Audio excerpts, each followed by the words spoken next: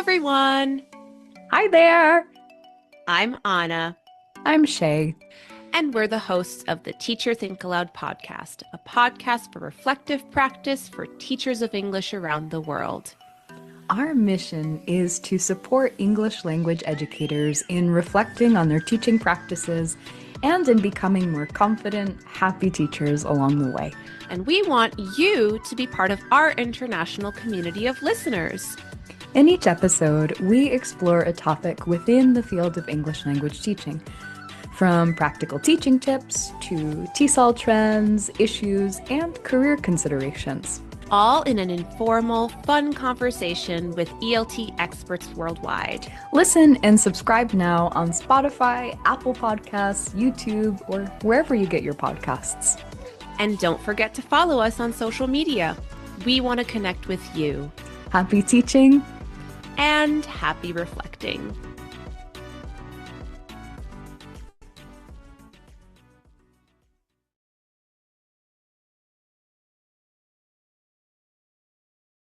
Text Inspector is the award-winning professional online tool that allows you to accurately and comprehensively analyse written and spoken texts for teaching, testing and research purposes.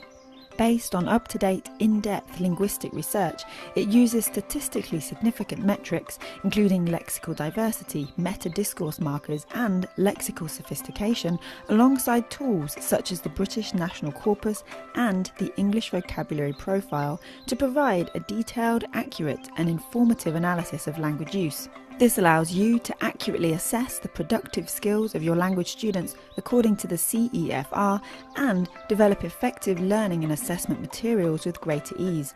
Some researchers have used Text Inspector to track improvements in their students' writing skills over time, others to ensure examination materials are at the correct level. Text Inspector is trusted by organisations including Cambridge University Press and the staff and students at 145 universities and colleges across the world. Why not try it yourself? We're offering all conference attendees premium access for free.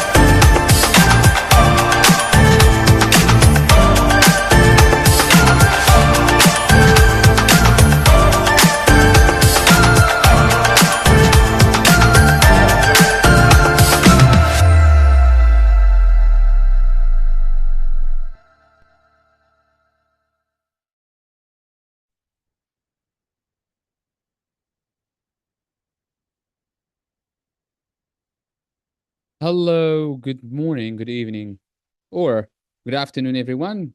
Is my voice clear? Can you hear me? Is everything clear? Could you please drop in the chat box?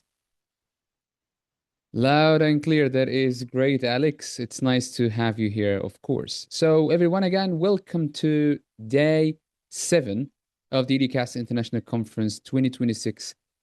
And we are really honored and pleased to be having all of you from all around the world. It's been an amazing journey, a little bit tiring, yes, I know, but of course rewarding. So, everyone, today we have a special day with lots of special speakers, and we will start in a second. But before we start, I want you to drop in the chat box. How do you feel today? How do you feel? Do you only feel tired? Do you feel excited? What do you expect from today's sessions? Yeah, that's right. That's the most realistic answer. We feel alive. Yeah. Yeah, drained yet excited. That's right, Fatma. Okay, you feel great, Vildan. That's amazing. Monica, perfect. Great. Shayma, fine. Ibrahim, excited. That's amazing. Uh, Rajasana, I don't know whether I pronounced it correctly. Feeling good. Okay, Amr, missing your awesome sessions. Oh my God. I'll do another talk tomorrow. No, not tomorrow. Maybe in 2 days. I don't know. I'll share about it on social media. Motivated. That is great, Ibrahim. Diana, like a sponge, ready for the info. Yeah, ready for input. Okay, that is great. Rajas, very good. Okay, amazing. Without wasting much time. So, everyone, hello and welcome officially to day 7 of DDCast International Conference 2026. This is our final chapter.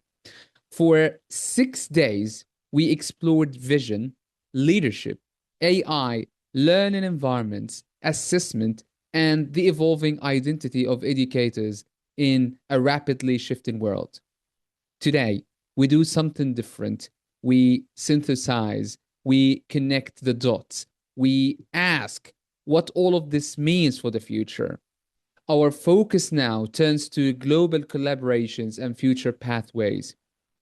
Education does not move forward in isolation. It moves through networks, through shared research, through cross border conversations, through educators who refuse to stay local in their thinking. Today's expert speakers will help us translate ideas into sustainable partnerships, rethink international collaboration in the age of AI, and maybe after this age, design pathways that extend beyond conferences and into long term impact. This final day is not a conclusion, it's just the start. So, everyone, I am really glad to welcome you today. And of course, I'm pleased and honored to be welcoming our first speaker of today. Hello, Fatma. How are you doing? Can you hear me? Hello, good afternoon, good evening, good morning. Yes, I can hear you loud and clear. Okay, that is great. So, where are you joining us from today? I'm You're joining. still in Dubai? Yeah, oh no. I'm back to You the went bright back. of Red Sea. I'm in Jeddah.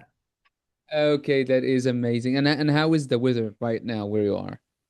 Okay, the weather, it's clear. We're supposed to be having Salat al-Istisqa sometime in the evening, so if the Yeah. clouds rush over tomorrow, we can expect some rain.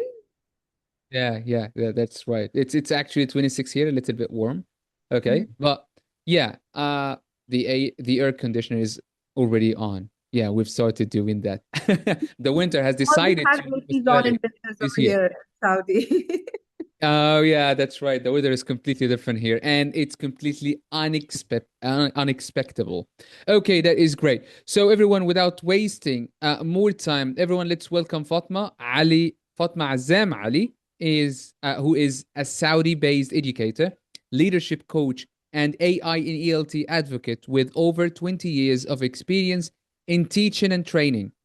As Vice Director of MEET ACT Center, She leads professional development programs in TESOL, PGCE, and digital education. Her mission is to inspire teachers to embrace innovation without losing their human touch. She is also the president of KSA ALT TESOL and ELT organization based in Saudi Arabia, a multi-award winning Toastmaster and conference speaker. She specializes in leadership development, digital pedagogy, and AI integration in education. Everyone, let's give Fatma a warm welcome in the chat box. It is not her first time to be collaborating with Educast or even me. I even spoke at one of her latest events in Jeddah, and I was really honored and privileged to be one of the speakers there. So, anyway, Fatma, whenever you're ready to start sharing your screen, please do it. Much, Mr. Mohammed Nabil, and coming on Educast International and contribute something, whatever I know of, humbly, to my audience who attends my presentation. And I normally tackle issues that are unsaid. And today's presentation is something very close to my heart because I've been working with leaders. I have been working with fantastic teams. It has been a roller coaster ride. There were ups and there were downs. And which is why I've come with the topic, which is mentoring the mentored. So these people we're not going to talk about you taking up the role of mentoring. Yes, you can take a role of mentoring. You can take the role of a mentor, but the ones who have already been mentored, they are the tough lot to be trained for. So I'm going, okay, presentation. Okay, so I'm going to put this on a slideshow, right? So how are we imagining things? So today, the topic of my presentation is reimagine for partnership and growth. So technically, when you are a leader, that's exactly what you do. You are looking for collaboration. You are looking for growth. There's a lot that is normally said on the teaching strategies, on the pedagogies, right? Okay, I'm just checking. Yes, hello everybody. Hello everybody. Oh my God, I've got so many hellos from all around the world. Hello, hello, hello, hello. Right? Now going back to the presentation, I'll keep checking the chat box as is. Mr. Nabil, please keep me posted when my time is 5 minutes, just so I get some time to easily wrap it up. Yeah, sure. Okay. Now, recently, I've been at the TESOL conferences in Dubai, and that has made me think even more about how leadership has been redefined and how we view leaders and what is it that is truly required from a leader to be a mentor and a true leader in and on by itself. So it is such a complicated, I wouldn't say complicated, but yes, in a way, it is a complicated equation where we as leaders want to make sure that we come to an understanding with our mentees that what they feel is legit, right, and what we need to do as leaders is probably to reflect as well. Okay, so now moving on. Okay, sorry about that. Okay, now let's do a quick mentoring memory activity. So type one word describing your mentoring experience, maybe the recent one, maybe something that really quickly crosses your mind. I'm just going to keep a tab on the chat window and I'm going to see, okay, one word that describes your best mentoring experience. Very good, Diana. Okay, empowering. What else? How do you feel? And honestly, I kind of feel it's okay for you to have feelings otherwise as well. Wow. Okay. So we have Diana with empowering, and we have Lorna with leadership, Rexana for motivating, Amir for inspiring, and we have Ambreen for relearning, Muavia for agency, and then we have collaboration, insightful, engaging, motivational, look of the speaker, support, flowing in the air, empathy, engaging, learning, relearning. Very nice, Saira. I love that. Empathy, Swan. Very good, very good. Okay. What else can we get? I'm looking at different responses. So this is like motivating me, pushing me to see how you actually view mentorship. Honestly, I have mixed ones. Until, you are influencer positivity. Right. This is very important. Life changing, Monica. That is insane. I really love that. I really love that because that is exactly what mentoring does. Once you find the right mentor, and that itself is a hunt, you know, and at the same time, the one you find as a mentor should also have a mentor who follows their mentor. So it is like a chain that comes through, right? So if I were, for example, I say that my mentor is Dr. Christine Kuhn, right? So I am her mentee. So whatever she does, right, I'm going to follow. And I passively follow, actively follow, whatever, in whatever aspect or growth it comes down to. I also look up to Ron as a mentor, Ron Moraine. Everybody knows Ron Moraine, right? He's an amazing guy with a beautiful soul. That different mentors teaching different aspects of how we can deal with things. Some of them will have a personal impact, some of them will have a professional impact, some will have both, right? In your case, I would really like to know, just extending this conversation. Oh, thank you so much, Alex. Fulfilling. Right. I would like you to extend this conversation to another level. Now that you were describing your best mentoring experience, right?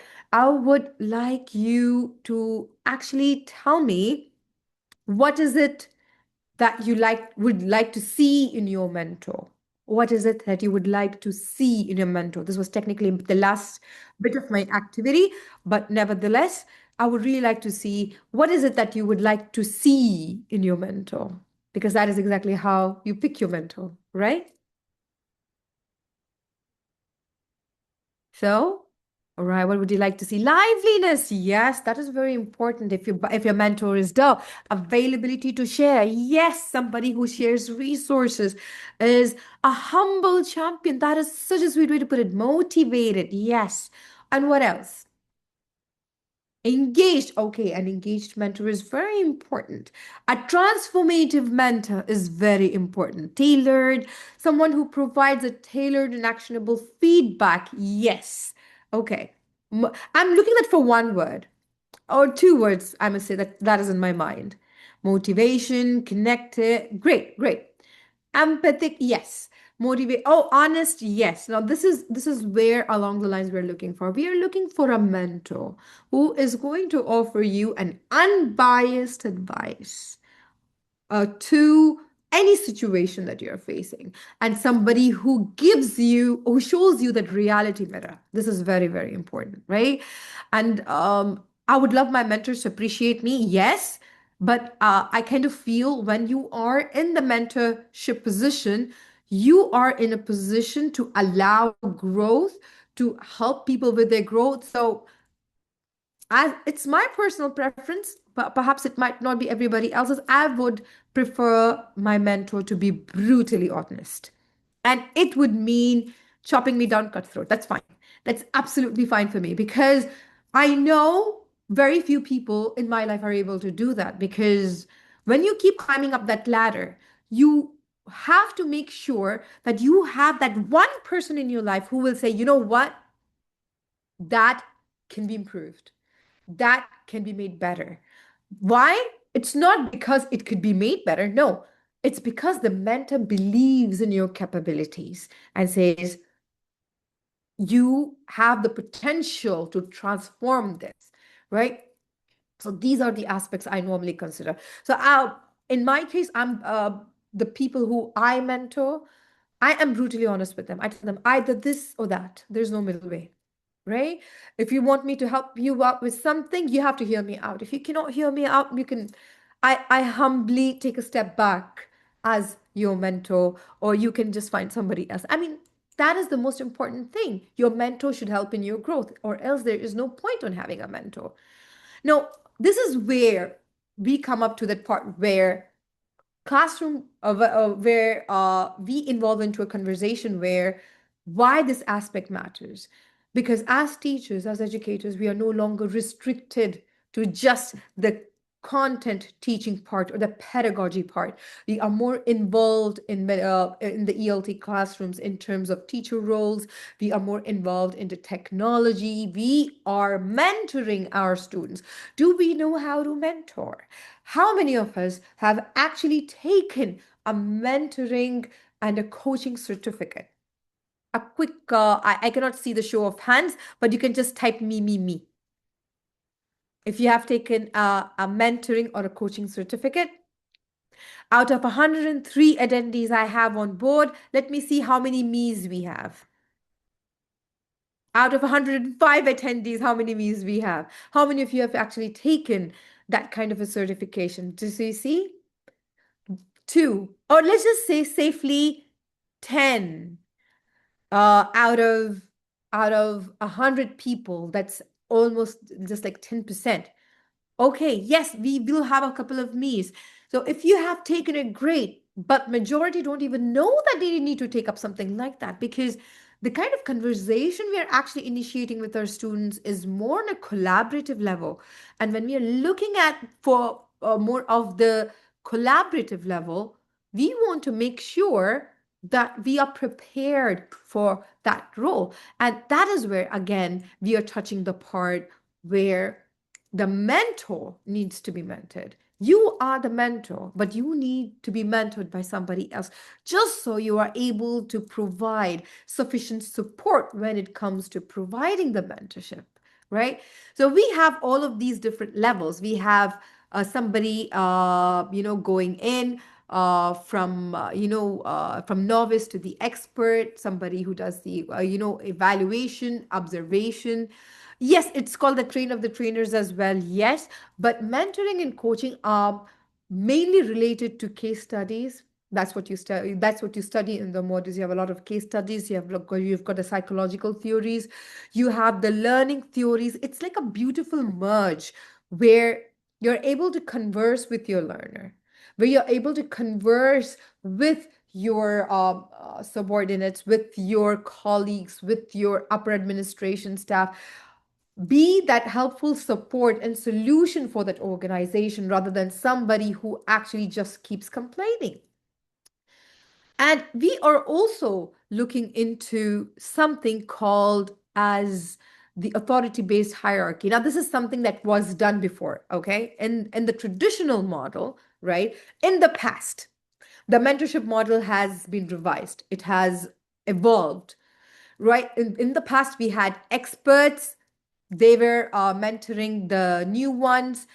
Mainly, there was observation and there were evaluations.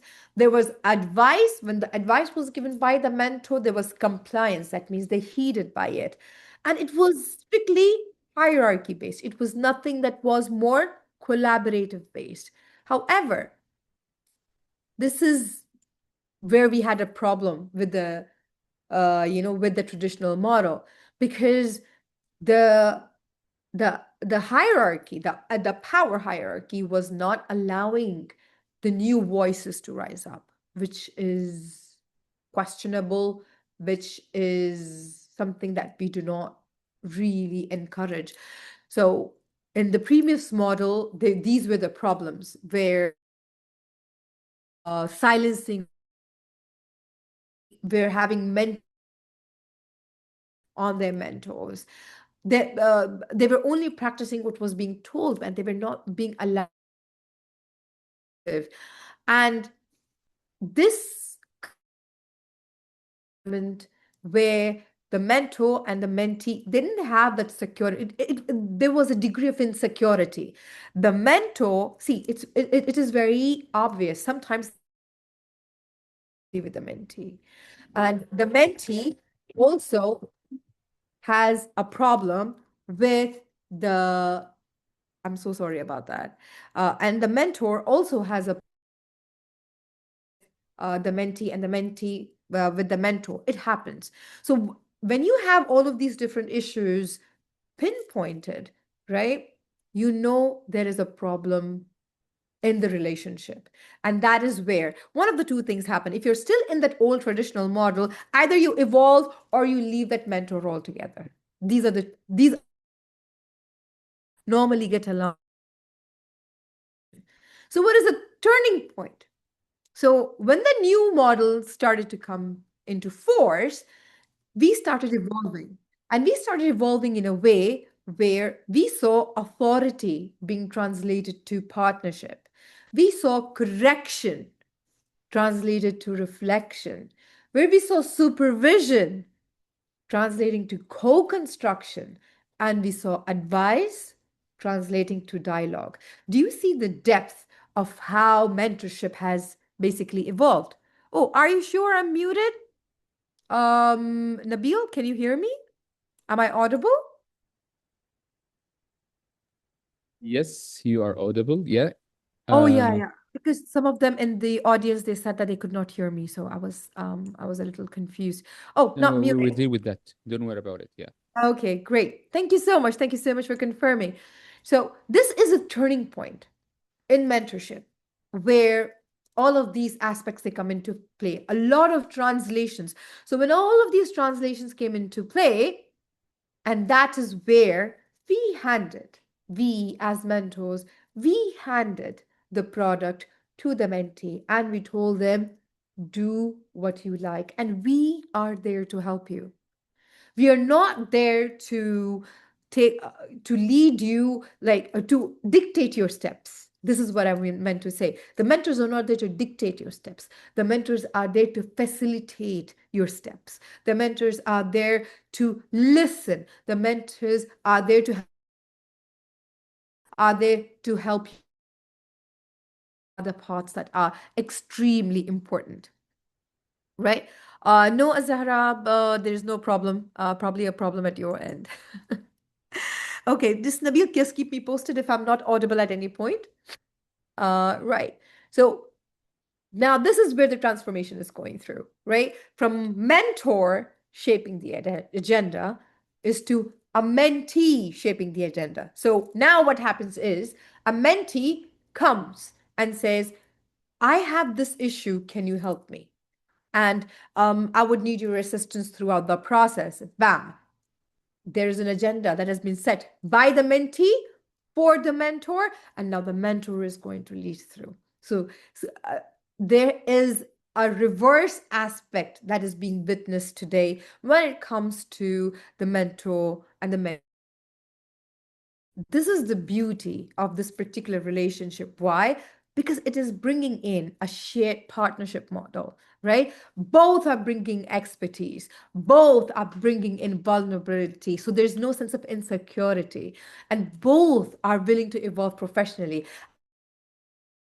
with a problem to find a solution about in capacity that they are going to learn from their mentees, and at the same time they are able to offer their expertise as well. So that is the broad kind of a mindset that we are looking into when it comes to the shared partnership model. Okay, now the first step of a reflective mentoring model is for the mentee to ask the right questions, right? Or the better questions. So instead of just questioning, right? What a mentor normally would do at this point is they would say, okay, for example, a mentee has asked a question. So the mentor will not reply back immediately, right? Answering or giving a solution. No, the mentor is going to say, how about you put yourself in this situation? If you were in this situation, 1, 2, 3, how would you go forward? Interesting, isn't it? So technically, the mentees answer their own question, right? The mentees answer their own question. And at the same time, When they answer their own question, you are allowing the mentees to have that ownership of what they have just said. It's not something that is being dictated. It is not something that is being blindly followed, but rather an initiative that the mentor actually assists or facilitates with, just so they're going to take the ownership. That is very important. So let's discuss. Now, this is a very interesting question, right? We've had some, I'm not going to talk about all the mentors, but there are some mentors, right? Who you would have felt this aspect with, right? Have you ever felt and heard in mentoring, and how did it impact your confidence? Let's just do a quick chat on this one. You can use the chat window. I want to see if you ever felt and heard in mentoring. If you type a yes, that is really good. Oh, very good, Maureen. Yes. And how did it impact your confidence when you were unheard? How did it impact your confidence? Don't you think? Yes, it's slow word. Exactly. Exactly. Oh, that's yes. Right. So, which is very important. That is why a mentor has to be a very good listener, right? Unheard in mentoring, it will impact the mentee's confidence. If I unknowingly, as a mentor, unheard my mentee, then that's absolutely fine. A lowered body language makes it, oh yes, when they do not interact with you much, lovely. That is a very interesting observation. All the time, in and out. Yes, it does. Because when you have a mentor, you expect yourselves to be heard, right? And when you are not being heard, you just feel like, did I ask the right question? Did I say something wrong? Um, did I offend anybody? There's so many different questions. So that degree of transparency should be able to repeat, where you're able to come back. A mentor, a humble mentor, if in and all by any case, they missed out your question, they can always come back to you and they say, oh my God, I'm so sorry. I missed out uh, something that you have asked. Can you repeat that again for me? Just so I can help you out. But the mentor equally has to be very much aware. So when you are in that active process of mentoring, like I as a mentor, right? What I'm going to do is I'm going to mentor myself to make sure that I'm answering to my mentees' needs, what they want me to do. It changes one's quality of life. Yes, of course, the confidence. You have a great mentor who hears every single thing. You know that you will have somebody to talk to without any judgment, without any bias, right? But if you have a mentor, if you've had a mentor, or you've had a mentoring experience where you are not heard for your questions, or you were really be just being ignored, it does affect you in a very big way. So this is very important. One of the things that the mentor needs to understand in this case, I'm not going to talk a lot about the mentees. I'm going to talk a lot about the mentors, because today my topic is about mentoring the mentored. So, and the mentored are the ones who are the mentors, right? Are you hearing your mentees out? Are you giving them the time? Are they your priority? If yes to three, then you would have never had your mentees feel unheard. But if you answer no to any one of them, it is high time you come back to your own training and make sure you're doing justice with your mentee.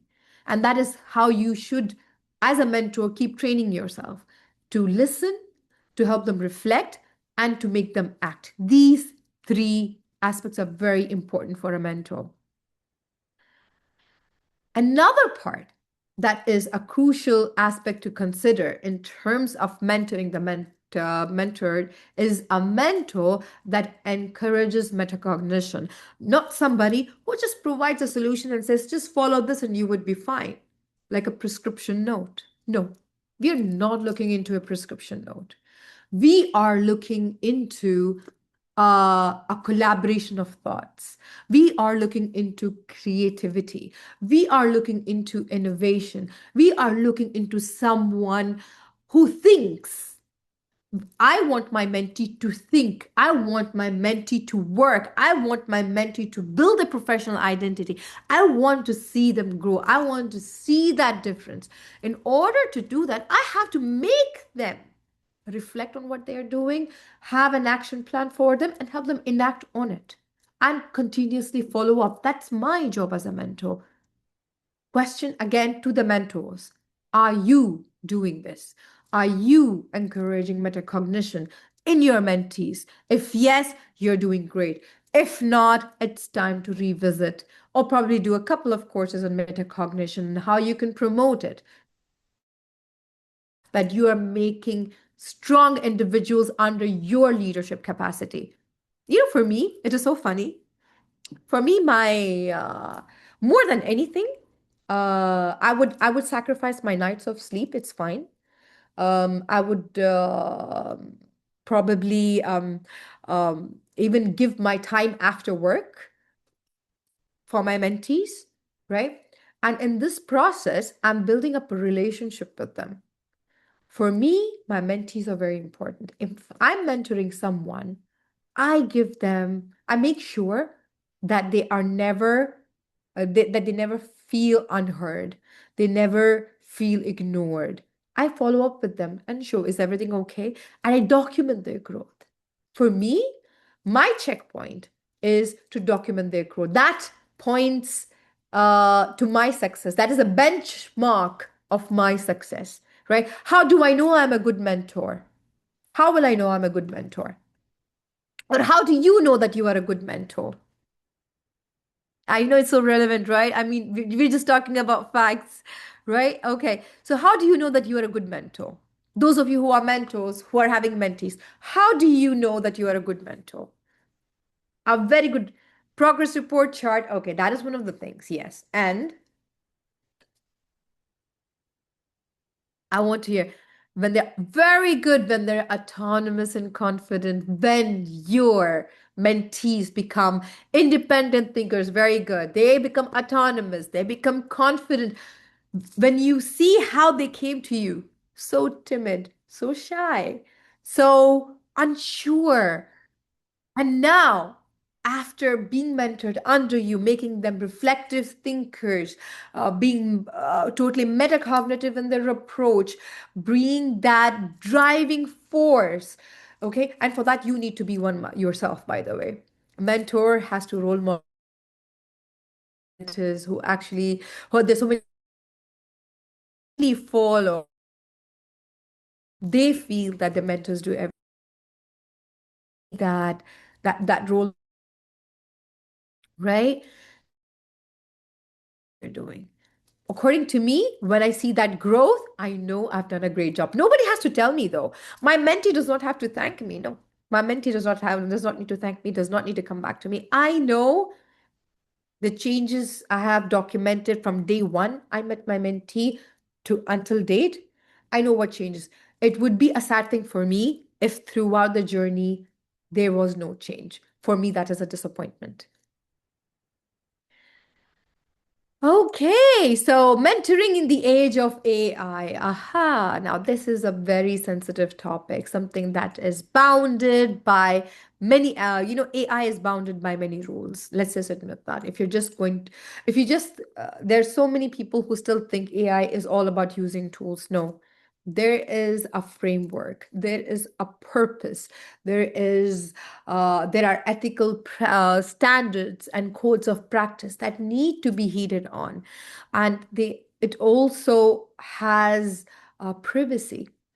Something that you need to consider in as well. We have lots of mentee global tools.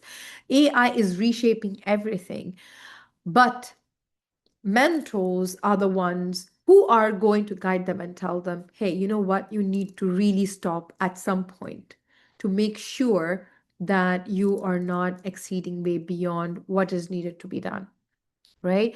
So, mentoring in the age of AI is perhaps one of the trickiest things because Honestly, let's admit, how many of you actually look up to ChatGPT as a mentor? Please don't tell me that. I pray that all of you have human mentors. I know some of you, not some of us. I mean, guilty as charged, to be very honest. When you're looking at AI for all your solutions, it's fine. It's fine. It's literally like the mentors are competing. They're competing with the AI. Who knows much better, right? But yet again, this was one of the topics of discussion at the TESOL conferences in Dubai, and it was a very nice debate. We had a very nice debate with Dr. McKing, and it is it is very interesting how we were debating about to what extent AI can help us in, remodeling and reshaping. It can in terms of providing resources, but other than that, the human element, the human value should be maintained. And that is exactly what makes the journey about mentoring very much exclusive and personal to you, right? Okay, AI should be an integral part of the. Oh, yes, of course. It has greatly transformed in the way we teach and learn. Absolutely fantastic. Yes, it has. But then it can never replace you. As a mentor, I would always keep asking you to improvise your pedagogical practices. I would still focus on how you should be maintaining that human element, because what AI cannot do is when a student comes to you and asks you, "Oh my God, I'm confused. I think I've messed up." You think AI will respond to that request? Think about it.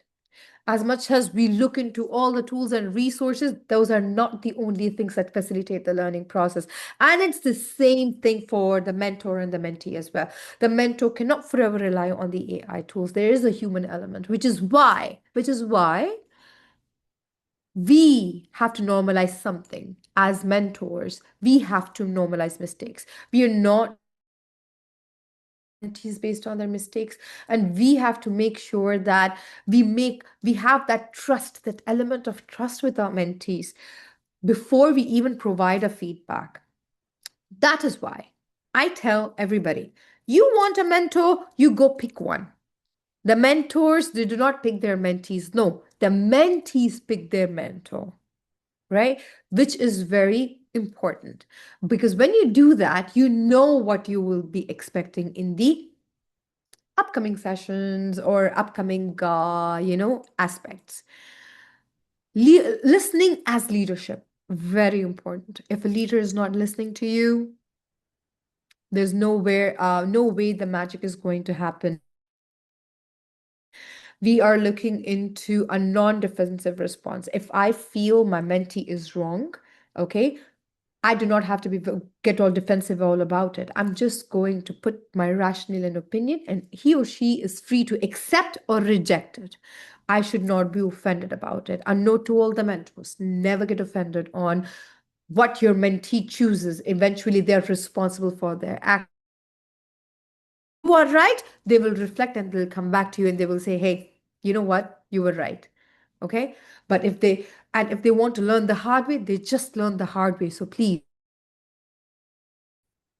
just give your mentees who they can talk to. You can always be there for them, but you cannot dictate their decisions and take decisions on their behalf as well. Okay. Now that we have remodeled, okay, from the a contemporary model where a leader is all about listening, where a leader is all about reflection, where a leader is all about facilitating discussions, right?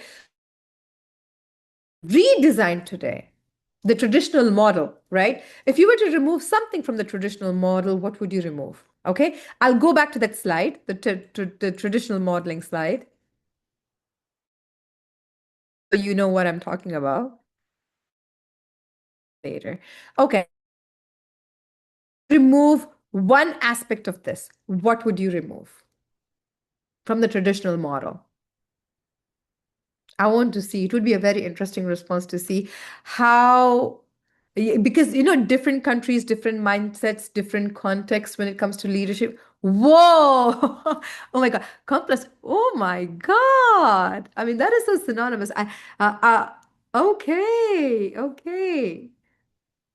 I think I was expecting that. Okay. Or compliance and authority, compliance authority. Okay. Authority.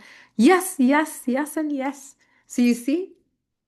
So this is what, if you have to go through a hierarchy, or if you have to go through compliance when you have a mentor, there's a serious problem with that, right? So never submit out to that. You are the ones, you mentees are the ones who are going to set the agenda for the mentors, and you are going to decide how the mentorship is so going to be. I decide on my terms. I pick my mentors and I decide, like yesterday, I was looking through all the profiles. I don't know if you're a part of Toastmasters. How many of you over here know what Toastmasters is? I'm not publicizing the nonprofit organization, but those of you who know Toastmasters, it is a nonprofit organization that that helps people building their communication skills, presentation skills. If you want more information, get in touch with me. I'm a DTM, so I know. So you see, this is the picture. So in Toastmasters, you have two levels. You have Toastmasters and you have the DTM, right? A DTM is a distinguished Toastmaster. A distinguished Toastmaster is someone who has completed two pathways. That's about roughly 48 speeches. Imagine. Has completed 1 year of leadership, okay, at the district level, 1 year of leadership at a club level, right? So after completing all of these, you do one DTM, high performance leadership assignment, in order to get the title of the DTM, right? I did that and it was great. I picked a very nice, a humble mentor for myself who was there with me like a mother.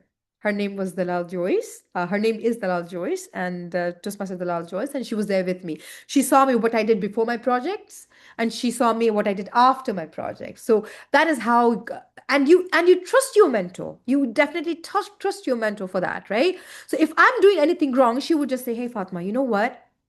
Let's change what you're doing right now." But I think if you just change your strategy a bit more, it might be more open for people to join. I was doing a high performance leadership project with her, and trust me, I think it has been. I'm one of those very few distinguished Toastmasters who actually has done something in action, and I bring the before results and the after results to people. I show it to everybody. What have I done before? What did I have in mind? And why my plans changed in the first place. So my mentor was documenting all of that, and she said, "Bam, you're so point on." I got my DTM, and I'm very proud because I really worked hard for it. And as a mentee, I'm forever thankful to her. And my mentor, she surprised me with a cake on two occasions. She surprised me with gifts, and she said I deserved it because she saw me work very, very hard, right? That is what it's all about. Now only yesterday I finalized another mentor for my second DTM because I'm in another second leadership position. So what I've decided to do is I decided to challenge myself. As a leader, that's exactly what you do. If you want to mentor yourself as, as a mentor, you need to get mentored into somebody who is being mentored by somebody more powerful. That is the cycle of mentoring the mentee. I hope people understand that. And they should be people who you resonate with. The values, the understanding, everything should be more relatable to that aspect. So for me, that is very important. So now, yeah, yesterday I picked out, only yesterday, last night, I I picked out a mentor who who is so strict, but I'm going to make sure that I learn through the journey.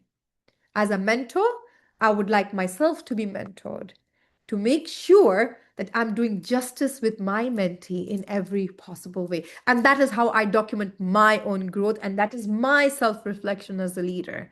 If I'm not going to challenge myself for that, then there is no reason why I should be staying in a leadership position. Hence, I'm talking about why leaders should be trained and retrained. This is the premise of the presentation today, why the leaders should be retrained. We always talk about the teachers being trained. We always talk about the pedagogies. We always talk about student engagement. That's fantastic. That is the core aspect of our practice. But what is going wrong? Why are the schools shutting down? Why do we have poor work environments? Why are we having, I wouldn't say toxic. I have been hearing so many stories where the teachers are so exhausted and so drained that they feel their workplace is the place where that drains all their energy when it should be the otherwise.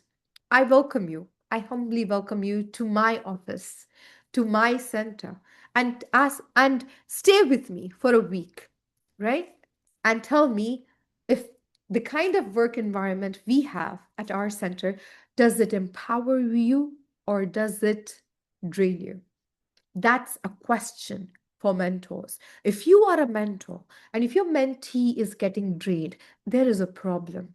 There is a big problem. You really need to take care of the teachers, especially if you are a coordinator. Yes, the mentor must have the skills of an expert teacher who knows how to give efficient feedback. That is a part of our job. I don't think it would resonate any other way, Hannah. Very beautifully put. And yes, Diana, we are looking into values. Values are we resonate with, right? So so we were redesigning it as mentors. Now I have spoken about this. I'm just reiterating those points again right now. We are inviting reflection. We are supposed to be helping our mentees explore options. And for that, we should be knowledgeable about their options as well. We should continuously not just give them points of improvement or suggestions, but also reaffirm their strengths. What are they good at, right? Make a plan together. The mentors and the mentee, that is the beautiful relationship you have. And how you're going to do it, it is entirely up to your and your mentee's relationship. And as a mentor, please follow up with your mentee. Your mentee may be shy. Your mentee would need to feel that you are there for them. And for that, you have to make the effort. You have to follow up to make sure that they are comfortable reaching out to you. For example, I do not have a lot of mentees with me. When I mentee out of my mentees. They do not have a time limit in my dictionary, right? In my book. So my mentees can text me any time of the day, any time of the night. The calls after 12 are restricted, but they can reach out to me 24/7. Only my mentees, right? Only my mentees are going to follow up on that one. Otherwise, no. Otherwise, I would not give anybody this kind of an authority. So when I keep that window open, sometimes the mentees go like, "Oh, I was so scared to text you at night, but then I still managed to text you. I hope you did not mind." Of course I did. I'm your mentor. That's my job. I'm supposed to be helping you, right? So that is the kind of approach a mentor basically keeps. Now this is very interesting. If I were to give you, I don't know if we have enough time. Nabil, do we have enough time? I think we have 5 minutes, if I'm on it correctly. If you can just confirm my time. Yes, you're right. You have about 5 minutes. Great. Okay. So I'll just go through this case scenarios. There's something that the teachers can actually think about, right? Instead of currently participating, but I'll give you my email and my phone number towards the end just so you can give me your responses. Now, this is a case scenario. And let's just imagine that there is a new teacher struggling with classroom management, sorry. Okay. So with the traditional approach, and a reflective response. How are you going to deal with this situation? So that is one of the things. Okay, the mentee should believe that the mentor is using her knowledge to make mentee more. Yes, absolutely. Yes, you cannot have negative feelings. Yes, you cannot have negative feelings. You should always have that collaborative, shared knowledge understanding, if I were to put it in the right terminology, right? Yes, exactly. Thank you. So I want you to think, if there is imagine, I want you to imagine two scenarios. In one scenario, you have the traditional reflective response. So there's a new teacher struggling with classroom management. What is a traditional response? And there's a new teacher on the other side struggling in the classroom management. I want you to tell me a reflective response. Okay, what are the two responses going to look like? You can share that with me towards the end. Okay, so in either, okay, giving her a workshop, traditional, very good. Okay, oh, if you, let's see if we can have a few answers, because the rest are just the repetition of what I've just said already. What would be the reflective? Can a mentor wrongly influence a mentee? Depends on. This is such a good question, Samuel. Possibly, maybe, but that is why there is a model would influence. And the reflective model or the contemporary model of mentoring, no. The mentee cannot be influenced, because the mentee would know what is right and what is wrong in the first place, because there's a lot of facilitation and reflection going on, right? Okay, traditional, telling them the correct way. Very good, Michael. Okay, this is really nice. We know the traditional parts, right? I want to see what kind of a reflective response can you give me for a new teacher struggling with classroom management? What is it? What is a good reflective response for a new teacher struggling with classroom management? Yes, any answers? Additional training, teacher observe class to provide an yes, that would be again, yes, that would be again traditional. You have to determine whether it's a planning methods or relation or combination of these. Oh, that is deep. That is deep. Okay. Now, when we are looking into the reflective response for a new teacher struggling with classroom management, personally, if I'm going to go inside her class, I'm going to observe, okay, make a quick notes, and I will see the core aspect of the problem, and I'll ask my teacher to actually go.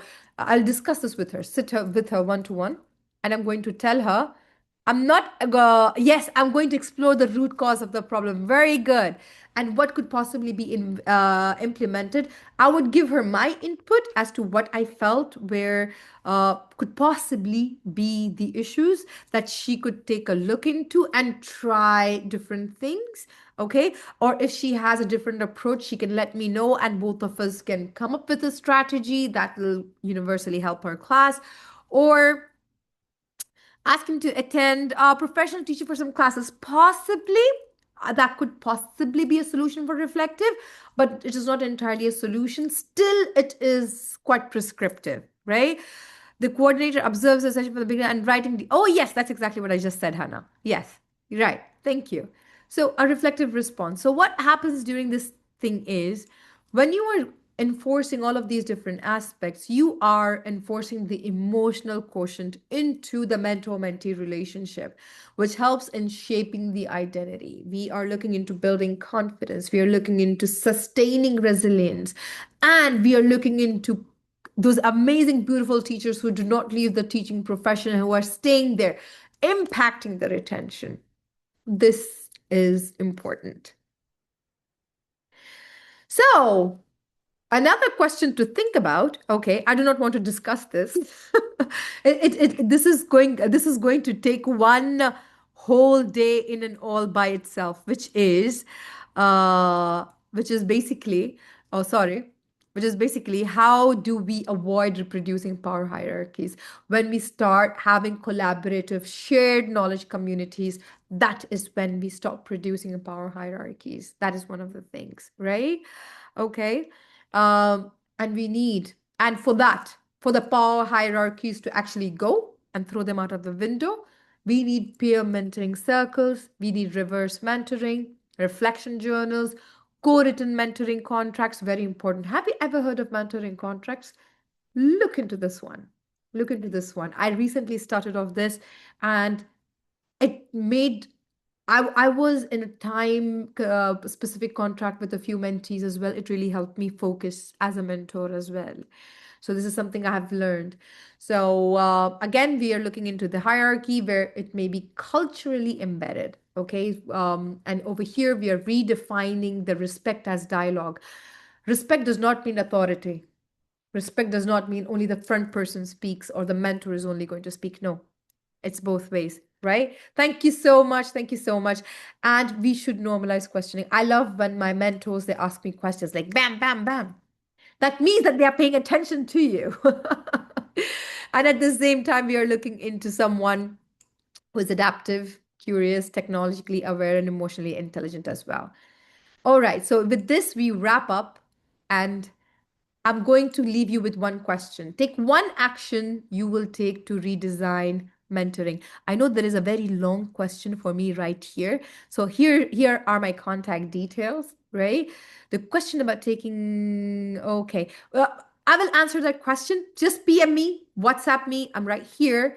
And with this, I'll pass this back to our moderator, session moderator, Mr. Muhammad Nabil. And thank you so much for giving this opportunity. And thank you so much, people. You were so, a round of applause. You guys were so good. MashaAllah, tabarakallah.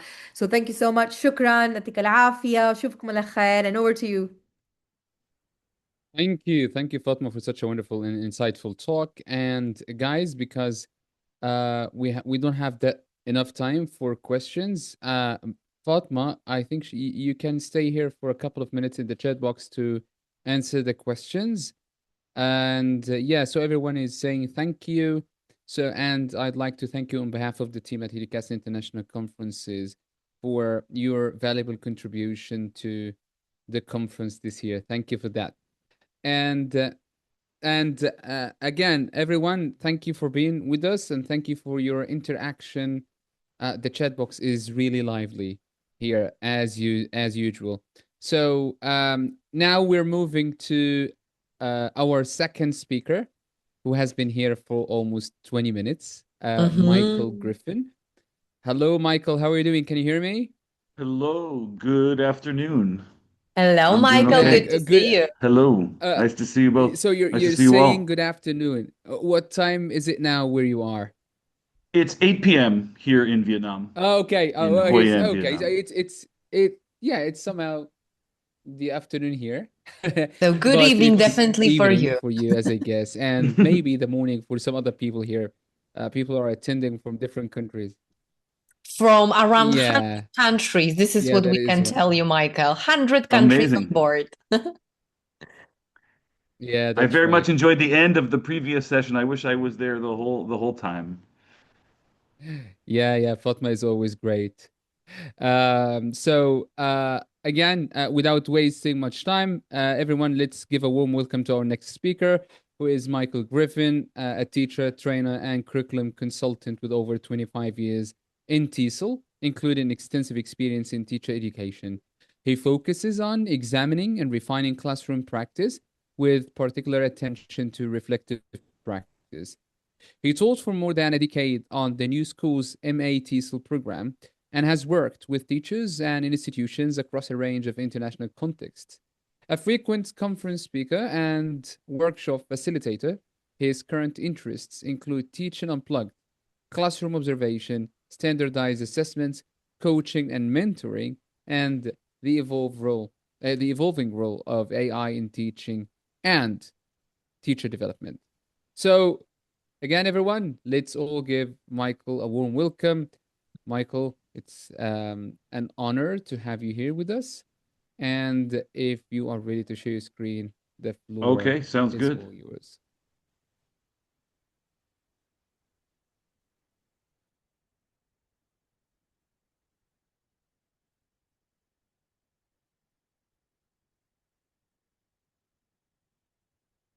And thank you for the warm welcome and positive energy. As you can see, my name is Michael, and I've already been introduced, and I'll start. The title of my talk here, Reimagining Reflective Practice for an AI World. I'll say a little bit about that shortly, but let's just jump right in. I have a question for you. It might be an easy question. Uh, I have a word coming up. What comes to mind when you hear the term something?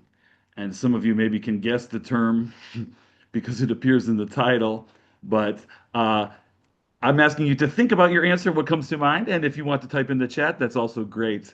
Uh, what comes to mind when you hear the term reflective practice?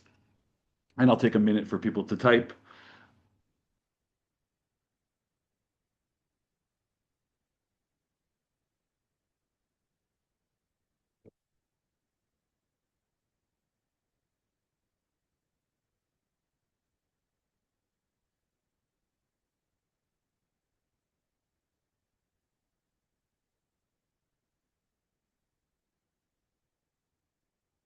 Marcella says, thinking about what you've done and how you can improve next. Interesting.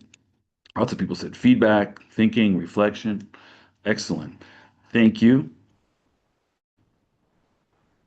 What I really want you to do is just have a rough idea what comes to mind. I won't have time in the chat to look at all the answers right now. So I'll just move along and thank you for sharing. We'll keep the chat active. I'll keep an eye on it as I can. Uh, Something that I think many people think about when they hear the term reflective practice. In my experience, something many people think about is writing, is journaling. I'm not sure if that matches with your experience or your thoughts. I didn't see anyone say writing or journaling, but this is one of the things that it seems many people think about when they hear the phrase reflective practice. Something else that comes to mind often is some kind of cycle, circle. Maybe lots of folks were taught we must reflect in a certain way. Here's just one example. The next example, the next slide, please don't look if you get sick easily from slides. This one gave me a lot of trouble. Some kind of cycle with all sorts of different pieces and parts, and this seems very complicated to me. This makes me uncomfortable, so I'll go to my next slide. Uh, and what I'll do, I'll tell you a very quick story about my experience at a recent conference here in Vietnam. I was talking about using AI to write reflective narratives, and I started in a similar way. What's your feeling about reflective practice? What comes to mind when you hear the phrase reflective practice? And I was talking about how many people think of it as a negative thing from their experience as teachers or in schools. They're sort of forced to do it, or difficult but worthwhile. And I was focusing on a lot of the kind of negative aspects that teachers might have or feel about reflective practice.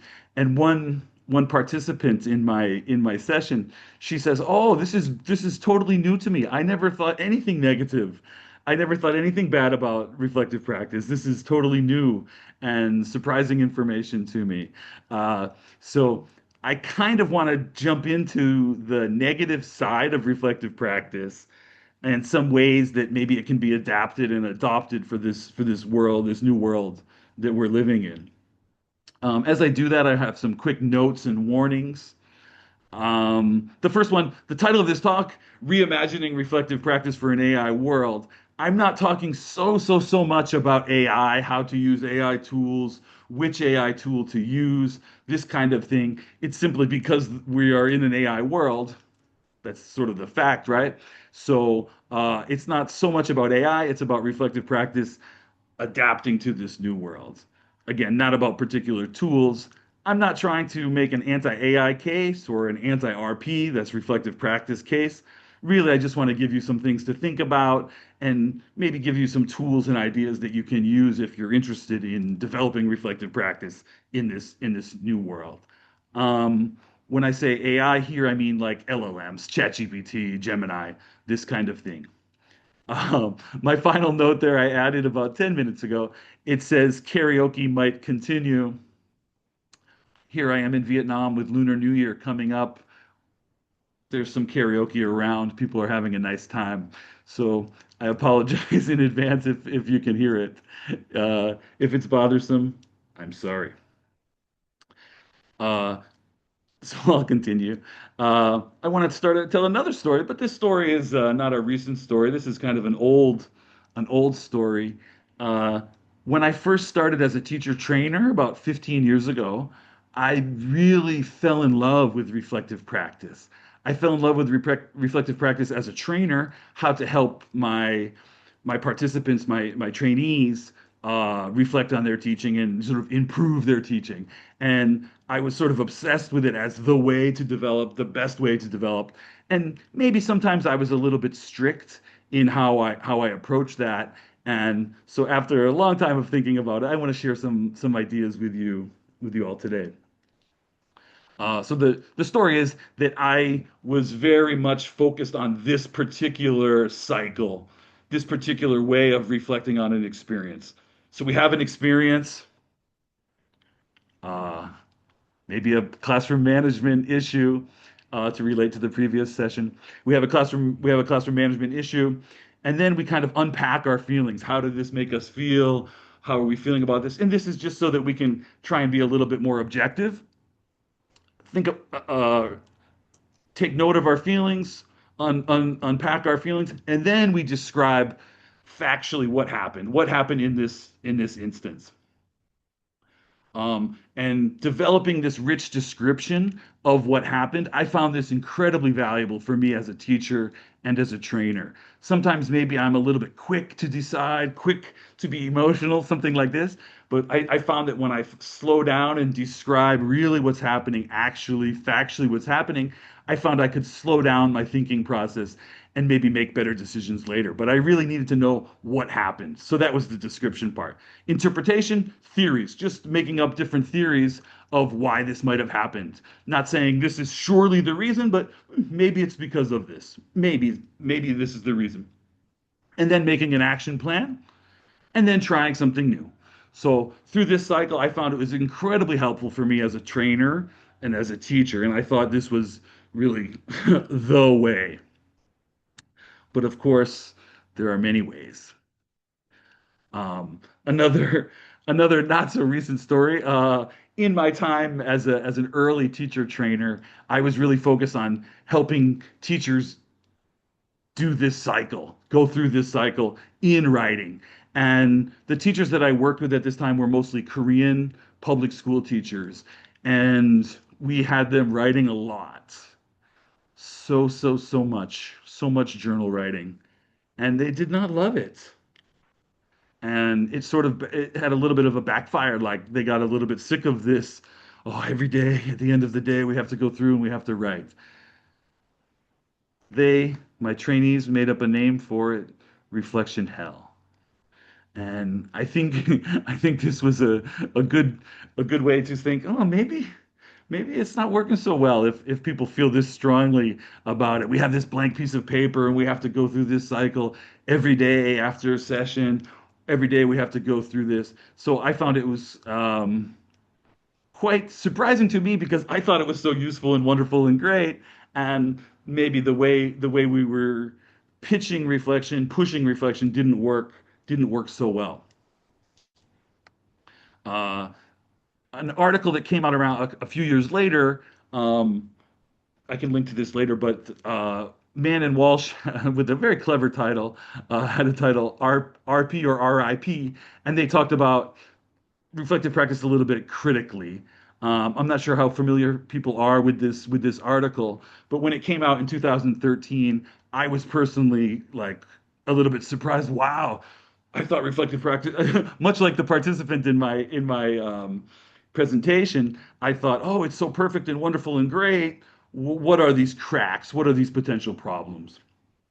And obviously, I'm talking about 2013. This is before AI. And so some of their main points, I'll just sum up for you quickly here. Some of their main points were it's kind of individualistic, so heavy on the writing. Again, this was sort of the critique. So much writing. There's a lack of evidence, not so much data, and like not so much clarity on what RP means in different contexts, in different institutions, in different countries. So we just have this vague idea that reflection is good, reflection is helpful, but a little bit of a lack of clarity on that. Again, this idea of ritualized, bureaucratic, it's just checking boxes, it's just doing it for the sake of doing it. It's not really about development, it's about accountability, it's about paperwork, it's excuse me, it's not about what can help teachers develop their thinking, develop their critical thinking about teaching. It's about filling out checklists, filling out journals, this kind of thing. So this was this was kind of shocking and interesting to me because I didn't see it as that, and I thought, oh, this wonderful thing does have some problems. And Mann and Walsh had their recommendations using real data, transcripts, recordings, and emphasizing conversational reflection rather than written, emphasizing conversation with peers, and not having this kind of one size fits all tools to be used everywhere, but things based on particular contexts. And I want to say something here. This is my short little secret.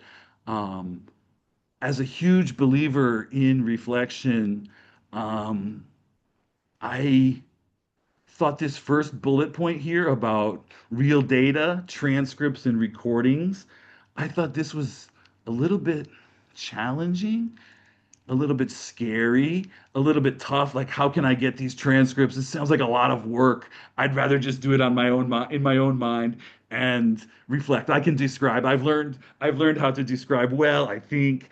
I've learned how to go through this cycle. I've trained myself on this cycle. So recording and transcript seemed like just like a step a little bit too far. Maybe we need permission for recordings. So this was one kind of roadblock for me personally. And again, I was very much focused on this ELC. Ritualized reflection, it becomes this sort of a burden. I'm sorry for the scary slide, um, but it became sort of a burden and not focused on development, but focused on all these other things outside forces. Just wanted to kind of give you this plug for a very interesting video from a friend and colleague of mine, Matthew Noble, um, Reconsidering Reflection with Matthew Noble, which was a webinar he did a few years back for the ELT workshop. Uh, and in this, he talked about some of the cracks, some of the problems with reflective practice. And one of them was about this overuse of forms, form filling, check boxes, writing, journaling so much. And I thought that it was a really powerful point, and I just like the phrase "Do forms kill your vibe?" So I'm not sure. I'm talking so much here so fast. I'm wondering, do forms kill your vibe? Does that sound familiar to anybody? This idea of forms overdoing it for you and kind of ruining your feelings sometimes. Depends on the form. Well said.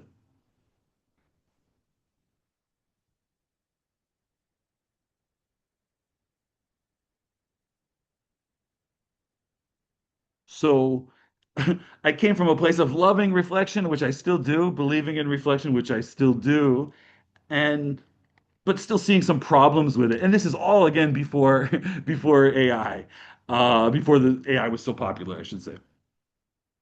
And I did a little bit of research, asking around, talking to participants, and I found some other reasons that teachers were resistant to reflective practice. The first one I like, everyone reflects anyway. We already do that. And to my mind, kind of the pushback is maybe we reflect as normal human beings, but we don't do it in a rigorous way. We don't do it in a detailed, structured way. So I kind of felt like I want to push back against that. It's just common sense. This is a tough one to take because again, I think it involves more and it involves some strict some strict thinking and not just jumping to conclusions. There's no evidence it works. This pushes back, this disagrees with what Mann and Walsh were saying. We're too busy. This is a big one. I don't have time for reflection. It feels like confession. I have to just say what I did wrong, just admit what I did wrong and move on. Nobody cares about nobody cares about the good things. They just want they just want me to admit my problems, talk about how to fix them. It ignores individual differences. Again, here I think about writing. I love writing. I feel very comfortable writing. I'm so happy to be typing and thinking about what happened with a coffee. This suits me very, very well. I became to understand, I began to understand that not everybody's like this, and that's fine and good and reasonable. And we can't expect everybody to just simply journal freely, write lots and lots and lots following this exact cycle. Other people said it's inward looking without changing anything, also known as navel gazing. Marcella says some people really do not change even reflecting. Unfortunately, yes, sure, that's a very good point. And also, so from my side, I would say if we have a strong action plan and we really, really follow it, maybe we can get a new experience to reflect on there. Another final sort of complaint or critique or reason teachers don't said that they don't reflect is it sounds good, but it's hard to do. It's hard to put into practice. It's all very theoretical. So I think these are kind of reasonable. I can accept many of these. So back in 2019, I gave a presentation for a language school in Japan, and I gave them this advice. And I want to be clear about the advice that I'm going to share here. It seems very naive now when I look back, but here's my advice I gave them. Go beyond superficial thinking. Don't have a, but with that said, I do agree with many of the things I suggested, but it seems a little bit, to my mind, a little bit simplistic and a little bit naive. But don't have a solution waiting for a problem. I've noticed this a lot with teachers. I want to do this, so I'll reflect backwards and find my way into doing this. Okay, if you want to do, you want to try something new, that's fine and great. But from my view, it should come from a reason based on your reflection. The third point here, I say don't just solve problems. I think this is one of the issues of reflective practice is we always think it's fix your teaching, fix this. You have something wrong, let's fix it. Whereas my view is and was, let's just think about what happens in class. Let's think about interesting things. Let's be curious instead of let's fix our issues. My point there, make time. Okay, that's the one that I think, that's not such great advice. It's important, make time. Okay. Number 5, I said considerate practice. And I think this is actually very important because we're training our brain, we're practicing. So again, I really like that cycle that I showed you before. I felt that I could train myself to describe very quickly, to make various interpretations, and then make an action plan. So if we practice, if we reflect on what we've done, we've reflected on what happened, then later we can reflect in action while we're doing things. We can reflect while we're doing things and make better and deeper decisions. Namal says it's very basic but deep. Beautiful. I like it. I'll take it. Articulate beliefs. Find out what you really believe. Find out your philosophy of teaching. State what you believe.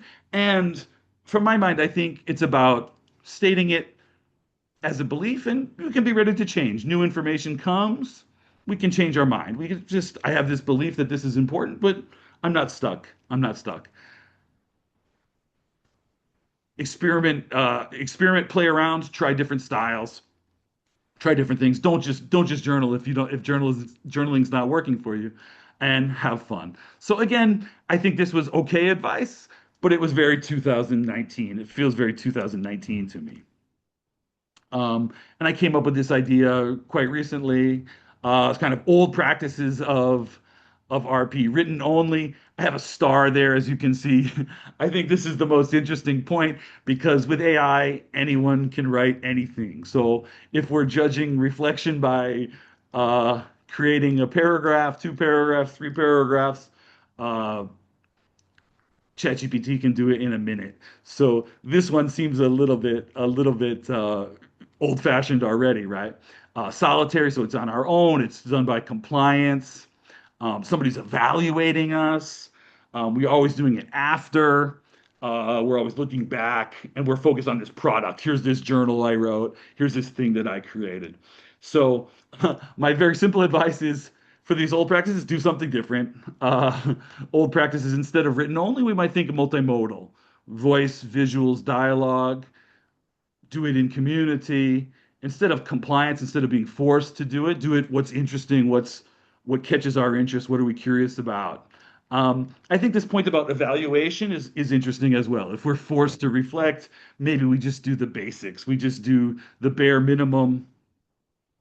We just do the bare minimum and and move on and just get it done. Something to get done rather than something that's really there to help us. Post lesson, this is all we seems like reflection is very, very often after the fact. Maybe it can be anytime during the lesson, before the lesson, this kind of thing. So instead of always looking back, retrospective, we can be forward looking. What am I going to do? What changes am I going to make? Even small ones. And again, instead of the product printing out, excuse me, writing out this journal, what's the process? What's the thinking process? You'll note here I'm 20, 25 minutes in. I haven't said very much about AI. I think I met my promise on that. So now in a world where LLMs can write anything, anytime, easily, maybe we need to think about RP in a different way and think about how we can help it remain relevant. I think it's a little bit difficult question to answer very quickly in the chat box. So what I'll do, I'll give you a minute to think about it, and I'll have a sip of tea, and then I'll continue.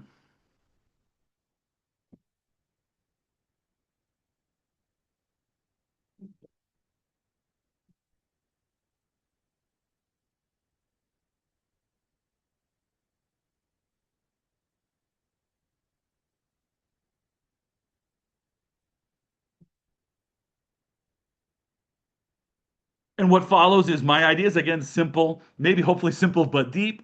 Uh, Now responding to this world that we're living in, how can RP remain, how can reflective practice remain relevant? Hannah says, direct to the point, polished with positive feelings. Beautiful. So here's some ways of thinking about how RP can stay relevant, remain relevant, become more relevant. Um, be judgment led here, I mean by teachers, by humans. Humans are making decisions. Be informed by data. Data is easier to get now, right? I talked about my initial hesitation from Mann and Walsh's idea of transcripts. Lately, I've been doing a lot of coaching online, and I get the transcripts from my coaching, and I reflect on that. Actually, with AI, I reflect on those. So I have this data right in front of me. What did I say? What did my participants say? I have it right in front of me. I don't have to remember. I don't have to rely on my memory, my imperfect human memory. Again, with this idea of instead of fixing problems, we can explore puzzles. And I don't mean just with AI, I mean in the world, we can shift our focus on what reflection means. It's not just about correcting wrong actions, but playing around with different puzzles about teaching. Uh, the second to last point there, I say not relying on written output. This is again just anybody can write anything. So written output was already not working so well, I think. The heavy focus on written output was not working so well, and now this is even even more so. Uh, Using AI to enhance thinking and not replace it. So we really need to be thinking with AI, using AI to think together rather than replacing. So this quote, I'm sure maybe many of you have already seen this. but I think it's a really powerful quote. Whoever does the thinking gets the learning. So if we kind of outsource our thinking to AI, well, AI is going to get the learning. AI is going to improve and think. So I hope that if you take away one thing from this session, I hope it's this. I don't want to push a particular model. Uh, I don't want to push that AI is not part of reflective practice because I think it very much can be. But I want to say if we're having AI do the thinking for us, something is not quite working.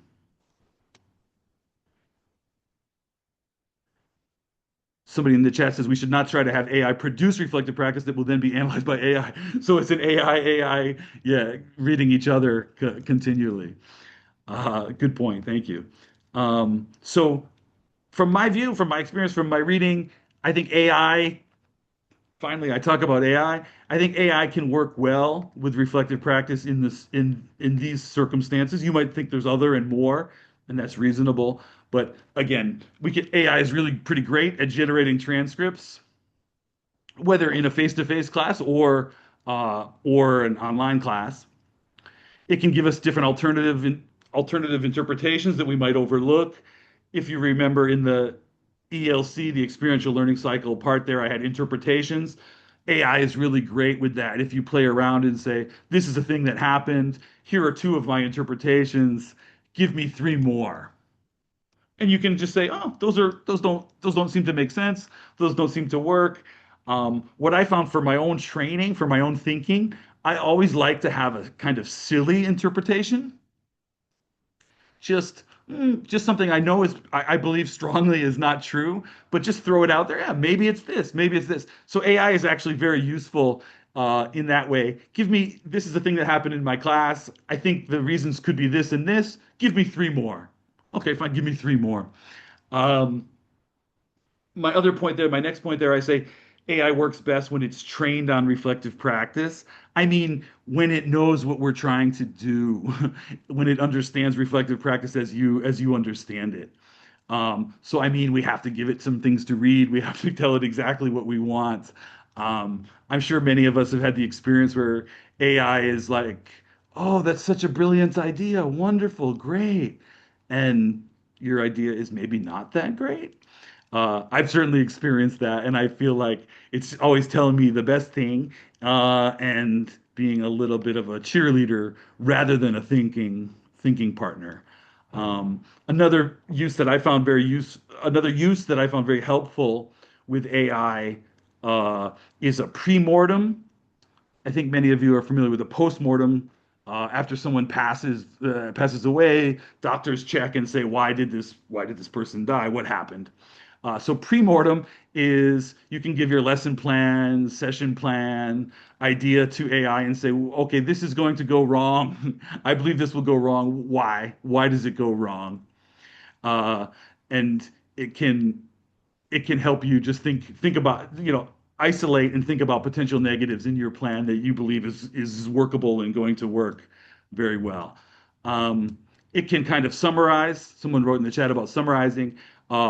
It can summarize views. It can also expose your hidden assumptions. You can say what are the beliefs that underpin this lesson plan, and then we can kind of encounter our own beliefs and say, is this true? Is this really what I believe about teaching? Is this really what I believe about how things work? So we can become a little more clear on our own understandings of our teaching philosophy. Um, Act as a critical friend. Critical friend, gives us advice and gives it to us straight. Usually it's a human. Ideally, I think still it's a human, but we can have AI act as a critical friend, even an uncomfortable one. And I think this is kind of a valuable point. Um, I'm not sure how everyone else feels, but when I get negative feedback from I don't really take it seriously because it's just a computer. It's just a machine. It doesn't understand anything, Yvonne says. It's just calculating answers, sure. So I think we don't need to take it seriously. We can say, that doesn't make sense. I disagree. I don't care about that. But also, if we can get some add some sort of critiques of our work into things. Again, I talked about pre-mortem, finding some potentially negative points that we hadn't considered. I think it's great. And I want to give you an example of this. Um, so I don't know if you're familiar with Monday. This is a ChatGPT's a kind of personality, a little bit cynical, a little bit dark personality. So I just gave this my slides for this session, and I said, roast this. Give it a strong critique. And it says, you want it roasted? Fine. And it says, you're boring. It says basically the start was very boring when you say what comes to mind. Oh yeah, this is such a typical icebreaker. So boring. Uh, and as you can see, I'm smiling. I didn't take any offense at this, and I still decided to do it based on my own human judgment because I knew where I wanted to go. But I want to highlight this as a kind of a fun and interesting experiment is to put your work in, say, roast this, and see what you agree with. If it's too negative for you, you can say, oh, you don't know what you're talking about. So thank you for joining me on the roasting there. And what I'd like to also mention here is a quote that's unironically generated from ChatGPT. Uh, let's stop reflecting to perform. Let's reflect to evolve. And I think this is very funny because I think it's actually quite a lot of wisdom in that. Um, and what I want to suggest is that if we're going to reimagine reflective practice in this era, it has to be more human. We can use RP to train our thinking. We can use it as a partner, but the real answer is more human, more connection with each other, and giving AI its place and trying to find what works best for us. So I think I'm coming to the end of my time here. Um, uh, so I'll just share one more thing, and then I'll open up for questions. One thing that I found actually quite useful and interesting was to use ChatGPT AI to write reflective narratives. And so I kind of gave it the parameters of the cycle, the ELC, the experiential learning cycle that I showed before. And I said, make a story about teaching in Vietnam with students using a phone. I'll share all my slides, the link to all my slides at the end, so please don't worry about reading this all right now. But it gave a pretty nice cycle. It gave a pretty nice narrative, a pretty nice story. And then I was able to use this to reflect and discuss with other people. And something I thought was kind of interesting was that I felt no sensitivity about this. This was not my real experience, even though it says I and I and I. I didn't have this experience. So when people judged this teacher, I felt like, oh, it's just a made-up teacher. It's not a real experience that I had. This is not me. Uh, I have had issues with students using phones too much, like I'm sure many of us. But I thought this was kind of interesting to train AI to write a reflective narrative so that we could reflect on it. I didn't have to write it. I used to believe that writing was thinking.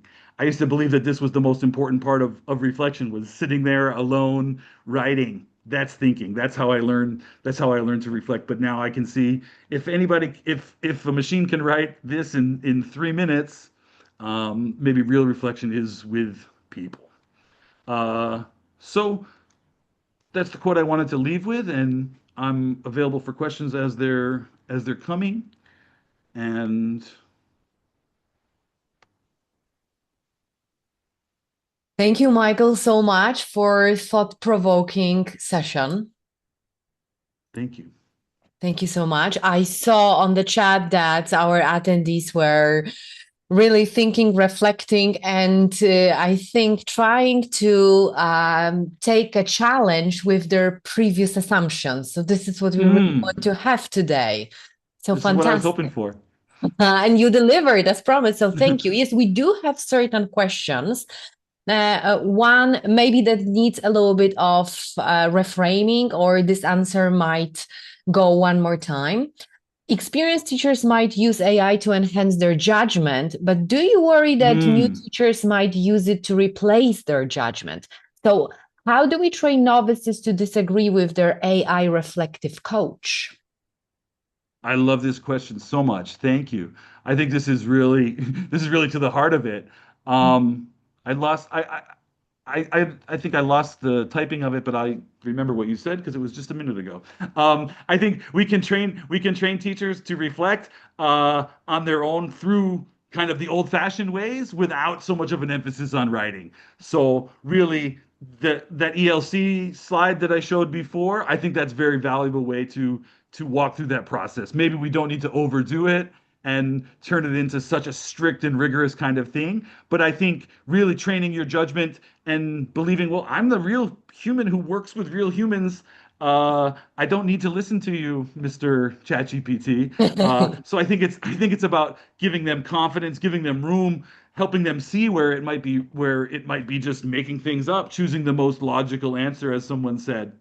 Hmm. So I think really from the start, if we trust novice teachers to make their own decisions, Hmm. have their own experience number two, and see what happens, then I think we don't have to worry so much about AI overtaking the thinking. But I think it's really a great question and an important question. Mm. Yeah, I absolutely agreed on that because long before AI introduction, it was evident that critical thinking will become the 21st century skill. So now we have more evidence that is so important. However, we are still trying to find certain sweet spot because right Hmm. now we are not in the situation that AI and technology is just knocking our doors. It's just like really inside It's the here. room. And as a huge fan of reflection myself, sometimes I also use help of AI just to generate questions that I wouldn't come up with otherwise. Though another question from our attendees is reflection practice forces us teachers to wrestle with our own thoughts. However, if AI provides immediate insights and patterns, where is the sweet spot? Are we robbing teachers of that necessary cognitive struggle? Or aren't we? What's your perspective here? Again, I love this question. My simple answer would be I didn't I think it's a really complicated and great and wonderful question. My simple answer is yes. If we do outsource to AI, we are robbing teachers of this chance to reflect. So I think this is really something to be wary of, to be careful of. What's the sweet spot? Uh, Again, developing our own judgment through experiences, through our best sense of what's plausible, making mistakes, making mistakes as humans, learning from them, and moving on. But I think that the core of this question, will too much reliance on AI rob teachers of their decision-making skills? Yes, I think it can, and it will, and it might, and maybe it is. Mm, Great question. mm. Thank you for a complex answer that already gives a lot of to sink in. Last thing that I wanted to ask for, some of our attendees and other people in our more than 30,000 community of Educast family that will see this recording later on might be completely new in terms of reflective practice. When I think about my story at the very beginning, it was a little bit overwhelming. And sometimes we might feel, oh, there are so many questions, so many things I should be able to, I should Mm. consider. So, what would be your maximum 5 tips for our attendees that are just about to start their reflective practice and consider using AI? So tips, you Yeah, mean tips. How how to to use? start. How to start without feeling overwhelmed. Let me merge let me merge some of my old thoughts with the new Uh-huh. thoughts and do my best. I think being curious, uh, and trying something new, like again, I kept talking about this idea of puzzles rather than problems. So if you start with what's kind of interesting, weird, different in your class, and it's something you can't quite understand, that's a great place to start. Mm-hmm. So my advice would be start with what's interesting. Don't just Mm-hmm. worry about fixing. but start with puzzles. Start with things that catch your interest. Mhm. Uh, Next thing I would say, experiment. Don't be afraid to try something new. If you're sort of, again, I don't want to push cycle too hard, but if you're making a decision based on your experience and you try a new experience, Mhm. that's great. That's learning. That's development. You'll find out how students respond. You'll find out how it feels for you, and maybe you'll try something new again. So continually, just in small little ways, try to have these little experiments to build different experiences of which to reflect on. Other tips, I would say, again, coming back to the previous point, don't trust AI too much. Try to Mhm. develop your judgment. Use AI as a sounding board, but do make your best judgment. Mhm. Speaking about AI, um, I think as I touched on a little bit, I think we all know that AI in general is so supportive and so great and wants to help you and wants to put you Mhm. into a bright, wonderful, beautiful light. I would say ignore that. Try your best to ignore that and stay in what you believe are observable facts, observable things that you've seen in class. If you want to Mhm. use AI, again, I think transcript usage, uh, getting AI to give its opinion, and you can kind of weigh it and make your own decisions. I'm not sure I get said 5 or 10 or 3, but I Maybe think I more, answered depending on the maybe more. context here. Yeah, yeah. So sometimes we think about 5 tips and we give one that covers 10. Thank you so much. Would you agree, or to what extent would you agree, and what is your perspective, by the way, on to discomfort? Because sometimes when we go into reflective practice, we might catch ourselves between rock and a hard place. And there is a lot of narration right now that we should, keep a lot of positivity in our practice to avoid burnout, just to take care about our well-being. So from your experience and observations, where is the room for discomfort? What a great question. What an unexpected and interesting question. My personal perspective is that this kind of discomfort, this kind of challenge thinking through things is learning, is development. So and again, it could be personality based, it could be experience based. There's all of these factors, but I personally am very happy to lean into discomfort and sort of even observe that. Okay, I feel uncomfortable about this. What does that mean? Why am I feeling this sort of certain way? So I feel productive struggle is productive. To a certain point. Again, we're back to this idea of sweet spot, but I Mhm. believe that grinding out, thinking deeply, being rigorous in your thought is is useful, is helpful, is wonderful. If it's too much, if it's stressing people out and inducing burnout, then of course it's not working. But I believe very strongly, again, for myself, in productive struggle. Productive struggle. I love this phrase. I'm going to borrow it if I I think can. Frederick Douglass said, "Without struggle, there is no progress." Mm, I believe so. Yeah, we must face certain challenges. And it comes to when it comes to challenges, another question that I have, because today we are just about to finish EduCast International Conference 2026. Wow, after 7 intensive days. 7.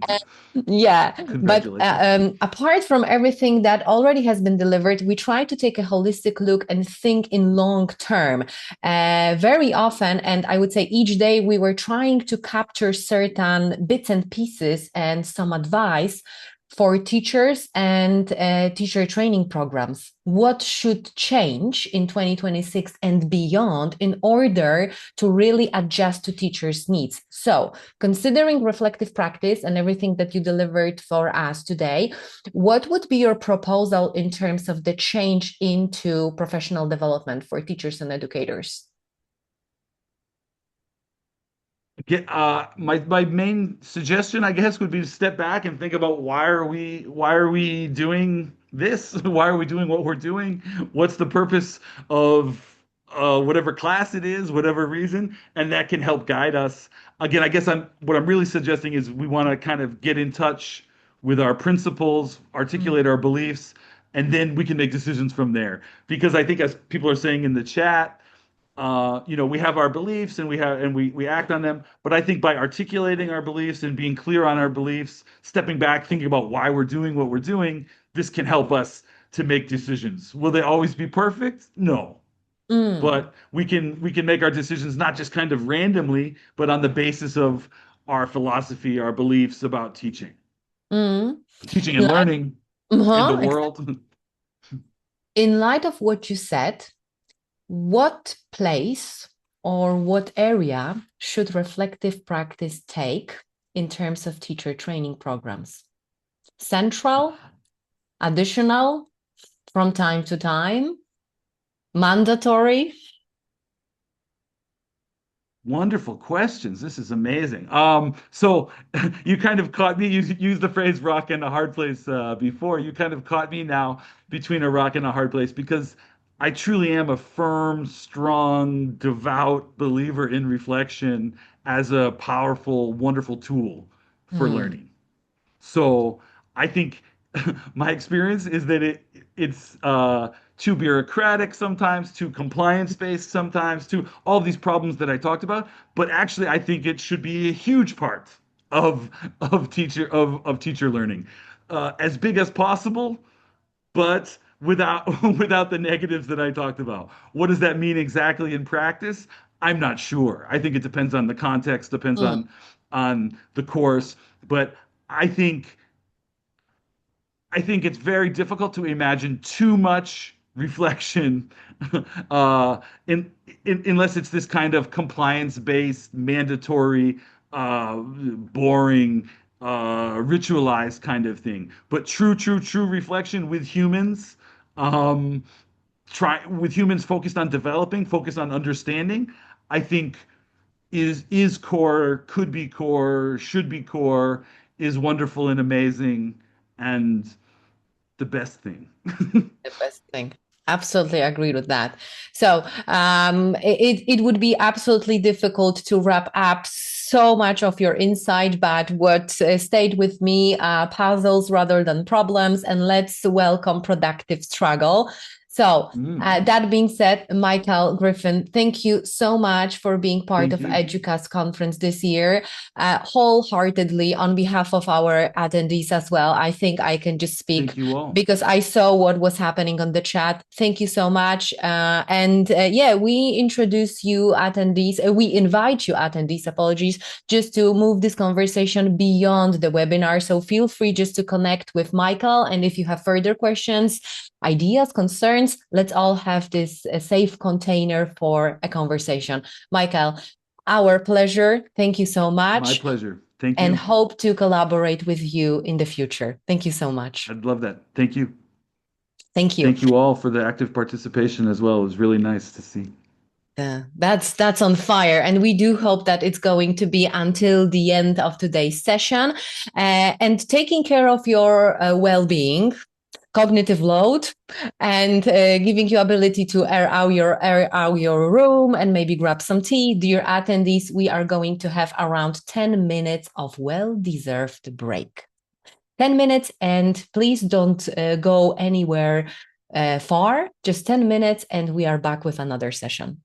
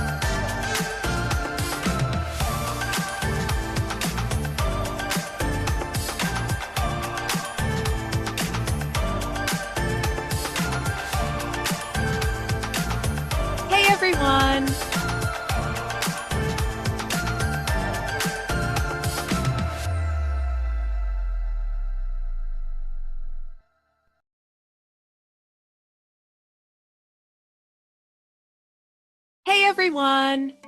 Hi there. I'm Anna, I'm Shay. and we're the hosts of the Teacher Think Aloud podcast, a podcast for reflective practice for teachers of English around the world. Our mission is to support English language educators in reflecting on their teaching practices and in becoming more confident, happy teachers along the way.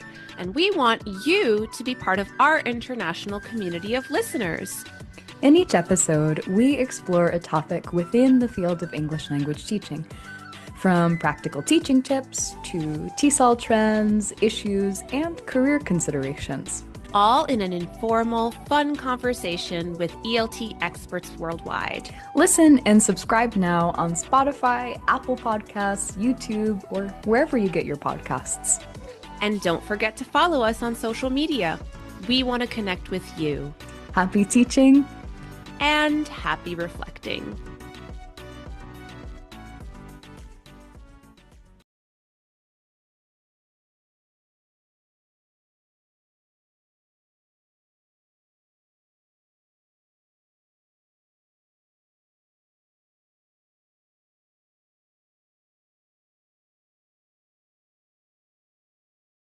Text Inspector is the award-winning professional online tool that allows you to accurately and comprehensively analyse written and spoken texts for teaching, testing and research purposes. Based on up-to-date, in-depth linguistic research, it uses statistically significant metrics, including lexical diversity, meta-discourse markers, and lexical sophistication, alongside tools such as the British National Corpus and the English Vocabulary Profile, to provide a detailed, accurate, and informative analysis of language use. This allows you to accurately assess the productive skills of your language students according to the CEFR and develop effective learning and assessment materials with greater ease. Some researchers have used Text Inspector to track improvements in their students' writing skills over time, others to ensure examination materials are at the correct level. Text Inspector is trusted by organisations including Cambridge University Press and the staff and students at 145 universities and colleges across the world. Why not try it yourself? We're offering all conference attendees premium access for free.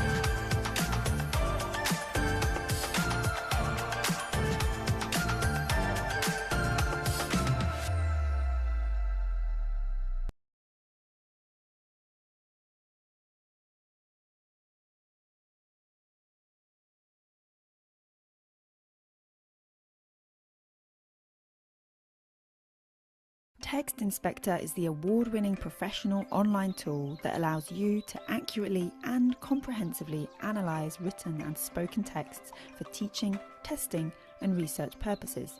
Based on up-to-date, in-depth linguistic research, it uses statistically significant metrics, including lexical diversity, meta-discourse markers, and lexical sophistication, alongside tools such as the British National Corpus and the English Vocabulary Profile, to provide a detailed, accurate, and informative analysis of language use. This allows you to accurately assess the productive skills of your language students according to the CEFR and develop effective learning and assessment materials with greater ease. Some researchers have used Text Inspector to track improvements in their students' writing skills over time, others to ensure examination materials are at the correct level. Text Inspector is trusted by organisations including Cambridge University Press and the staff and students at 145 universities and colleges across the world. Why not try it yourself? We're offering all conference attendees premium access for free.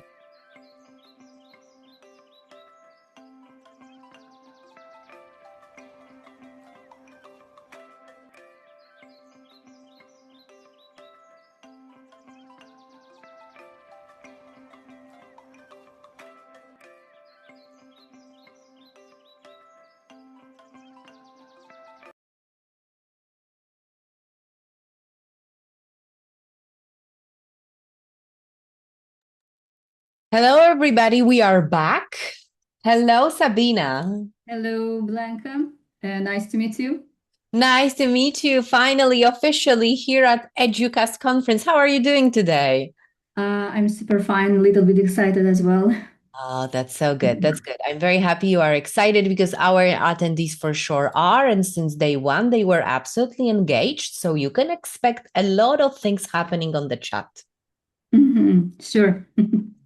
So dear attendees, without further ado, just to try to be on the schedule and with the schedule, let me present our next speaker. Sabina Rustamova is a TESOL certified educator with BA in English language teaching from Azerbaijan State Pedagogical University and 16 years of experience in international schools. She has worked within both the IB and Cambridge frameworks and is actively involved in teacher training and professional development. Sabina is a global schools advocate supporting teachers in aligning classroom practices with the UN Sustainable Development Goals through practical, classroom-ready approaches. She is an alumni of Cohort 4 of the British Council's Researchers Connect program and contributes as a teacher trainer and conference speaker, sharing insights on pedagogy, leadership, and educational innovation. In addition, she volunteers as a podcast host for Talent Hat TESOL Academy, creating space for professional dialogue and shared learning within the education community. This year at EDUCAST International Conference 2026, she decided to bring insights in the area that she called From Chalkboards to Chatbots, Sustainable Development, AI, and the Future Ready. So, Sabina, thank you for being with us one more time. I am going to moderate your session, so if you need additional help, let me know, and the stage is yours. Thank you very much. Thank you very much for this kind of compelling introduction.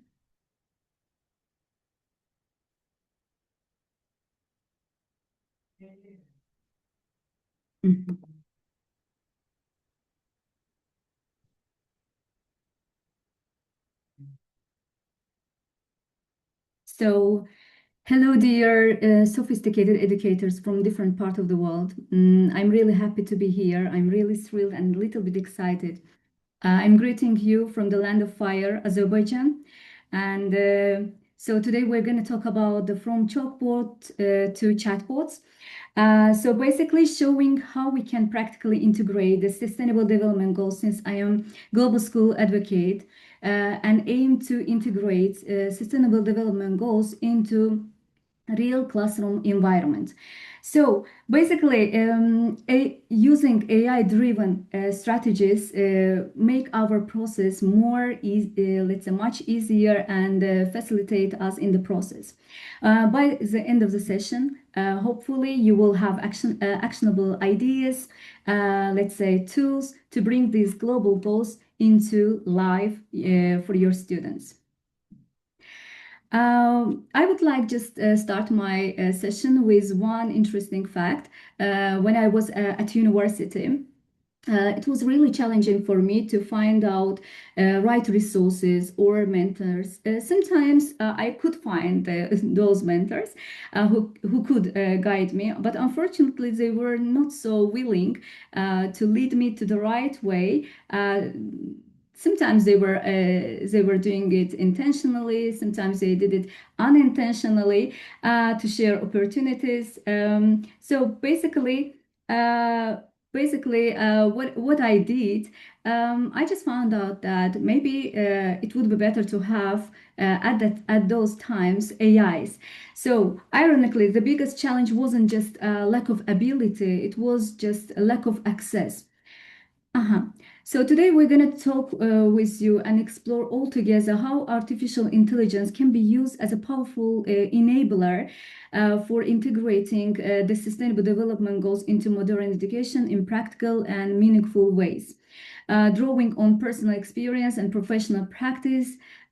Basically, this session addresses a persistent but often overlooked challenge in education, unequal access to guidance and resources to, let's say, opportunities. So the first, as you see in the agenda, hidden barrier, access to opportunity, stages in the classroom from theory to practice, and from barriers to bridges, where we are going to all together dive into the deep technology and AI. So access framework, as I shared with you my personal story, I just find out that would be better to create such kind of framework, self-tailored framework, which just combine itself all those, let's say, features, such as A here means awareness. Using AI tools to make SDGs visible, relatable for teachers and learners. Curriculum mapping, so aligning SDGs with subject outcomes. So basically, SDGs are not extra work. It should be addressed to the learning directly. Classroom practices, or let's say collaborations, where when we are coming together and make our strengths let's say all together, when we tie all our let's say laces, so then our power is going to be we're going to be like more powerful. So and here we will see also equity, inclusion. So AI as a bridge for learners and teachers who lack mentors, guidance, or resources. And finally, student voices, where the project-based learning, where students solve real SDG-linked problems. And the last one, sustainability, measuring impact and ensuring practices are scalable and locally relevant. So when we come to, let's say, this abbreviation, SDG, it stands for Sustainable Development Goals. So basically in September 2015, all 193 members of United Nations adopted Sustainable Development Goals, and they set till 2030 to reach those goals. And I think that the vital role here plays teachers. Teachers have really great impact on let's say on Sustainable Development Goals integration, because education is so powerful and even more powerful than we imagine. So here are those SDG goals, 17 goals: no poverty, zero hunger, good health and well-being, quality education, gender equality, clean water and sanitation, then clean energy, decent work and economic growth, And nice one, industry, innovation, and infrastructure. 10th, reduce inequalities. 11, sustainable, let's say, cities and communities. 12, responsible consumption and production. 13, climate action. 14, below water, life below water. 15, life on land. And 16, peace, justice, strong institutions. And 17, of course, partnerships for the goals. So SDGs are not just global goals, they are shared responsibilities, and that starts locally, often right inside our classroom. SDGs address urgent global challenges such as poverty, as we mentioned, climate change, inequality, and so on. Here, as you see, it's a classroom activity which I applied with my third graders. Right now I'm working with third graders in IB curriculum. Basically here I applied foster holistic understanding through interdisciplinary learning experience. So in this project, I try to, let's say, foster to my students the gist of the event. It was a pajama day, and during the pajama day, we just tried to integrate all SDGs, most of those SDG goals, especially quality education and good health and well-being. So what basically my students did, they did research on those, let's say, SDG goals and find out it together with their peers. So, and they found out so many beneficial sides of sleeping, and which just aligned with SDG goal 3, good health and well-being. And also they found out that mindful consumption of the let's say clothing. So because as we know that most of the cities are most of the countries are really lack of to let's say to reach the let's say products, to reach the let's say clothing, they have this kind of deficiency. So so here, as you can see, with my third grade again students, during book week, we read and analyzed the Great Kapok Tree.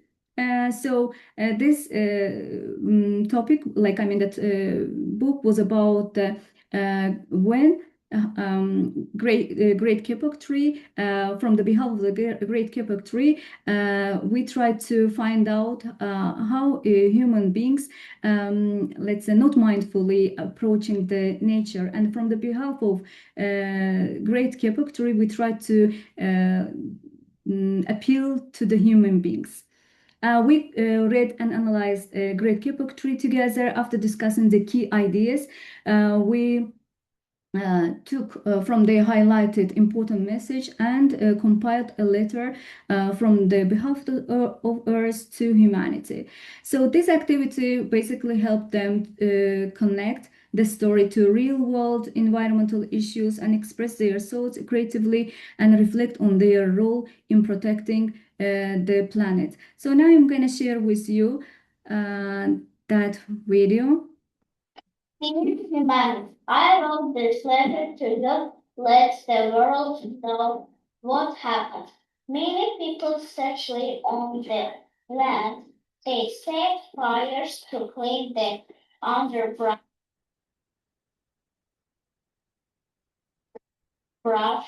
and soon the forest disappears. Hope to see the better world soon. Please save and defend me for tomorrow. With love, Earth. Okay, so but in this slide you might see where I touched like collaboration. So I collaborated with a colleague to combine two classes and create storytelling activity using the poem The Voice of Nature. So together the students explored the poem themes, brought nature's voice to life through narration, role play, and expressive reading. This project encouraged students creativity, teamwork, and a deeper connection with environmental awareness. So here I'm going to also share with you a prompt that you can use because basically, so literally we just generated that poem through AI. So here is a prompt. Prompt you can use for Copilot, ChatGPT, or Gemini. So basically what you need to write, so write a poem. You have to just request to the AI tool that write a poem titled The Voices of Nature. Let nature speak to humans, asking them to be more mindful and caring. Use personification, at least one simile or let's say one metaphor. Include vivid sensory details and create thoughtful emotional tone. So the poem should be 12 or 16 lines long. So, okay. Now it's time to take this step further and explore the website Mastermate. Sorry. So Mastermate is a kind of AI-powered platform. By using this platform, we can generate project-based learning activities and classroom discussions and stories in so actually and also we can align here SDG goals. This allows us to transform classroom discussions, stories into actionable projects, giving students hands-on opportunities to engage with global challenges while developing critical thinking and problem-solving skills. So now I'm going to share with you how to work on this. Just a minute.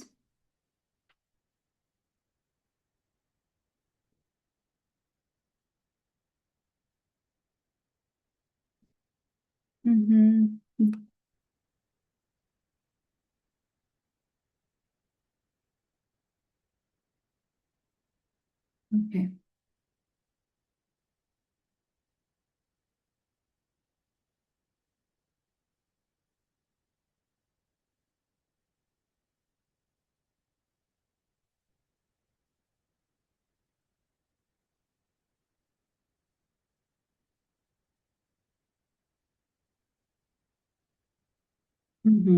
Please let me know whether you see it or not.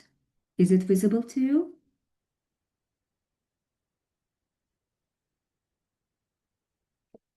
Okay. Yes. Okay, super. So this is a kind of, as I mentioned, AI-driven platform. So where you have to first sign up, and I'm not going to share all those things because they are very basic, primary ones. So what you need to do, as you said, I haven't published any project yet, but I'm going to create it with you. So it's called here New Recipe. As you see, it like the first what appeared on the screen, two options. I have an idea or I need ideas. So if I have an idea, if I click on it, so I can just wait, sorry. I have an idea. I can just write down here whatever I want. Then I may generate a recipe. And in the second one, I need ideas. So basically, I can again write down some prompt that I'm going to do right now. I will try to generate project-based learning related. Okay, related to math. So now let me share with you this.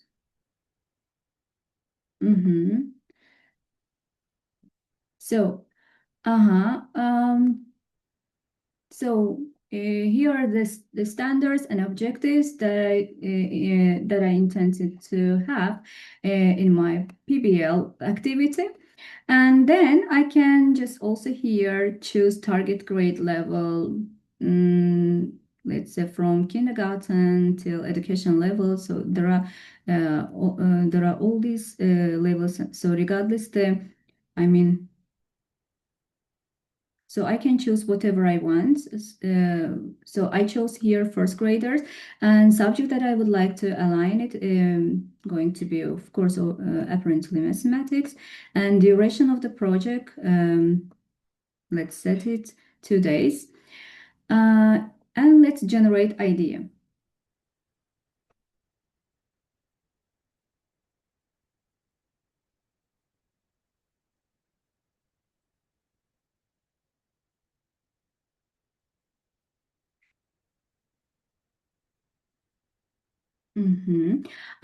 So here are all these ideas appeared on the screen, and you can choose one of these PBL recipes, as it said here. You can select it. Let's select. Okay, let's choose this one.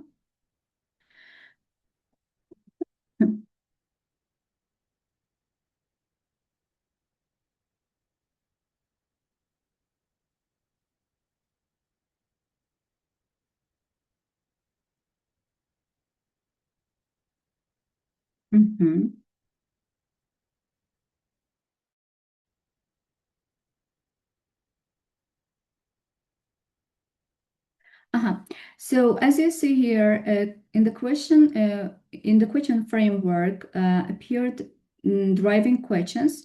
So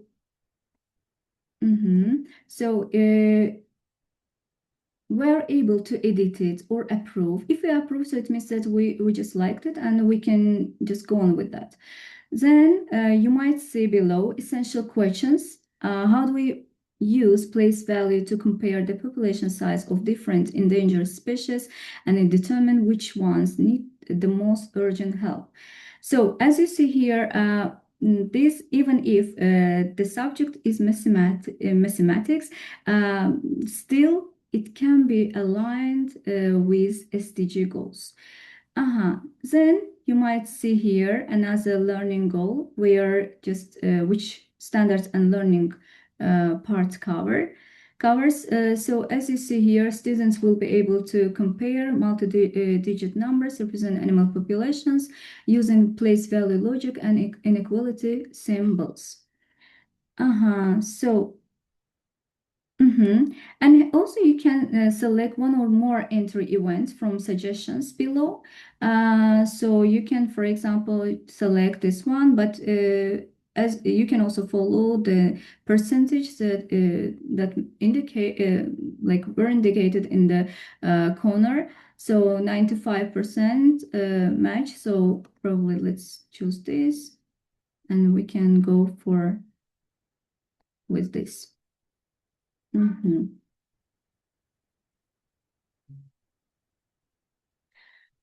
So this is a MasterMate AI-driven platform where you can just compile different kind of project-based learning activities, and you may also apply it in your classroom environment by aligning it with SDG goals. Now, let me return back to my slide.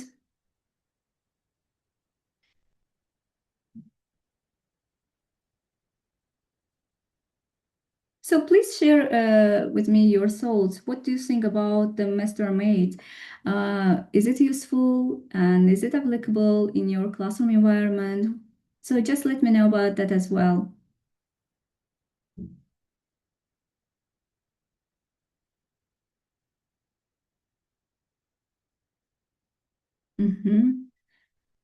I would like to read your comments here. Okay, very applicable. Great, sure. I wonder if there is any community group. Okay. Yes, depending on the topic. So basically, you can relate it to any subject and any topic. If you struggle, like if the, let's say, user struggles to generate any idea, I think in this case, we might apply or appeal to AI to give us any prompt. Okay, let me share my screen.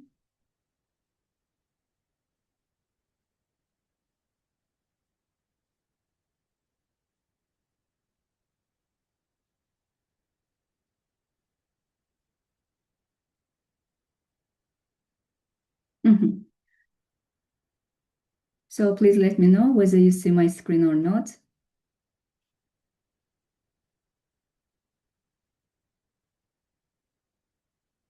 Okay, super.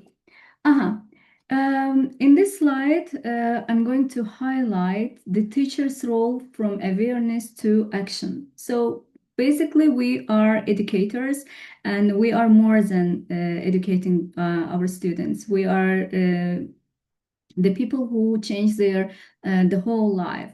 Educators raise awareness and connect SDGs to students' daily lives. In this project that I'm going to share with you, students created a recycled dress, a piece of denim, crochet, lace, foil, directly connecting the activity to relevant SDG goals. Like responsible consumption, climate action. We also incorporated here VR technology to stimulate the wonders of the nature. So basically to apply or to have earthquake in the classroom environment is of course is impossible, but we can stimulate at least it through VR technology. And here like this VR technology allowing the students to experience and reflect on environmental issues in an immersive way. This combination of hands-on creativity, sustainability, and technology made learning both engaging and impactful. So I'm going to share with you that video.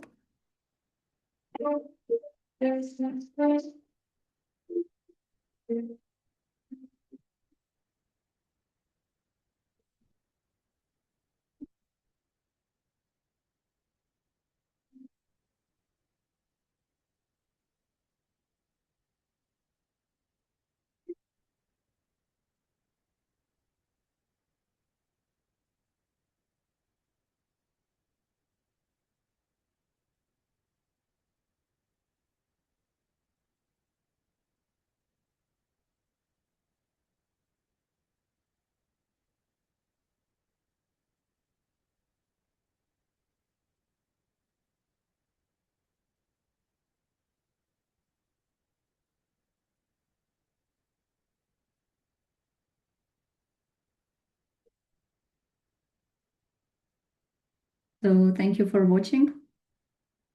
I hope you found it very interesting and engaging. So okay. Here's another.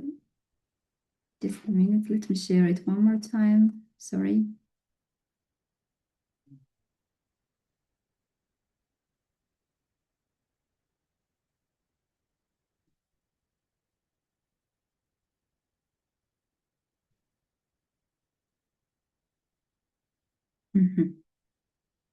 Okay.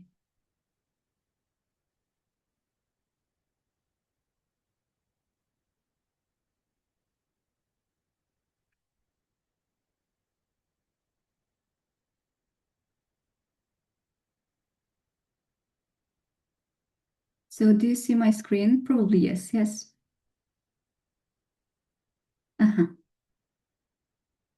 Okay. In this part, I covered a student voice feature of my framework access. So as you know, the student agencies is really vital for the students and bring their voices to front to the let's say table. Student agency is strength when learners engage in peer teaching, having meaningful discussions and local community projects connected to SDGs especially. Sharing inspiring stories of youth-led SDG initiatives from around the world helps students see their potential to create change. And in this project also we try to explore the features or the methods and the techniques of teaching together with my students. As you can see it from the poster, we just try to find out the difference between modern and traditional education teaching methods, and we try to dive into deep,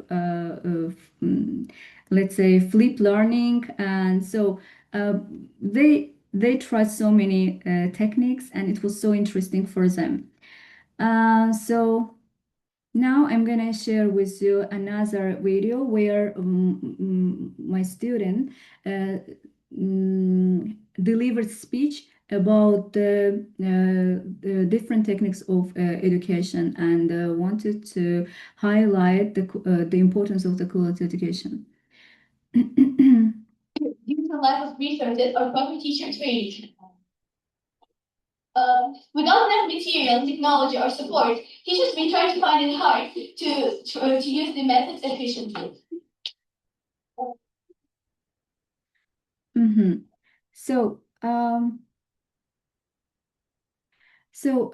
Basically, your impact as a teacher is very vital, essential.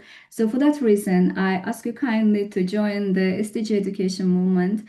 Let's prepare future leaders integrating SDGs to the real classroom environment. Let's be and foster them this knowledge, and build mindful global citizens. And let's inspire sustainable future. Together we can build, I think, an equitable, sustainable world for all generations. Thank you very much for your attention. Here are my contacts that you can get in touch. Thank you, Sabina, so much for your case study and for everything that you decided to share with us today. Let's see. Some of our attendees just wanted to say thank you, and they are saying that it's a great work. And I think that this is a nice inspiration in terms of the software that you decided to share with us. How long have you been using this software? You mean SDGs like integration to the classroom environment for a year? Since I've been selected as Global School Advocate, basically I try to just transform all these SDG goals to the real classroom and share it with a specific community. So we basically just encourage each other. Thank you so much. As I said, on behalf of our attendees and as well on behalf of EDUCAST International Conference team, we wanted to say thank you for your insight, for being, I would say, another puzzle in this picture when it comes to future of education and deciding to share everything you have with us. We just wanted to say thank you, as I mentioned, and I wanted to say thank you, dear attendees, that you are so active on the chat right now. Before we move to another session, we still have a little bit of time because we prepared a little bit of mini activities for you. So feel free to stay with us. And first things first, dear attendees, I am inviting you to reflect a little bit. Let us know on the chat what you already gained from today's session. However, you have only the rule of 3, golden 3, meaning you try to wrap up your today's takeaways in 3 statements. What you learned so far? What are your takeaways? We already had a couple of sessions. We are somewhere in the middle. So think about maximum 3 statements that you can use to wrap up your experience so far when it comes to day 7. Maybe this is something that only you spotted and other attendees we're able to see something else. This is the power of learning. Each and every one of us spots something that works for our personal and professional context. So what would that be? Maybe you have some kind of question or piece of advice that you would like to share with us. Go ahead.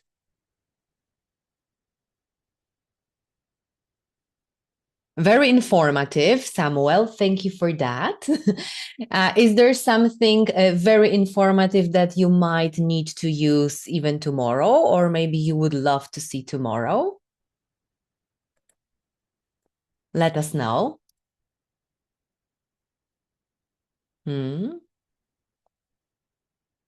Maybe, all right, I have Lewis. Thank you for your 3 ideas. Let me read them.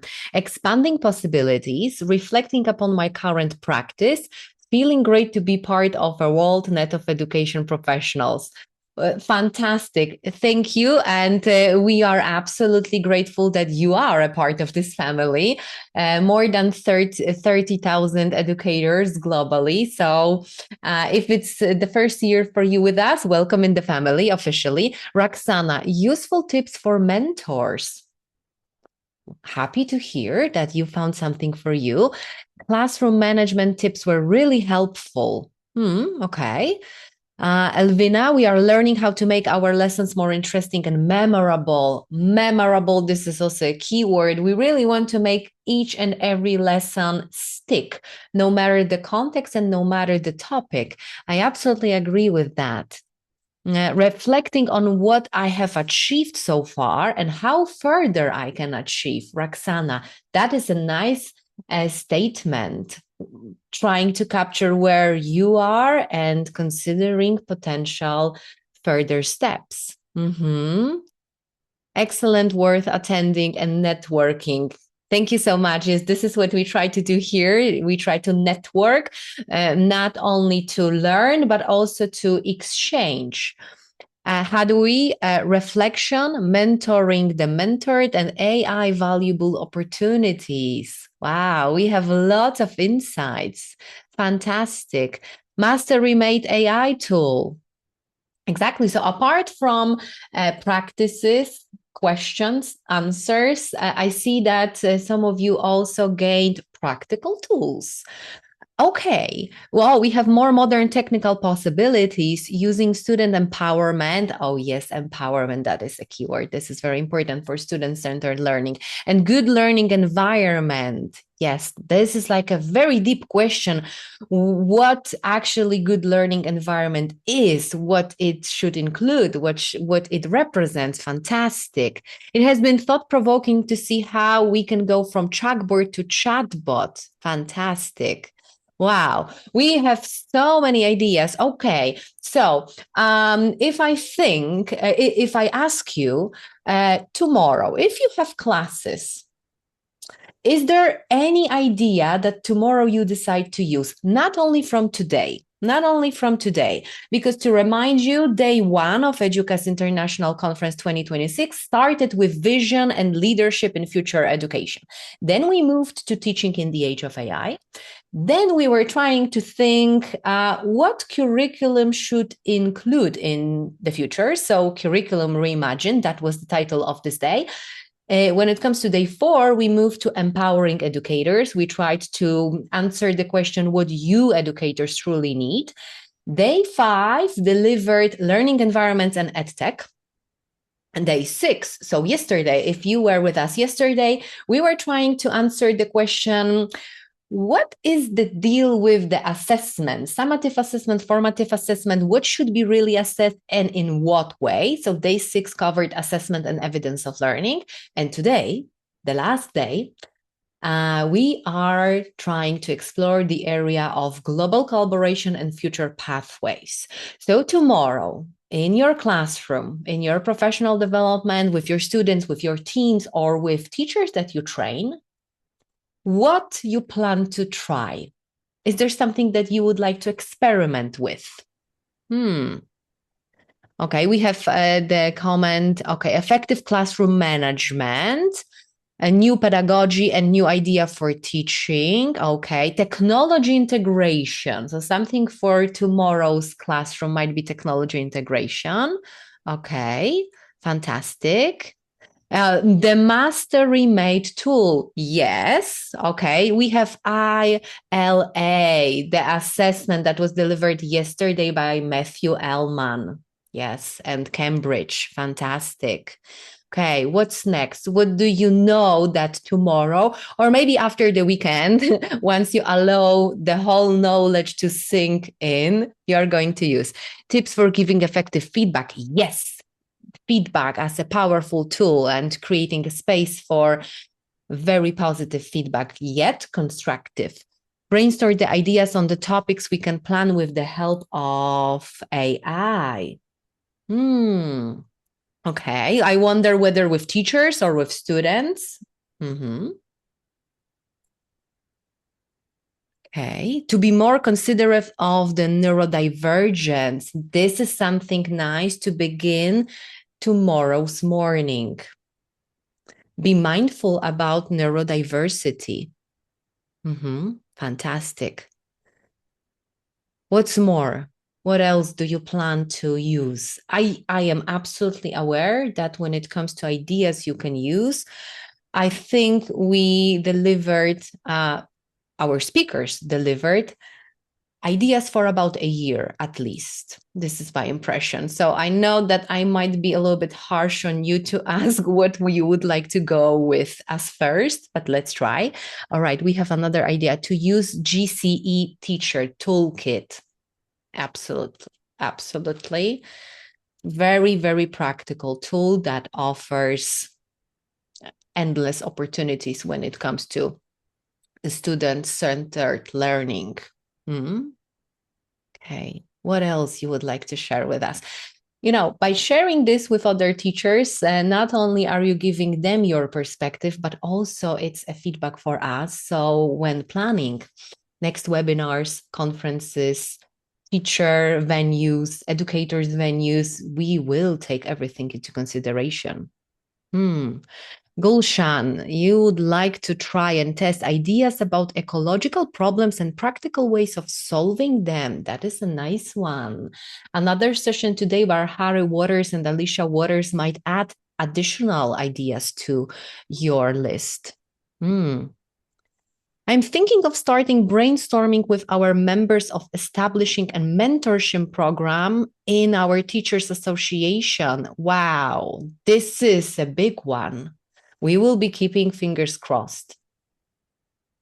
Definitely.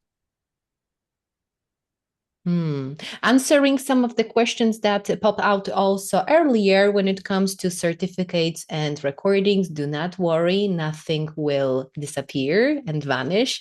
Everything will be delivered to you after the conference. Okay, what else do we have? Some tips.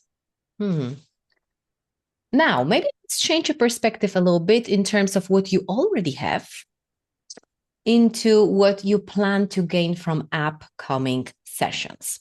Upcoming session, because we have few of them.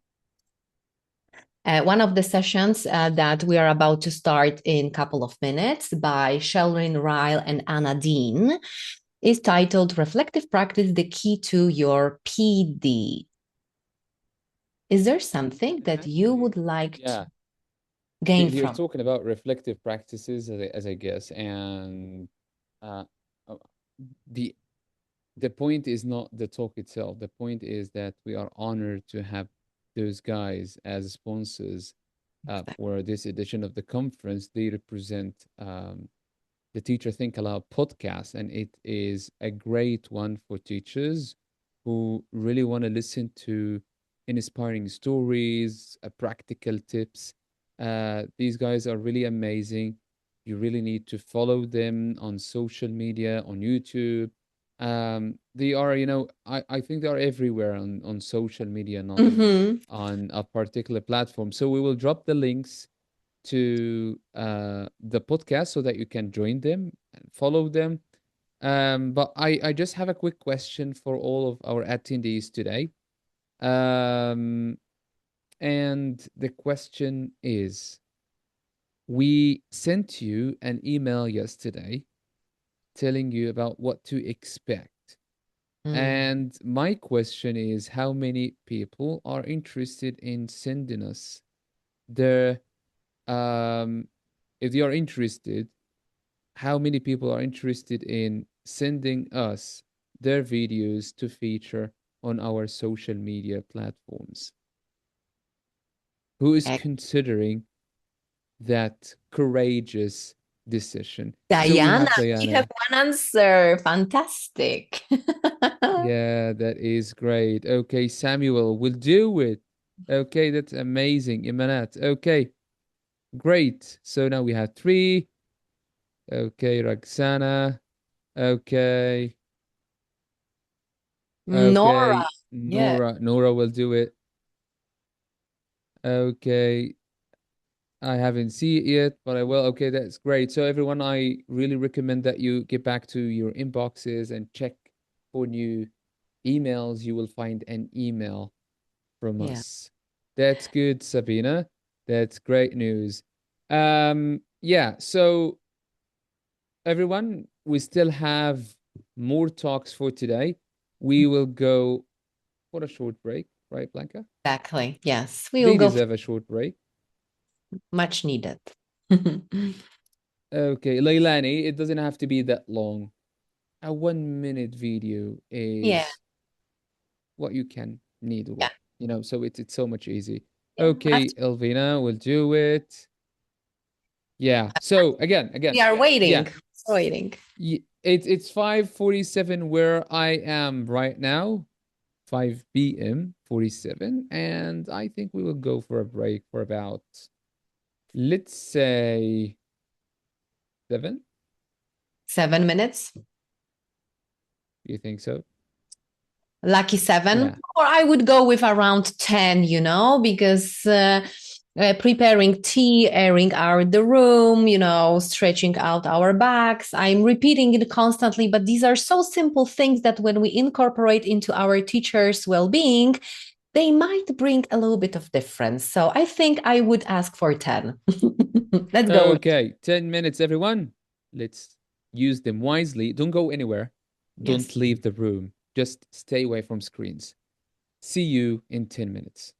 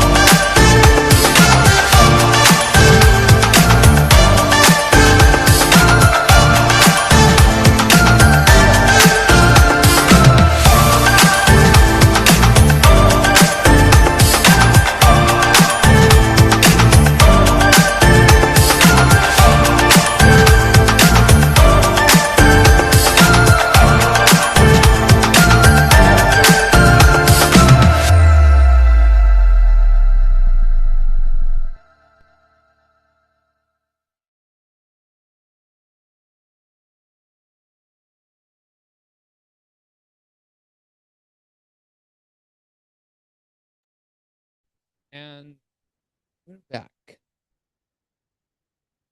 Hello, everyone. And again, we welcome you to day 7 or the rest of day 7 of the EduCast International Conference 2026 on education in 2026 and beyond. Global classrooms, rethinking what we teach. This conference this year is brought to you in sponsorship from the Teacher Think Aloud podcast and the Text Inspector tool. And this conference is also hosted in partnership with lots of international organizations, starting with Macmillan Education, MENA, TESOL, Association of TESOL Kurdistan, um, the University Grapevine Newsletter, Eduverse, ProEd, For English Sake, and the EduLink Speak app, right? And last but not least, Syntax Solutions Learning. Okay, so Blanca, you're back. And of course, yeah, let's not forget about Master English Center.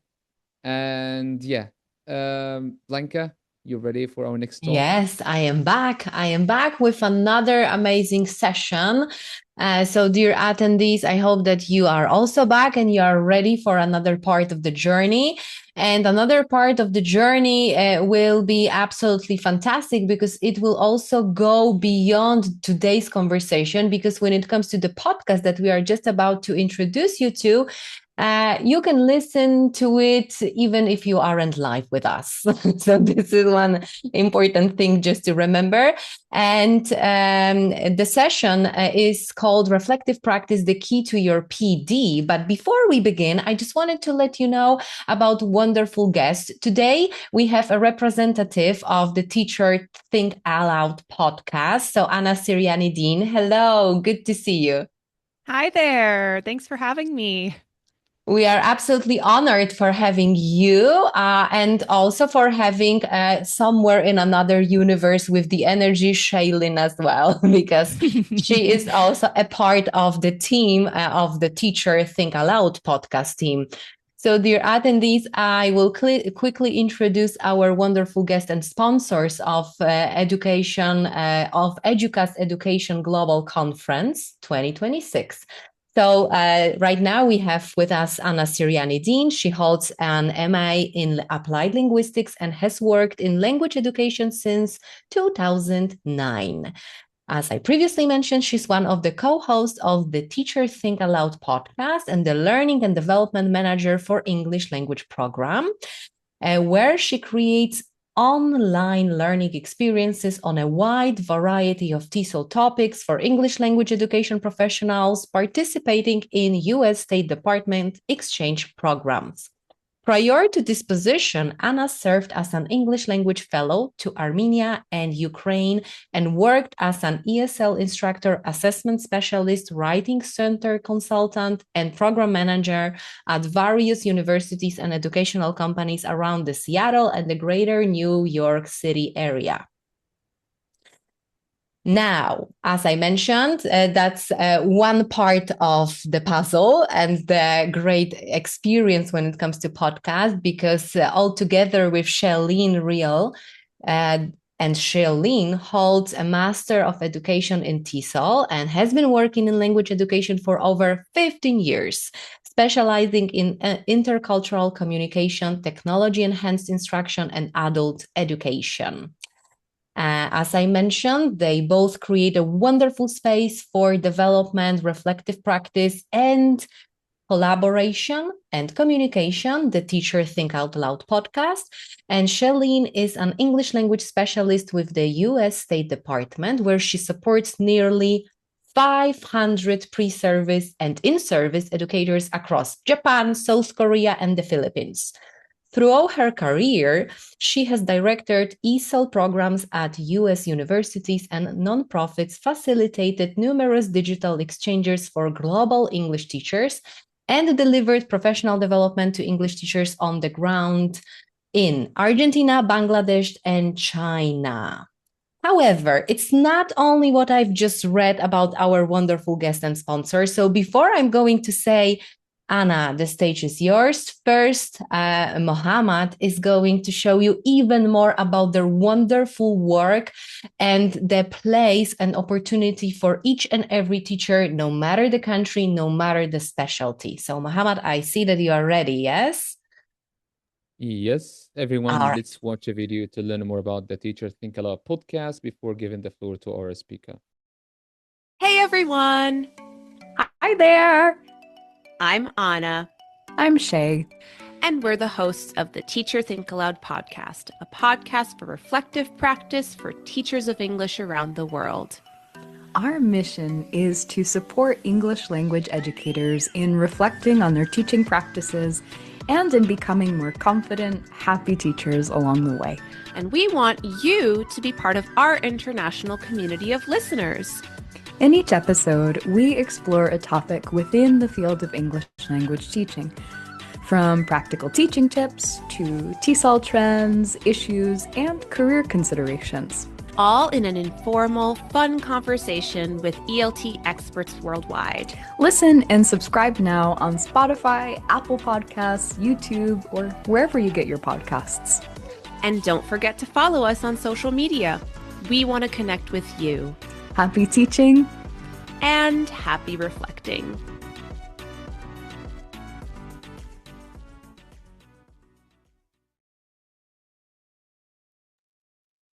That's another part of the puzzle in the bigger picture, isn't it? So before Anna, we will welcome you right now officially, and we will say the stage is yours. Dear attendees, I can prove myself that do not think that if Anna and Shalene are discovering ELT area, this is the podcast only for English teachers, because I recommended it to other fellow teachers that specialize in completely different areas, none related to linguistics. And they said, oh, there are some really insightful things that I can reflect on and maybe eventually apply in my area.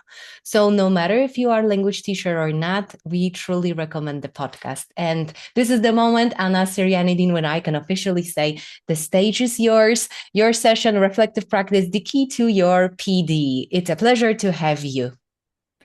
Thank you so much for having me. And it's always so strange to watch that video. I spent so much time editing it, and seeing myself on screen is maybe not my favorite thing. But here I am talking to you all. Welcome everyone to this session. You should be seeing my screen now. So I'm so glad that you're still here on day 7 of this wonderful gathering. Give yourselves a pat on the back for committing to this professional development opportunity and making it through until the very last day. So this session fits really perfectly, I would say, on this final conference day, because more than directly building a teaching skill or talking about a teaching tool, this session will really give you the space to reflect on what you've learned throughout this conference and turn it into action and impact in your teaching practice. It's about building a sustainable and attainable professional development pathway for yourself, with reflection at the center of everything that we do. And I know you've already heard from other speakers today on reflective practice, so maybe this isn't a completely new idea. It's been trending for a while in our field, but I still hope I can create some more space for you to incorporate reflective practice into your professional journey. So before we begin, I always want to get to know people, and I've been watching the chat for the last half hour or so, and it's so great to see there's so many people from so many places. But what I would like to start with is just getting to know you a little bit. So please introduce yourselves in the chat. I would like you to tell me where you're located, but also, and this is my favorite icebreaker question, I would like you to share what beverage describes your mood best today. And I'm not talking about the beverage that you are drinking. I know we're coming back from our break time, and maybe you got yourself another cup of coffee or whatever it is you're drinking. I'm not talking about what you're drinking. I would like you to share what beverage describes your mood best today. So as I'm waiting for those responses to roll in, I'll go into introductions. I mean, I've already been introduced. Normally, I would spend some time introducing myself. But just to answer my own icebreaker question, I am based in Seattle, Washington, USA. It's 7:08 in the morning here. And I think my beverage today is Indian chai or tea, if you're not familiar with the term chai. My husband is from India, actually, and we've been drinking a lot of chai lately. We recently switched from coffee every day to drinking chai every day. And the thing about chai is it makes me feel both energized and grounded at the same time. So that's really how I'm feeling today, even though it's 7 a.m. here. And I wish I had a cup of chai. Unfortunately, I don't. But chai makes me feel energized and grounded. And that's how I'm feeling with you all today. I love that we have a couple of responses coming in. We've got cinnamon coffee from Italy. Sono anch'io italiana. Hello, I'm half Italian. So welcome everyone from Italy. I see green tea with raisins. Oh, in Baku. I would love to go to Baku, Azerbaijan. Oh my goodness. Irish coffee. We've got someone feeling a little bit mischievous today. And I saw that there was orange juice in there, a warm cup of tea. Wonderful. Thank you so much for sharing a lot of different moods in the chat today. So in addition to my professional work with English language programs, I'm also, as you know, one of the co-creators of the Teacher Think Aloud podcast, a podcast for reflective practice for teachers of English around the world, which is the reason I'm here today as one of the sponsors of this conference. My colleague Shay unfortunately could not join us today, but she's currently traveling for an English language specialist project funded by the U.S. Department of State. I actually have no idea which country she's in right now. It's either Japan or maybe it's the Philippines. I'm not sure. She's going all over the world. But because she's not here today, I'll be sure to sneak some pictures of her into my slides throughout the presentation so that you can get a little taste of her presence. So through the podcast, Shay and I aim to broaden the discussion on English language teaching and to provide a reflective listening experience, all in a fun conversational format. And I'm really happy, I'm honored to be here to represent the podcast today. So what are we going to be doing in this session? We're going to explore the tenets. There's that first picture of Shay. I told you I would sneak in. So that's Shay. Hi, I'm Anna. That's Shay on the slides. So first, we're going to explore the tenets of reflective practice and how it can help us sustain meaningful professional learning. We will reflect on how we can cultivate meaningful professional development that honors our unique needs and situations. We're all teaching in completely different places, and we all have different personal situations we live in. And then we'll also spend some time setting some intentions for your professional development journey. So this is going to be an interactive session, so I hope you've come ready to participate. I love that there are so many responses rolling in the chat still from my icebreaker question. So let's start by reflecting. Let's pause and reflect on how often you reflect on your teaching.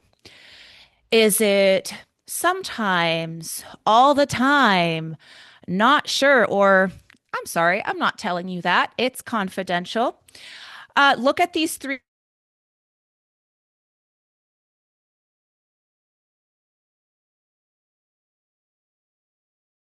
times rolling in, a couple of all the times, a little bit of everything, mainly 2 and 3. So I like that you're not shy. I'd prefer not to say hasn't been in the chat yet. So that's wonderful. You're all such reflective educators already.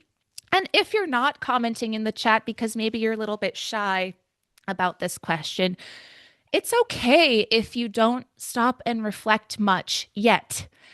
Recognizing that you could integrate more reflection into your practice is really the starting point for change. So let's think about what makes us better educators. And yes, being an overthinker definitely helps. I'm in that same boat with you. So let's think about why we reflect before we get into how we reflect. So when we think about what makes us better educators, some factors might be the training we received, the number of years we've been in the classroom, the workshops we go to, the conferences we go to, the feedback we get. all of the experience we've had over the years. But experience isn't really all that you need, right? As John Dewey, the father of experiential learning, said, we do not learn from experience, we learn from reflecting on experience. In other words, it's not experience that teaches us, but the reflecting that comes after that, that actually inspires growth. Dewey thought reflective practice is a meaning-making process from experience. It's a rigorous way of thinking about teaching and learning. It's a communal act, best done with others, although not always, I would say. And it's a set of attitudes about teaching and learning. So thinking about John Dewey in a contemporary context, Reed, Karchenko, and Bodis, a couple of years ago, they published this chapter. They identified 3 aspects that are key to preparing teachers for the ever-changing world and teaching landscape. And we were just talking about future-proofing, right? So this really is what this is about. So the key aspects of a teacher and of adapting to this ever-changing world is first adaptability to in-the-moment changes during a lesson and broader changes in the field, like this massive migration to AI that we can't stop talking about, right? That's an example of a much broader change in the field we need to adapt to. Critical and collaborative reflection is number 2. So reflection's right at the center. And autonomy. So teachers make choices about how and what they learn. So in a nutshell, reflection is one of the keys to building a sustainable and long-term professional development practice. And if you want to learn more about this framework for sustainable professional development, we actually did a lovely episode with one of the authors of this article back in 2023. So I hope you will check that out.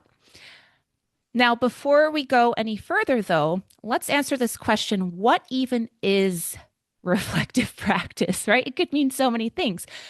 In a nutshell, reflective practice is the practice of reflecting on our actions and engaging in a process of continuous learning. So note that emphasis on continuous learning, right? Not just a one-time learning event. So according to David Kolb in his experiential learning cycle, the reflection process starts with, of course, a concrete experience. So in this case, a teaching experience. Then you have the reflective observation stage, where you review what you did and reflect on the experience itself and how it went. After that is abstract conceptualization, drawing broader conclusions or learning something from the experience. And then you move into active experimentation, planning and trying something new based on what you learned.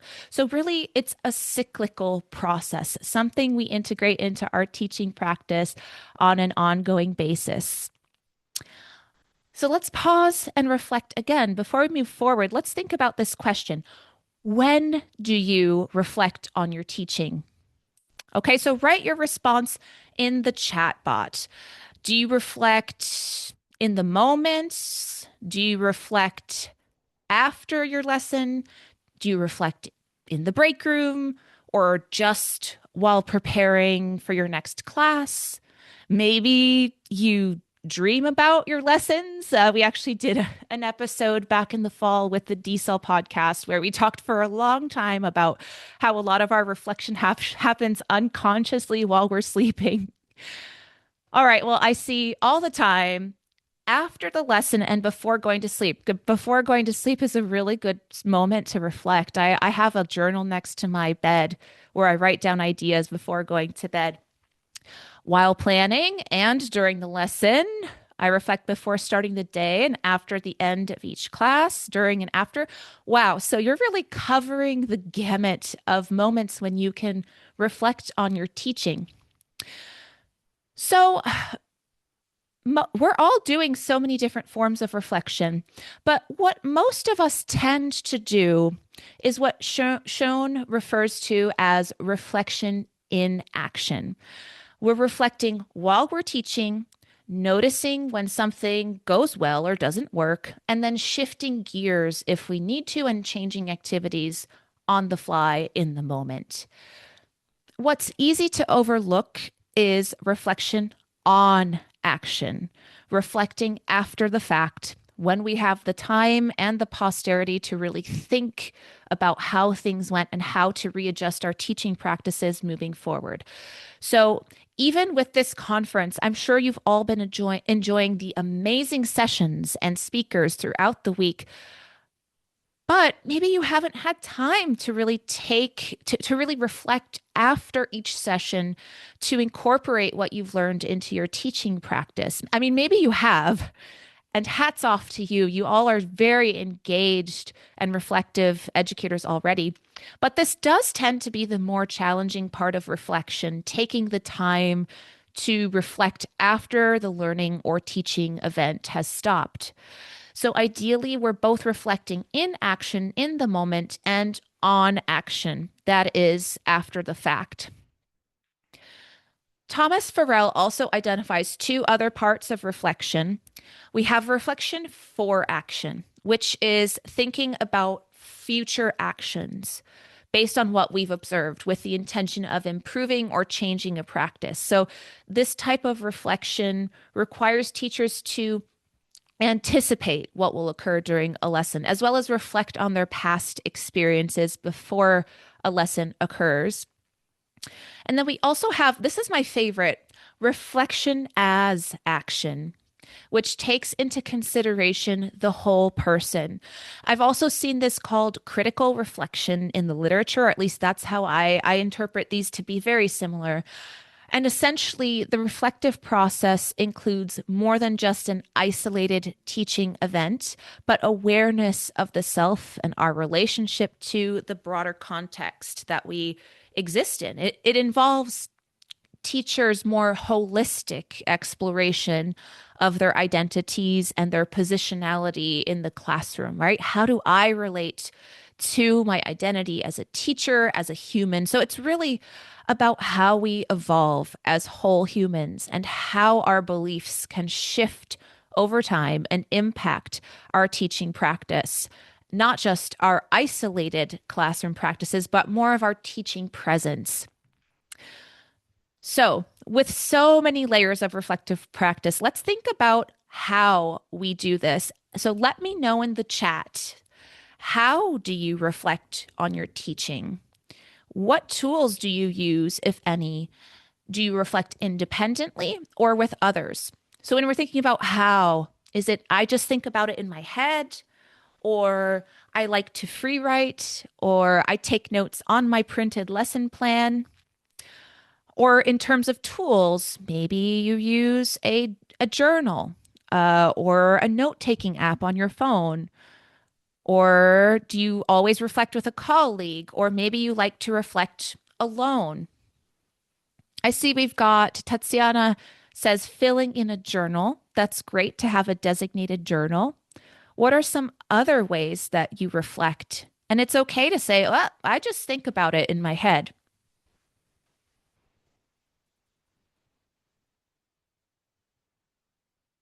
It really is a very personal experience. You write on your notes, thinking, jot down ideas on the Night app. Oh, I don't know that app, but that's great. Using an app is wonderful. Reflecting with others, taking notes on my phone. Absolutely. I mean, this really is a personal experience, right? I mean, not everyone is going to reflect in the same way. And all of these approaches to reflection are valid. You need to do what works for you with intention. Okay, so if reflecting alone works best for you, here are some ideas. One, right, keeping a teaching journal. Everybody, that's really the most common form of reflection we think of.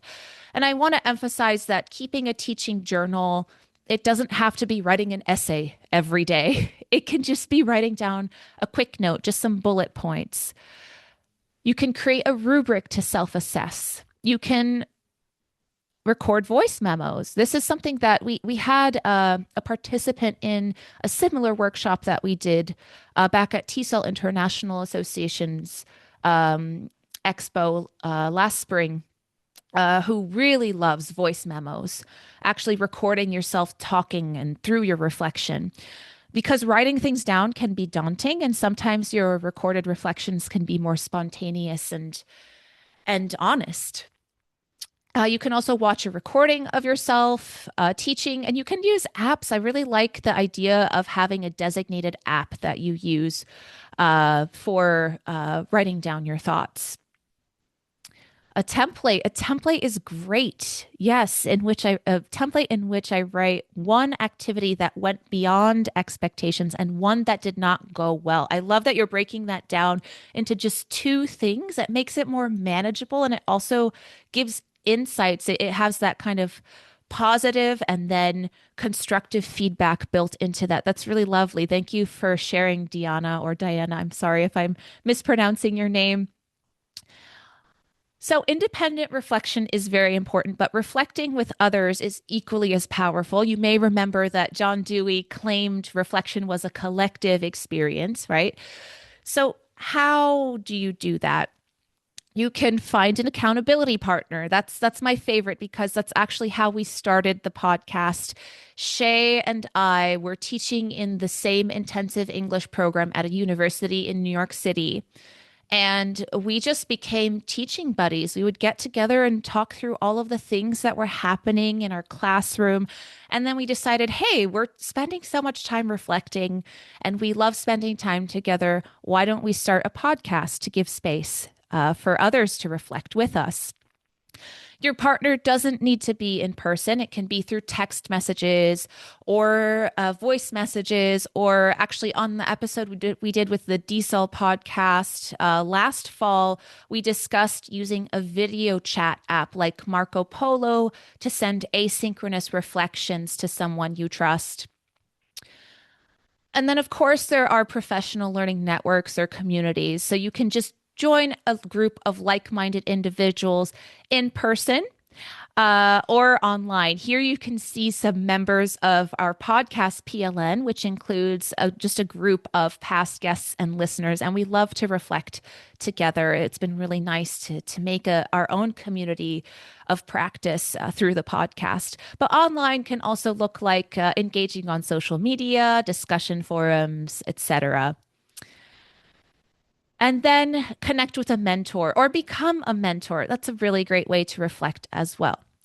But whether you work alone, whether you prefer to work alone or reflect with others, the important thing here is to be strategic about bringing reflection into your practice. So not necessarily just letting it happen whenever it happens, right? And that's really what I'm talking about here. I don't think reflection is anything particularly new for anybody.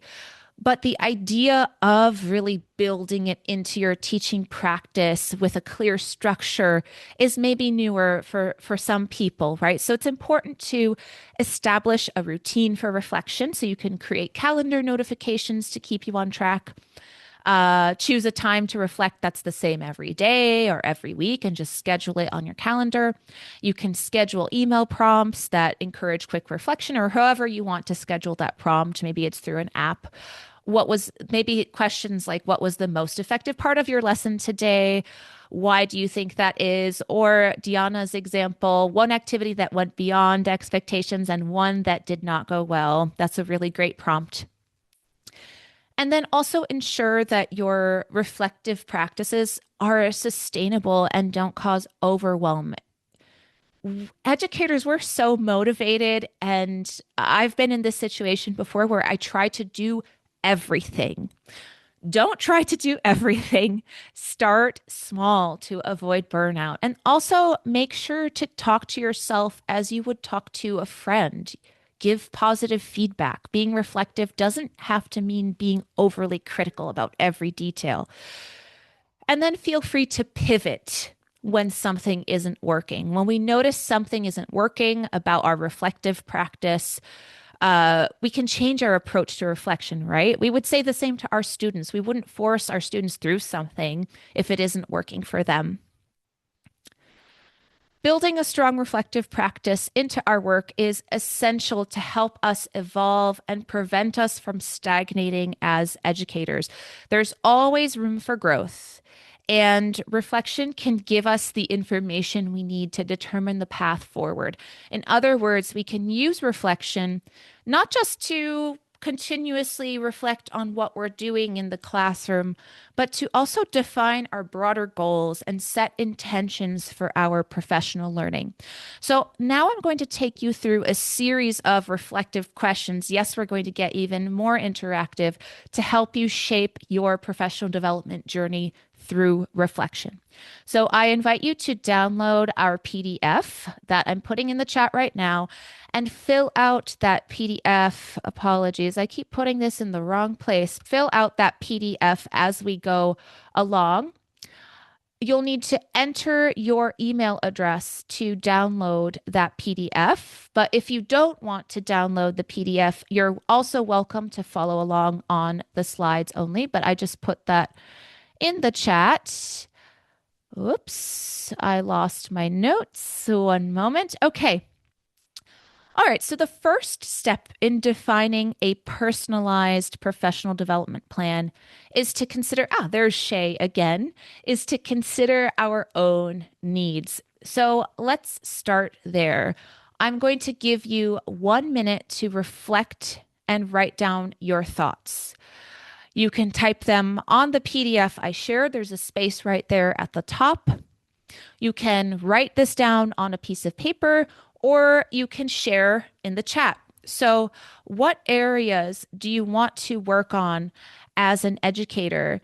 How do you want to grow, right? So write your answer in the chat or reflect privately on a piece of paper or on the fillable PDF I just gave you.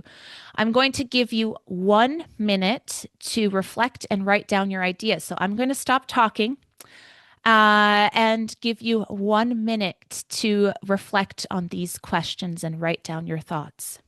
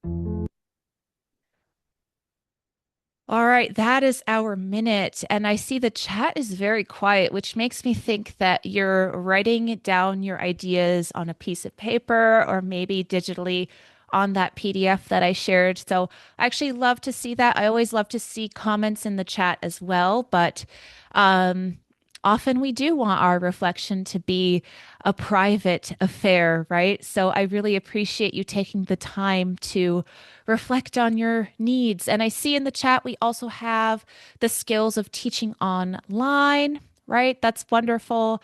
Using AI. Yes, again, that is a huge area that we're all trying to work on in the classroom. So that's wonderful. Yes, thank you for sharing in the chat to those of you who were comfortable sharing publicly, and please keep the reflection going privately as we go through the next few questions. All right, so once we've defined our needs, and more wonderful responses coming into the chat, once we've defined our needs, the next step in defining a professional development plan for ourselves is to reflect on how we learn best.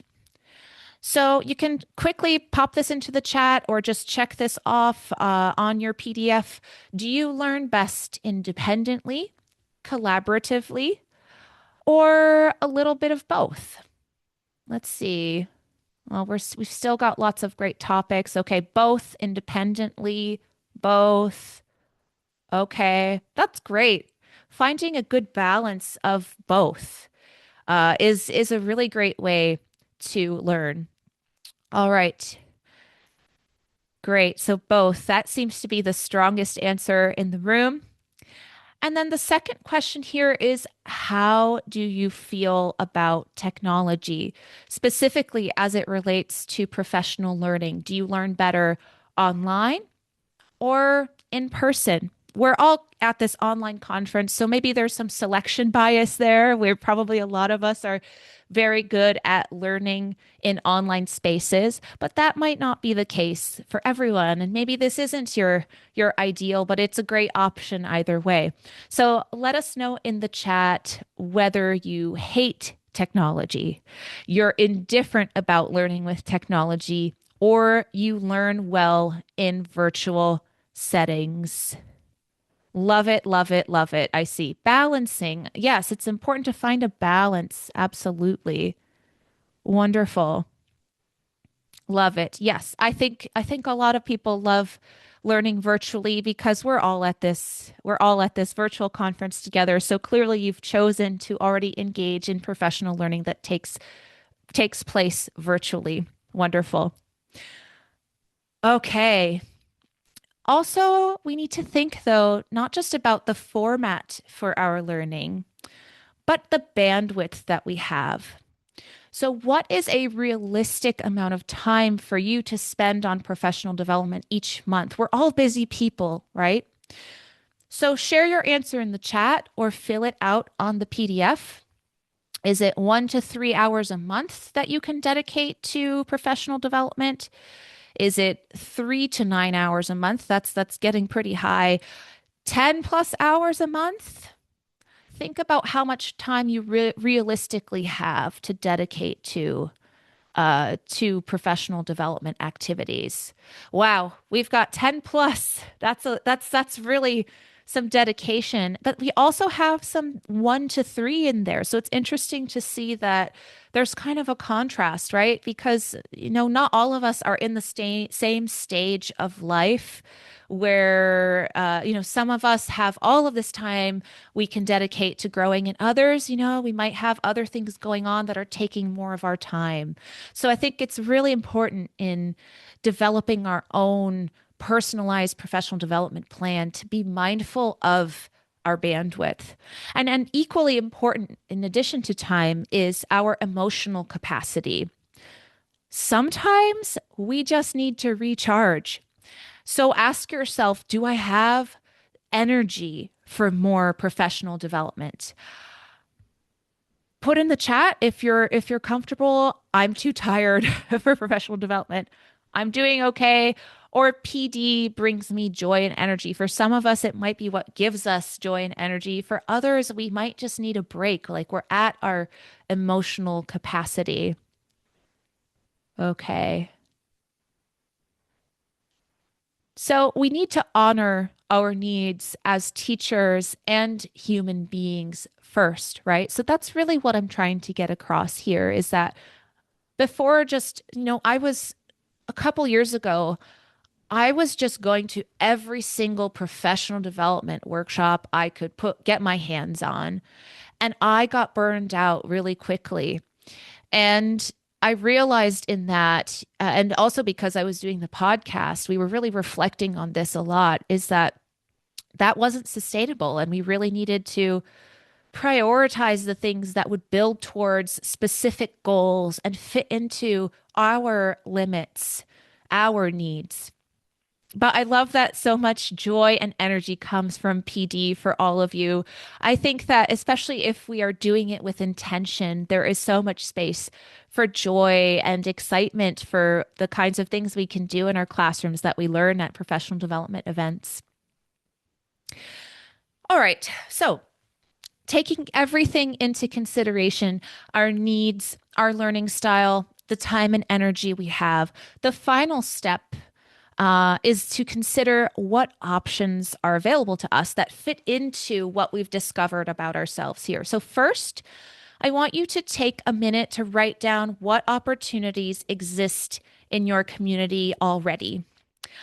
I can think of one example, maybe more, but one really great example. Conferences like EduCast are excellent professional development opportunities.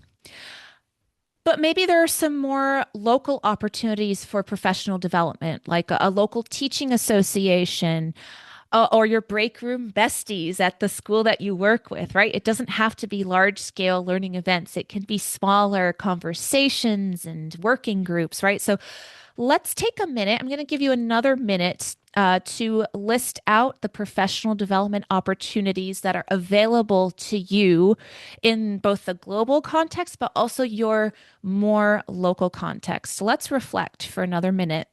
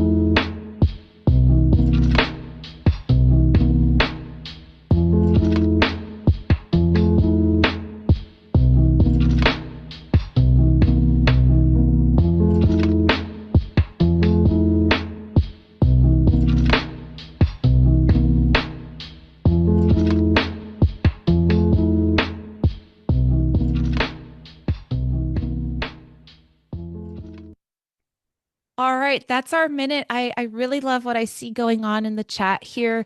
I love that Maggie shared. Oh, I'm so sorry if you can hear my 1-year-old screaming in the background. He can hear mom talking. He's sad that I'm not there with him. But I love what I'm seeing in the chat here, that there are maybe not so many opportunities in my area. Maggie shared this, but finding online webinars helps a lot. I love that you're seeing how these virtual opportunities can really support us if we're in places where there might not be as many professional development opportunities. Oh, I see the Open Community, British Council, Romanian Teacher Association, and Erasmus projects. There's so many different kinds of international and national initiatives. Yes, wonderful. Limited opportunities in my areas, but online webinars have been helpful. British Council, yes, wonderful. And completing your PhD research, yes, doing a PhD or a master's program, or even just taking a professional development course of some kind is a really great way to boost your professional development in a very intense way. All right, great. Peer PD, talking to your peers, that's wonderful. Great. Thank you so much for sharing. And let's just kind of break this down a little bit. So, high tech, low tech, high time commitment, low time commitment. There's a little bit of everything out there. And I think it can be a little bit overwhelming how many options there are. But we have online courses, we have regional conferences, we have working groups at school, we have book clubs, webinar recordings, podcasts, casual brainstorming with an accountability partner, mentors and our peers, and many more opportunities. Wonderful. So I encourage you to explore the opportunities available to you and to really try to narrow your focus to the formats that will bring you the most joy and facilitate the most learning for you, depending on what the options are. And also, if there is something that doesn't exist in your community, I want to encourage you to not be afraid to create the opportunity yourself, right? Because teachers are amazing. We can do everything. And it's really powerful to organize opportunities for other members of your community as well. All right, so to wrap up, I want to encourage you to think about professional development from a holistic perspective, taking into consideration your needs as a whole, rather than isolating your teacher self from your whole identity. So set your intention for professional development, right? You can't do everything, or maybe you can, but we can't all be superheroes forever, right? Sometimes we need a break. So choose one area at a time to focus your energy on, and you're likely to see better results. Consider how your professional development is going to fit into your life. You do have time for professional development, but how much time and energy you put into it is really for you to discern in advance to avoid disappointment in yourself later. Just a few minutes a day can actually work wonders. It doesn't have to be big. And then be kind to yourself in the process. It's a lifelong journey, not a sprint to the finish. So, on that note, let's set some intentions. And now, if we had more time, I'm almost at that 45-minute mark. If we had more time, I would have you break down your goals into short term, midterm, and long term. But for today, in this short webinar, I just want to leave you with one intention to take away. So on a piece of paper or on the second page of the fillable PDF that I gave you earlier, write down one intention you have after this webinar. And you can keep it to yourself, or if you would like to share in the chat, if you're comfortable, please do. I love to see your responses. I'm going to give you 30 seconds now to write down an intention to take with you from this webinar.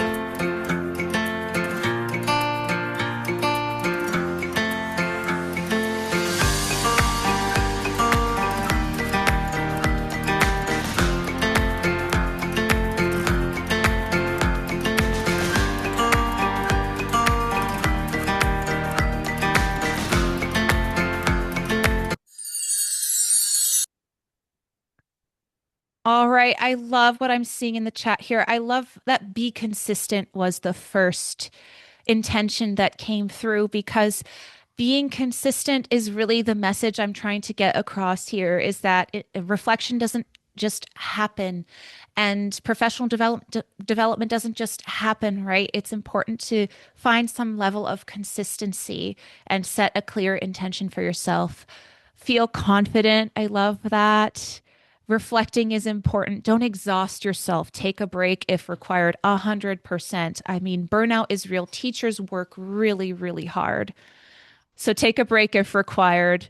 Be professional and focus on your goal. That's great. Keep moving forward and always believe in yourself. Grit. Yes, as teachers, of course we need grit always. Be you and persevere. All right, we've got some people traveling to IATEFL. That's exciting. All right, find a reason to motivate yourself. Give yourself some space for personal stuff. All right, wonderful. Okay, well, if you're interested in learning more about reflective practice and how it can help you in your personal journey, the first place I recommend starting is actually the Reflective Practice Starter Kit, which is a compendium of episodes and articles that we have created over the years to guide you in your reflective journey. And sorry, that link in the chat isn't actually working. Let me just put that there. Okay, great. Yes, please take a look at the Reflective Practice Starter Kit. It's a great place to start, as the name indicates. You can also take a look at our reference list here very quickly. And then we also invite you to listen and subscribe to the podcast, of course, on YouTube, Spotify, Apple Podcasts, or wherever you get your podcasts. Thank you so much for reflecting with me today, and I hope you enjoy the last few sessions of this amazing conference. As we say on every episode, and I hope you'll listen so you can hear this every time, happy teaching and happy reflecting. Thank you.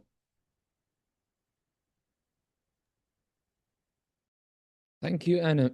Thank you, Anna, for such wonderful and energetic and inspirational talk. I really believe in the power of self-reflection, and because I delivered a couple of talks before about self-reflection, how important it is for everyone who really wants to develop a growth mindset. If anyone wants to be more successful, personally and academically. And yes, so everyone in the chat box is just thanking you. Thanks a lot from Rahima. Diana, thank you. Ghania, thank you so much for the amazing session. Abdulaziz, thanks a lot. Maggie, thanks a lot. Rajas, many thanks. Everyone is thanking you. Tatiana, thank you a lot. It was inspirational and insightful, provoking self-reflection. That is right. And everyone, I really recommend that you click on the links we dropped in the chat box and follow the Teacher Think Aloud podcast. On these links, you can find their YouTube channel, Spotify account, and Apple Podcasts, or you can visit their website, the teacherthinkaloudpodcast.com. I've already subscribed. That is good news, Evelyn. Zamzam, wonderful and very useful. Thank you. Valentina, thank you. So, everyone, if you have any questions for Anna, she is more than glad to answer them. But before we get any questions from the participants here, I want to ask you a question on self-reflection. Some people are just reluctant to change. So whatever you do, whatever you tell them, they just refuse to self-reflect every day. I mean, then a normal teacher would just get back home after a long day of teaching classes, and then he starts writing notes about what went well, what didn't go well, and how we can or she can make the learners' experiences much more successful. But some people are just reluctant. They think that, okay, well, if I'm not gonna get higher salary, okay, I won't be doing anything new. I just go to the classroom to spend the 40, 50, or 60-minute session and then give back home, get paid at the end of the month, and that's it. How can we deal with that? How can we deal with that mindset? Oh, that is such a difficult question, actually, because everybody in this virtual room right now is already kind of committed to this idea of ongoing growth, right? Yeah. And there's really, I mean, it's hard to convince people to do something that maybe they it's hard to convince people to do things that they don't already think they should do, right? That's always a challenge. I mean, I think just introducing I mean, I'm not really sure how to change someone's mind on whether they should grow professionally or not. I think it's also valid to it's also valid that there are external factors that don't motivate us, right? So we need to have the support of the school we work in, of the just the broader educational context that we work in to really help us develop and support that and give us the space and not overwhelm us necessarily with teaching so many classes that you don't have space for reflection and for professional development within that, right? So there's a broader systemic aspect to this for sure. I think just sharing one-on-one the value of reflection is really helpful. Like this, I hope that maybe there were some of those people in the room today. I don't know, probably not, because they're at this conference, but maybe there were some of those people, and I hope that maybe will have changed their mind a little bit today. And because I think that maybe sometimes we think that change has to be this huge thing, and it doesn't have to be huge. I mean, yes, I talked about reflection as action earlier in the talk. Reflection as a way to set goals and actually implement change, not just as a passive activity where you say, oh, okay, that went well, that didn't go well, I'm not going to do anything about it, right? That reflection as action piece is really important. Reflection for action, I believe that was it. I think just communicating that it doesn't have to be huge. It doesn't have to be this big, scary thing. What I always say in such situation is that you cannot help someone who is not willing to help himself. That's a fact, right? And but for maybe as some kind of practical solution, maybe we can share some success stories, how this Mm. helped Mhm. in developing, for example, the students' learning experiences or improving their learning experiences, how this led at the end to a better opportunities, better work opportunities, or higher salaries in other places, Yeah. because we keep growing and we keep uh, you know doing more. So we are better teachers, right? And when we are better, we get other chances where we can just prove that we are worth the opportunities that Mhm. we get. Mhm. So yeah, you're definitely right. But again, it might be one of the most difficult thing in life to change mindsets, especially the Yeah. reluctant ones. Well, Yeah. and I think reflection is a really good starting point for reluctance or just for our blind spots, right? Because Hmm. Hmm. through reflection, you can really start to see not just like the small classroom practice that you need to change, like, oh, I need to stop talking so much. It's just my sin is to always talk too much.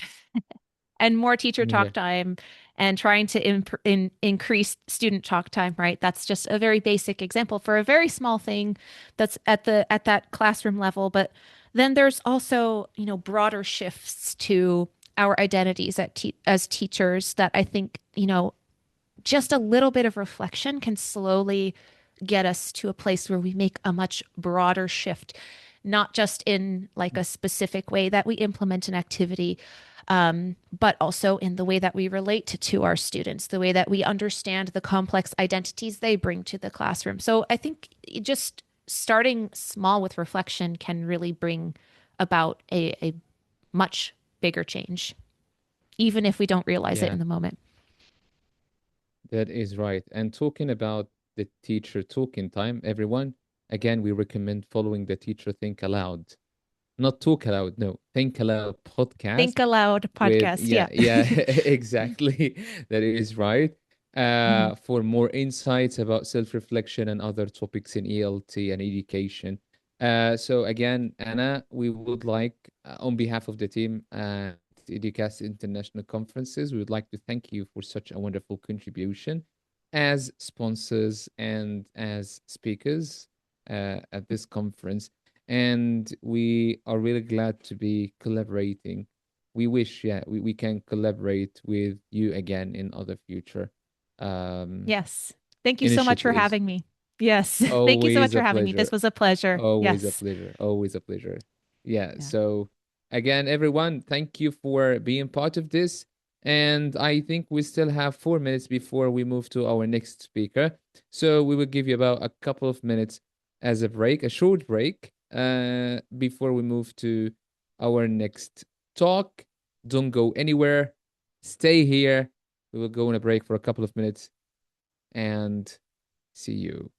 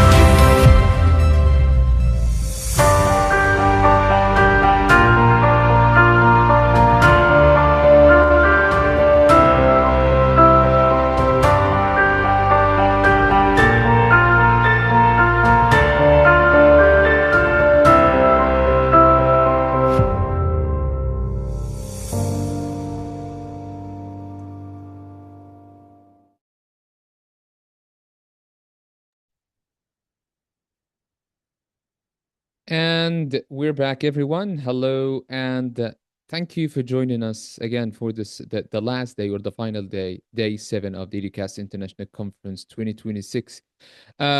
We are pleased and glad to have you from all around the world to be part of this amazing and massive gathering. And as we said before, we really care about numbers, and the statistics say that we have people from over 100 countries. So having people from over 100 countries gathering for the same purpose, contributing to such a wonderful learning experience is a success in itself.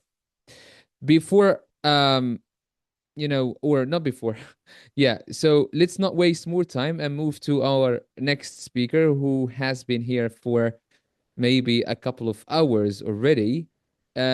Before we introduce him, I'd like to ask you to drop something in the chat box to say that you are ready. Are you ready?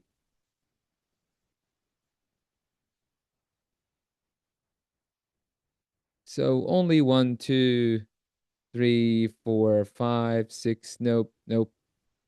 7, 8. We're still waiting for the rest. Super ready. Great. Ready. Greetings, Evelyn. Welcome back. Yes, Louise. Okay, of course. That is great. Okay. Definitely. That's great, Noura. Okay, so everyone, yes, just a second.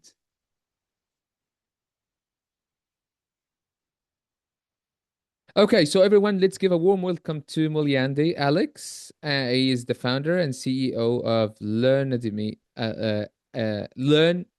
Learnademy. Yeah, it's an academy. I'm a champion, he is a champion of technology to solving many challenges in Kenya and Africa at large. He is an advocate for or of accessible quality education to all learners. So Mulyandi is going to present on a really interesting topic, right, Mulyandi? First of all, before I answer this question, we would like to welcome you at the EDUCAST International Conference 2026. Thank you for joining us. Thank you so much. Also happy to be here, hoping to share more as we continue. Yeah, we're more happy, of course, because maybe you are the first person to speak at this conference, maybe from countries from not North Africa. We've had people from North Africa, we've had people from South Africa, but we have never had people speaking at the conference from other countries in Africa, which is really good. So again, we're glad to have you. And whenever you're ready to start sharing your presentation, please do it. Thank you so much, and honored to know that I'm the first from this region. I hope that I set the right standards. Yeah, you will. So thank you. I think I'll take it away from that point. So I would say I want to start by saying good morning, good afternoon, good evening, or whatever might work for every one of us from wherever we are. I think I'm very pleased to be here, and we'll go straight into what I have to say. But before I begin, I think I would want to underscore the fact that this should be a discussion rather than a presentation, so that we both, contribute and share perspectives from wherever we are. Also, let me just also say that English is not my primary language; it's my secondary. So, in case I mispronounce some of the words, I'm happy that I have a presentation which can help fill in some of the mispronunciations that I might have. But I also don't think it's that bad. I'm not trying to say that's that bad. So let me just continue. So today it's an important topic that I'm going to tackle, a topic that not only fits well on slides, but also to me as a person because of the work that I do. And that topic is supporting quality education through EdTech. I mean, there are two important factors here, which is quality education, and the other one is EdTech. So I hope that through this presentation discussion, we'll be able to debunk, both perspectives and make them much easier understood. So let me look at the concept overview. What I mean by that is, at the end of our discussion, you as a person, as an individual, what do you think you should be able to get out of our discussion? One, we should be able to build a good perspective on quality education, being able to understand what it means, and also at the same time understand what EdTech means as well. And then combine the two, the two concepts, both EdTech and education, into a more harmonized platform where we can be able to discuss on both aspects. What role does each play, towards each other? The other thing also, let's talk about the challenges and dangers, especially of technology, and more specifically EdTech when it comes to education. Also, we want to understand the future. Sometimes the future might be the present because there's a lot of things that is happening around technology, but then just look at the future. And then, cumulatively and lastly, we'll be able to understand about what you as a stakeholder, because today we are all stakeholders here. I mean, sometimes some of us are educators, are teachers, so we'll be able to understand that as well.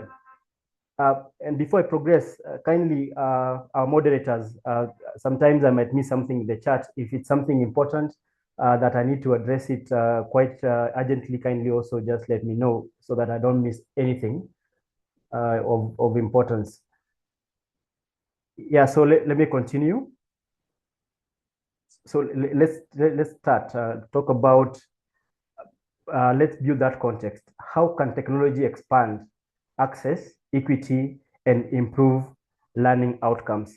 So I think I would want us to wrap as we continue, wrap our minds around that overarching concept, so that as we continue, can we be able to answer this question, both in our practice, both in our minds, and whatever is happening in the education space in line with technology. Why is this conversation important now? I mean, would have talked about this any other time, even before, but for me, I believe it is more important now than even ever. So there's a persistent gap in access, equity, and outcomes. So we are talking about how many learners are not able to access, learning resources, for example. How many learners are not able to access maybe teachers, or even how many teachers are not able to access some of the most important support systems that they need. For example, today we are using technology to be able to conduct a very important thing on teacher professional development. So if, for example, this platform wasn't existing, it means most of us would have missed out on these, opportunities. Another thing is pandemics. I mean, we all are aware of the COVID-19 pandemic that havocked the entire of the world. I mean, I think everyone was affected in one way or the other. And so these things are becoming a reality. So I think there are people who say we should be able to prepare for the next pandemic. Not that we are praying for it, but it could come around. We're also looking at wars and civic unrest. There are a couple of wars going around at different parts of the world, and all these have some negative impact towards education. And remember, as I continue, all my arguments are tied towards technology and education. So even if I forget to mention those things quite oftenly, but just have that at the background of our heads. So let's also talk about the climate disasters. Talk about floods. There's a time there are wildfires that really affect education systems. And then there's another important thing about the policy frameworks that are changing around the world, maybe driven by change of the political landscape, or even the different demands that keep emerging here and there. So those really also affect how technology looks like. And the last one is the ever-evolving curriculums and pedagogy. And so I think based on the specific needs of various countries, the curriculums are ever evolving, of course, with the interest of improving the quality, but also the pedagogy, again, because of lifestyle, people are consuming education differently. Nowadays, traditional classrooms are not the conventional way of consuming education. The concepts of homeschooling, continue to get a lot of prominence around the world. And some of these, I'm sure, are almost happen across the world, not just one specific region. Why does quality education matter? I think these are very important, thought point. But before then, let me just read this out. Quality education is a global priority and empowers individuals and drives sustainable development. So I would want to draw our attention to the two keywords: empowering individuals as well as driving sustainable development. I mean, and nothing can ever move across the globe without those two concepts. And so why is it important for quality education? One, it is a foundation of social and economic development. Sometimes they say a country or a region is as good as its quality or level of education. If, for example, your education system is compromised, for example, your university system is a compromise, sometimes you find that if you're coming from a particular region, it might affect your employability in other regions. That's why you'd find some regions have standardized exams that you have to take before maybe you get employment in those regions. That is why it is important. Another thing is it empowers individuals and strengthens communities. Remember, once you have gone through the education system, I believe most African countries, by and large, always believed before that education was only for the importance of getting employed. But then those narratives are changing, that education is not only important because of employment, but also building individuals at the individual capacities at the individual level, and as well as strengthening communities. Through education, you can be able to get better health education, better safety training, and all those other concepts that revolve around education. Again, we are coming back to the point of employment, which is very good in terms of also looking at how it impacts the health framework and the civic participation. If people know, then they'll be able to use that information for the benefit of themselves and the community by large. Lastly, why it is important is it is a critical component of the Sustainable Development Goals. Remember, it is at number 4, which means it is one of the things that is given prominence, which really makes a lot of sense. Lastly, I would want to say quality education is not just about enrollment. It's not about if you went just to school or you attended a classroom. It's about meaningful learning outcomes and creating relevant and inclusive environments where everyone can be able to flourish, through these systems and frameworks. I know I've really spoken very fast, but now it's a chance for us to be able to reflect, and maybe through the chat, let me understand, by virtue of contribution, what do you understand by quality education? What does it mean for you? Maybe you can just we can just have 1 minute or two to be able to get some some feedback from everyone who is participating now. I'd love to see some of the chats.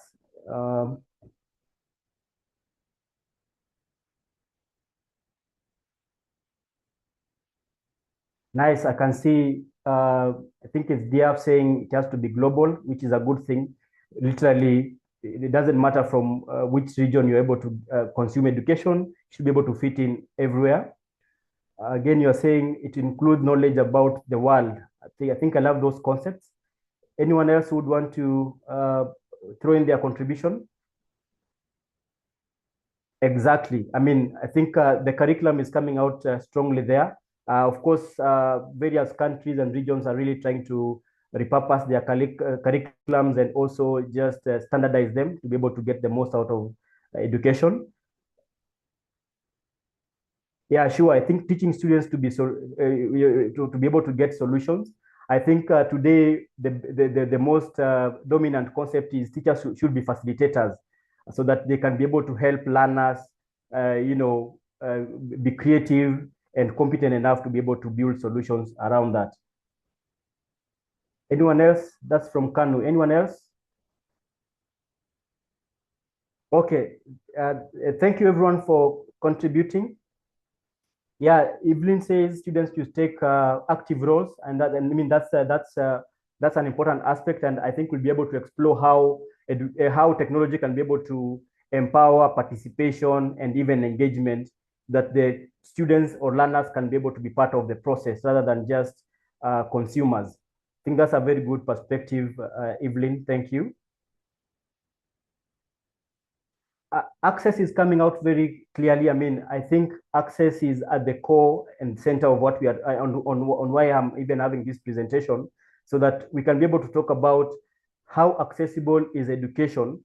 And I think teachers are also another way, of ensuring that education is accessible. And it's interesting. I will be able to look at both the human aspect of teaching or teachers, as well as what is coming out in terms of AI teachers. I mean, those both perspectives really also count towards being able to have teachers in the education system. Yeah, so thank you. Continue dropping in your comments. I'll be able to get back to them as I go on with the presentation. But let me move on to the next. So from all that you guys have said, I mean, I really completely agree with what you said. And so it is just but an addition, not really to take away from what you've said, but as an addition to that. It doesn't need only to talk about access. Access alone does not necessarily mean quality. The fact that you went to school, or the fact that you went to a classroom, or the fact that you might attend maybe an online class doesn't mean that you are able to get meaningful and quality education. What does that mean? It means it has to be meaningful, not just going to school or going to a class. Again, it's about the outcomes in terms of the skills that you get.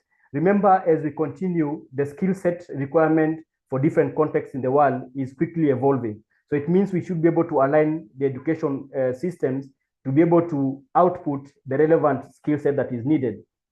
Inclusion is key. And when we talk about inclusion, we'll talk about both the economic perspectives, as well as the personal attributes, maybe talking about disabilities or learners with special needs, so that we can be able to look at inclusivity or inclusion all around.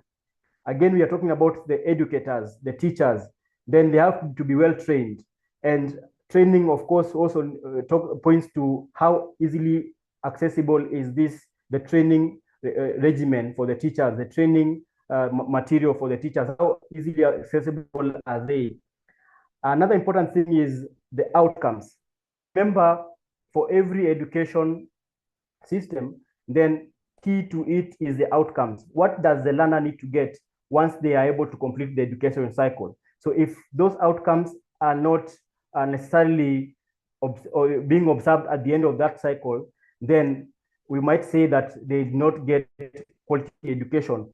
But then it's not just about qualitative, but about the quantitative aspect of the education system.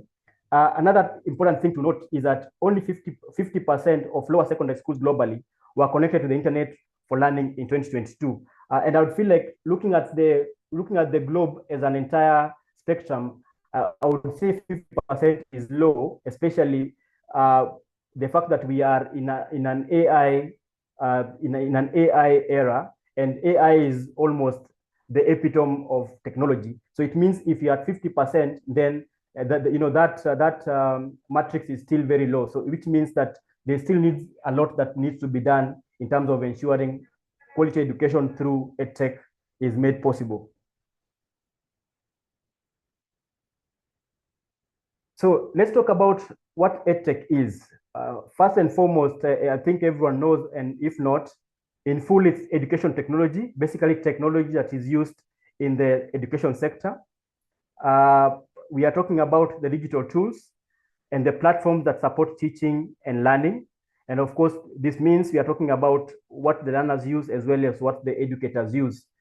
And also looking at the technology that is used to enhance access. I remember access came out very clearly during our brainstorm session, so that you look at the quality as well as the efficiency in the education that is being delivered through technology. Let's look at the examples. What are some of the examples of EdTech? Learning management systems, or what is most commonly known as school management systems. The mobile learning applications, they could be specific in terms of maybe the gaming ones and all those things. We're also looking at the digital content and virtual classrooms that are too common at this point. But also we are talking about another important one, which is upcoming now, the AI-powered learning and assessment tools. But for me, because of the work that I've done in the EdTech space, I would want to push that understanding a little bit further beyond just gadgets, I would want to also just say that EdTech also involves connectivity, which is, of course, your basic internet. We also want to talk about training. How well are the teachers trained to be able to use EdTech? How well are the learners trained to be able to utilize EdTech? And then again, look at the infrastructure in terms of the grid or electricity. I mean, it will be pointless for us to talk about EdTech in terms of software, and yet we don't have the connectivity. Also, it will be pointless for us to talk about EdTech in terms of gadgets, and yet we don't have electricity to be able to power these gadgets. I mean, especially in the Kenyan context, we've gone to schools where the government has been able to give them gadgets, and yet they don't have electricity or connectivity, which means that these gadgets are going to be useless and are not going to contribute in any way towards supporting education in the classroom. So it's good that we're able to understand, EdTech in that broader perspective.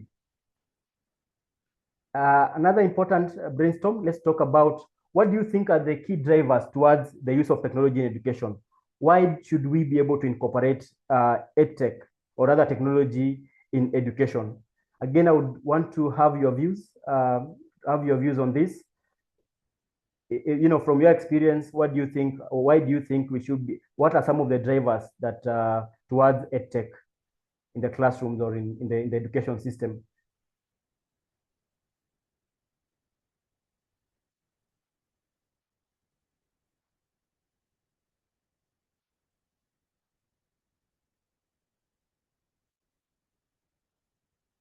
Anyone, any suggestions? And remember, any answer is right. I'm not, no answer is wrong. We are only discussing, so don't feel afraid to, drop in your thought process. So someone says, Mohammed says, to empower the students to meet their goals. I think I like that. Being able to improve what learners can be able to get from the education system. I love what Esau says about access to facilities. It's very important. I think it should be one of the drivers why we should be able to incorporate technology in education. Another view?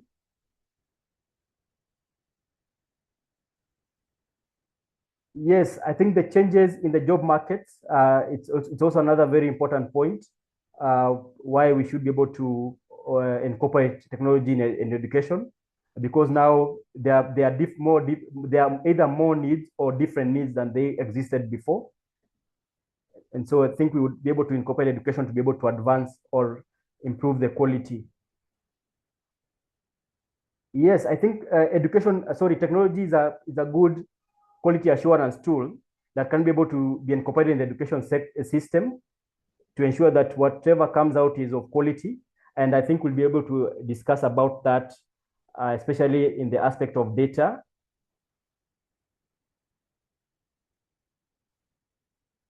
Anyone else? I'm loving the feedback. I'm loving the views that you guys are putting in the chat.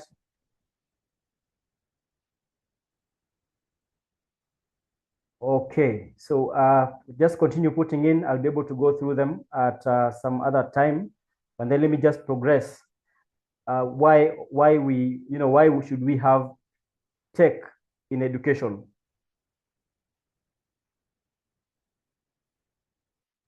Like we are saying, the education system is facing growing challenges, not just to a specific region, but world over. So we are looking at teacher shortages. I'm sure someone talked about educators and being able to ensure that teachers are accessible. And like I said, we can both look at the human teachers as well as the AI agents that can also be the modern day teachers. Also looking at the overcrowded classrooms. And this might not apply to all the regions across the globe, but especially when you're looking at the African context, is that most classrooms are overcrowded, and which means that the teacher to learner ratio is very high, so that some of the teachers are being overwhelmed. Looking at the unequal access to learning resources, and this is very important in that printing, for example, is the traditional way of ensuring that learners have access to resources is becoming very expensive. And so many learners are continuing to be disenfranchised due to the high costs of these resources. Looking at the disruptions, remember we talked about the wars, some climatic conditions, and and even pandemics, which might really disrupt the learning cycle. Again, the rapidly changing skills demands. I mean, someone mentioned in the chat, I think it was Mohammed, who talked about the ever-changing skill requirements at this point, which is very important. Let me just look at any new discussion points that you guys have been able to put in the chat.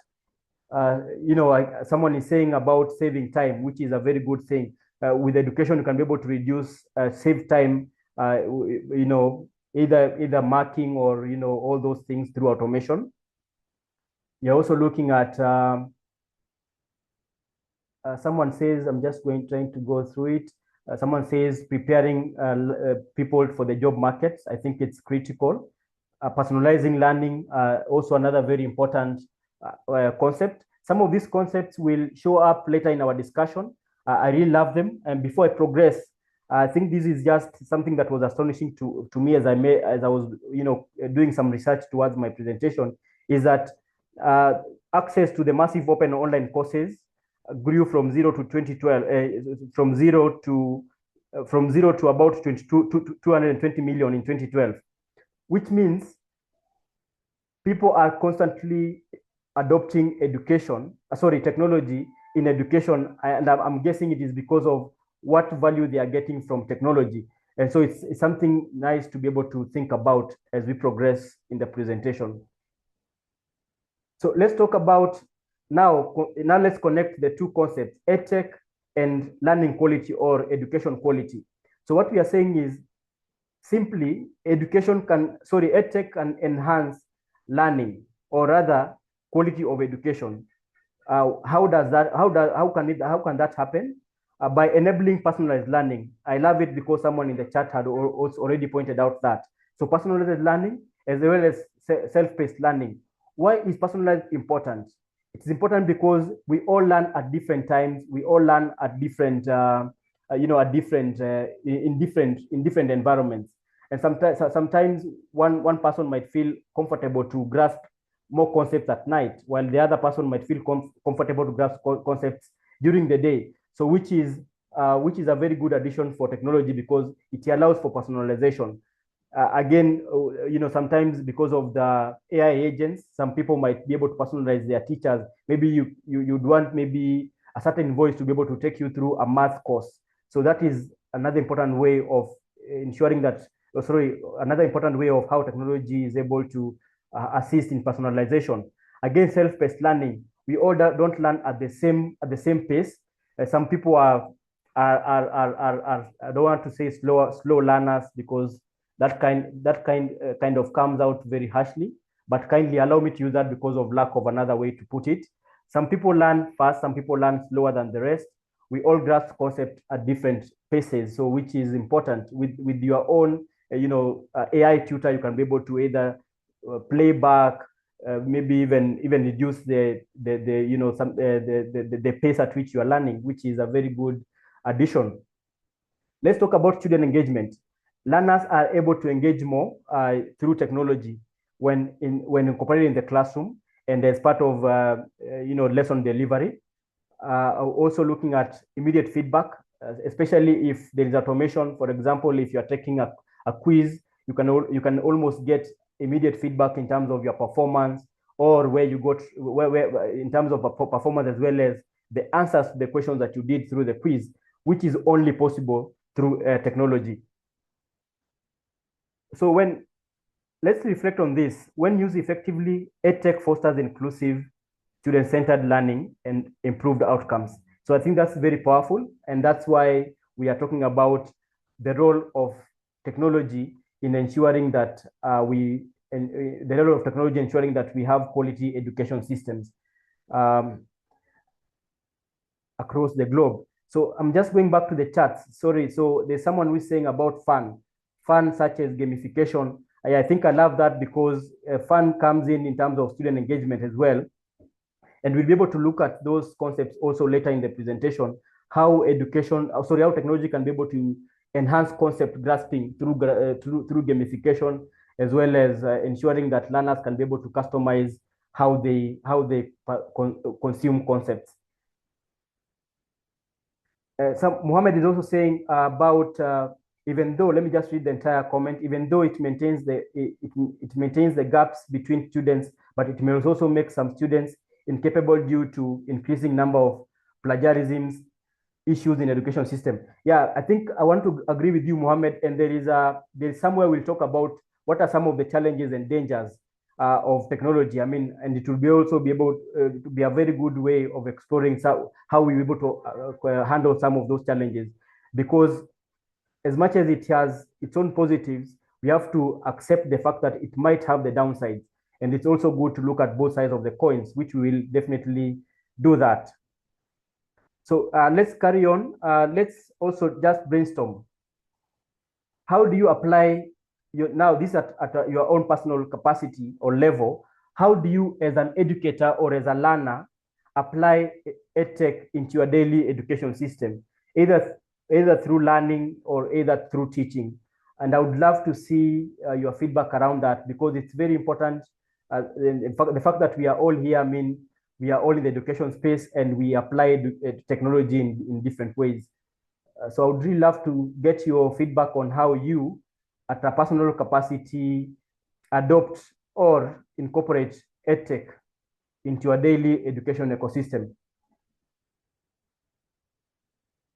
So for me, for instance, just to talk about me, is I'm a fan of taking online courses.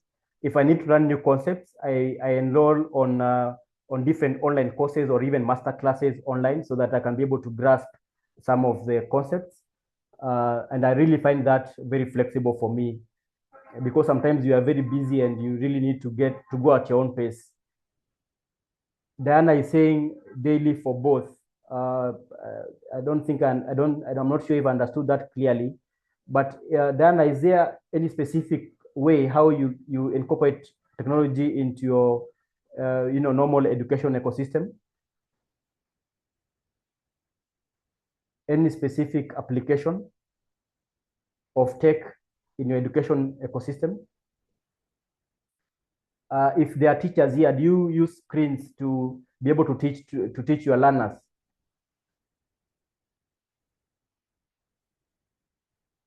Or do you, like, say, ask your learners to connect to the internet to be able to do some research?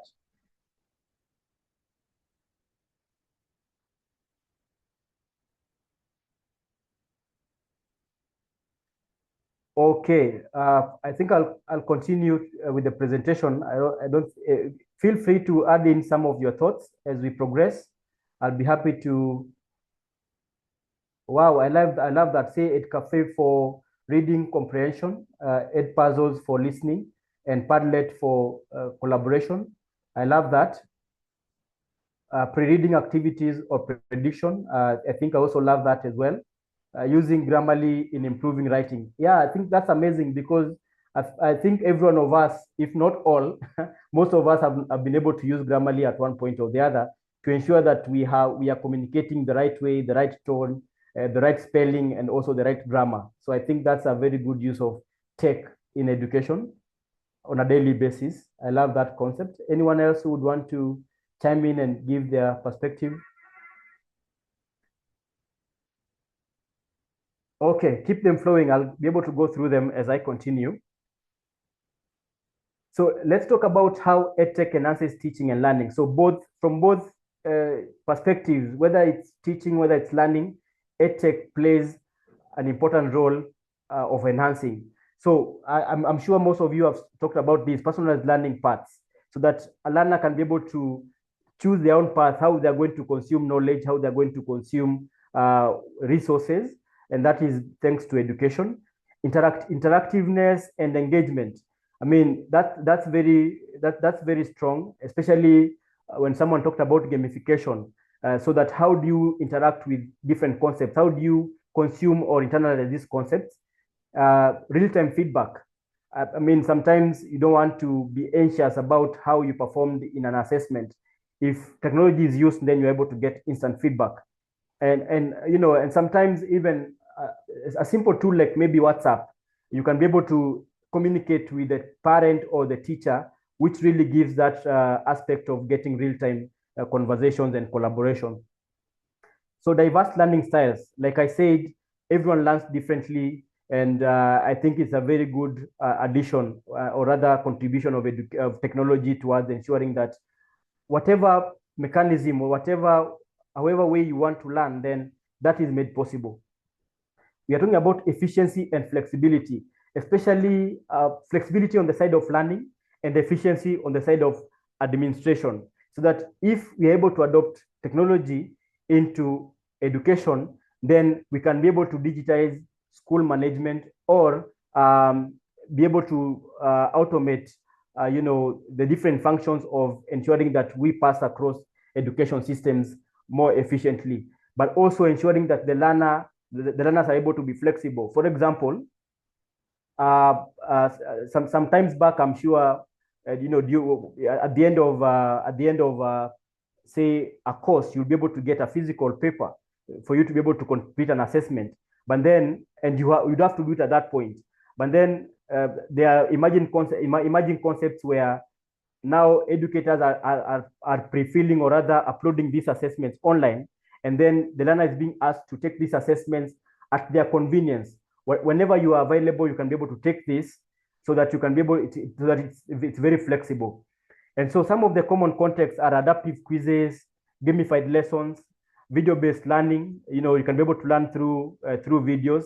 I think through the chats, I've been able to see people asking, how can we be able to access the recordings of these webinars after? And, which means that they want to be able to access these resources later for them to be able to utilize them at their own convenience. Again, we're talking about digitized administration, which removes errors, increases security of data in the education systems, ensuring that everyone is protected, through the entire cycle. Let me try to look at the chat if there is anything that is coming up. I would want to highlight that. Yeah, someone is saying live chats to access further information, which is very helpful, and we are using live chats to even ask questions and get clarifications. Another person is saying Kahoot to introduce fun to the classroom. I think Kahoot is another very important, rather interesting way to engage the learners in terms of them, engaging in those conversations and being able to answer different questions and getting feedback real time. I think I've been able to see that in play in various school concepts. Yeah, I think I'm liking what Evelyn is saying about tech helping her to engage students with special needs. They can create characters, record their voices, check their pronunciation, at their own pace. I think that's an important way of utilizing tech in education. And maybe I would want to give you a personal story. At the peak of COVID-19, and maybe that's where my journey began in terms of building tech solutions, is that I lost someone who was close to me, and they had a son. By the time they were dying, then the son became fully orphaned. So I took the son over. And so immediately, of course, I was a young parent at that point. I did not know what their learning journey looked like. And so I really began to solve various challenges in terms of even collaborating with him, being able to track his performance. And again, he was full-time on wheelchair. So again, giving him access to learning resources became a challenge. So that really prompted me to be able to think about how can I leverage technology to be able to solve for his situation. And through those challenges, I was able to embark on a journey to build solutions, not just for me at a personal level, but also to be able to help my fellow parents as well as fellow guardians, across Kenya. And I'm happy that through that personal experience, we are able to envision, or rather to redefine how technology can be able to solve some of these challenges, as we progress.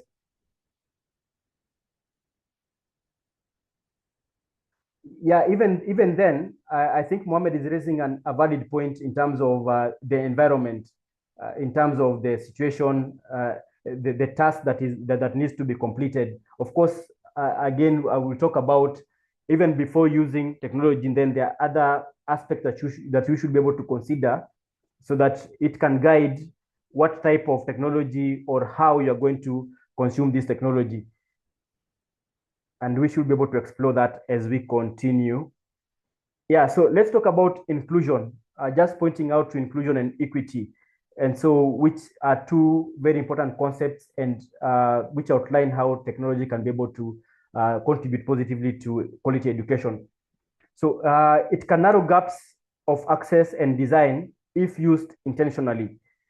Remote and blended learning, for example, so that you can be able to access learning from wherever you are, and through multi-pronged approaches. Of course, mobile learning, especially for the underserved communities.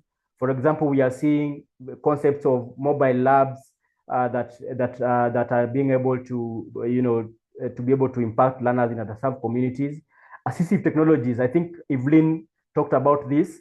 Assistive technologies for learners with disabilities, which really adds value to them and ensures that they are able to also be at par with the rest of the learners.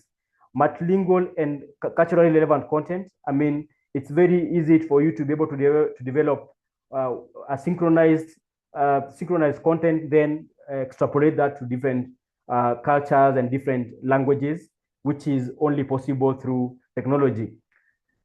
An important fact, globally, about 68% of people are online, and in Africa, about 38% are online, which means that on one point it's a good thing, another point is a bad thing, depending on the regions. But essentially, we are talking about there is not the effort towards ensuring that technology has been adopted in the education system is not a universal success rate.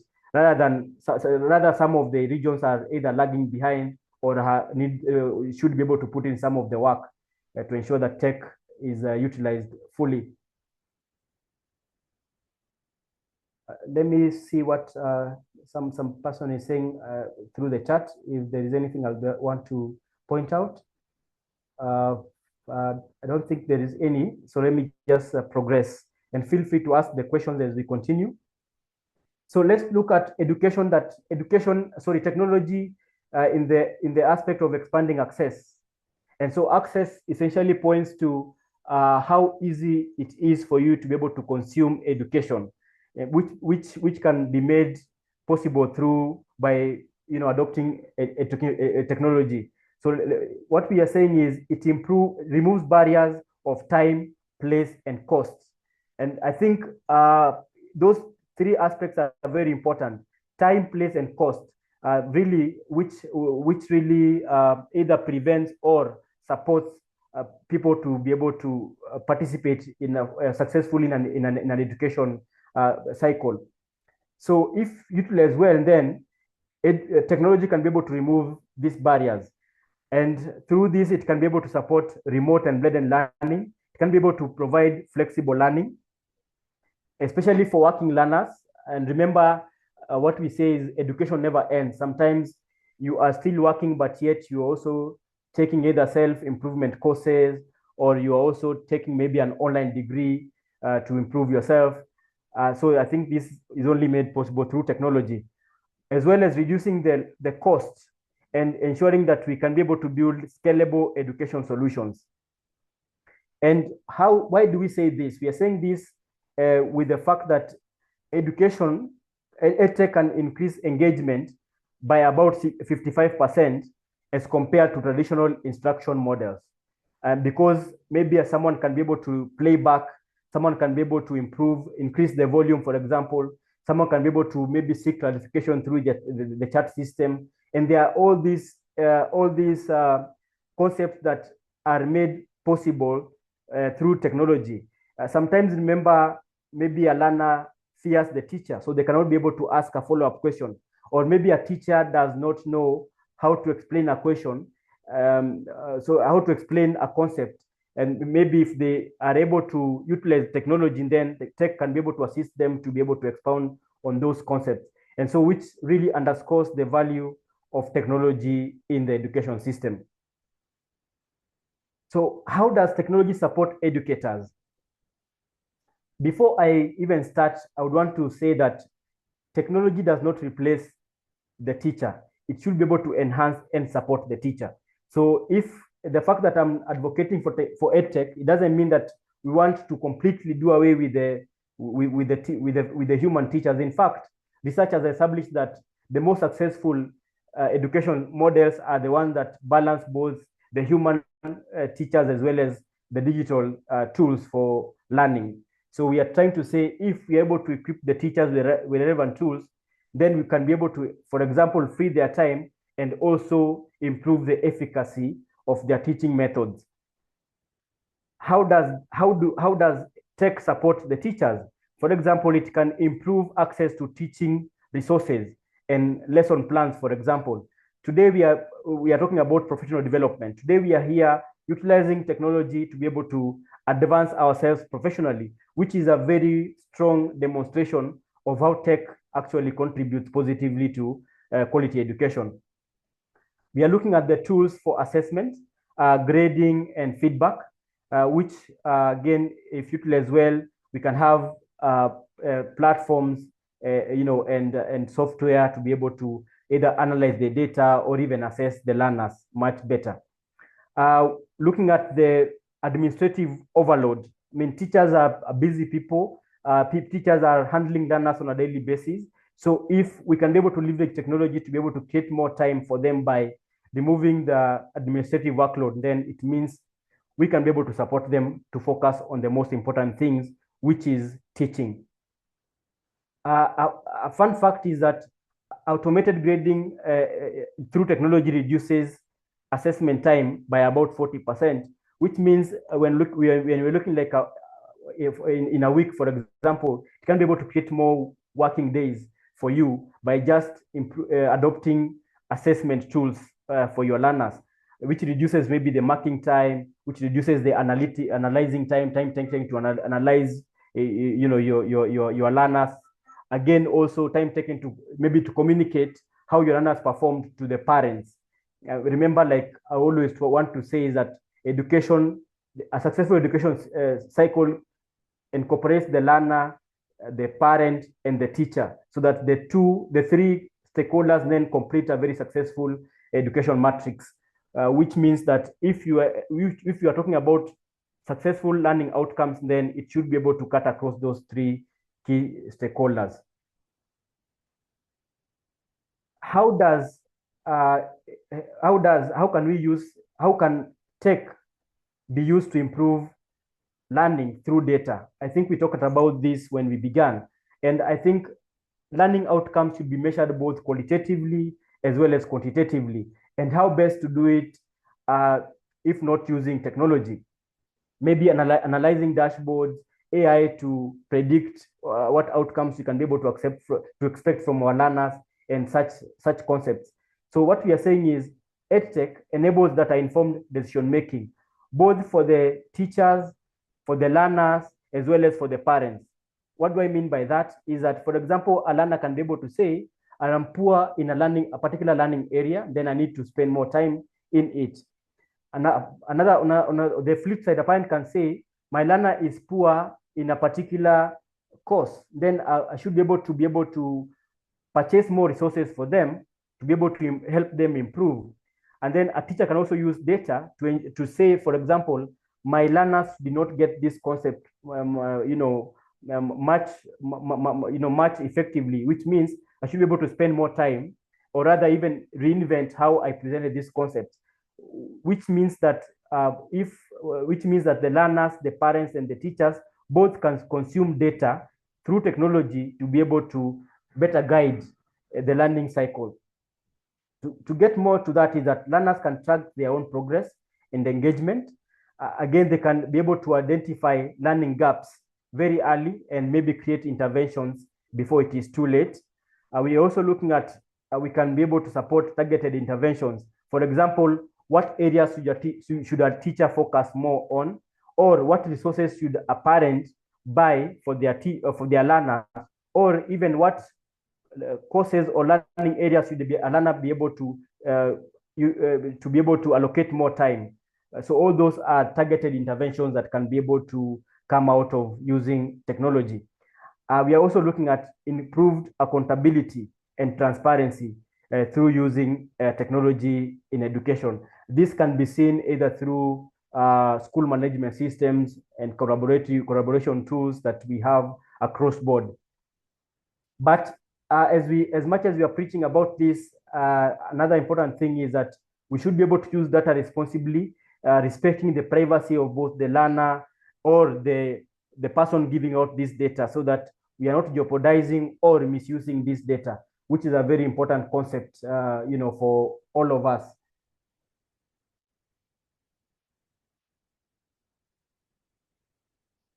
Yeah, so let's look at let's remove the theory out of the equation. Let's try to look at the real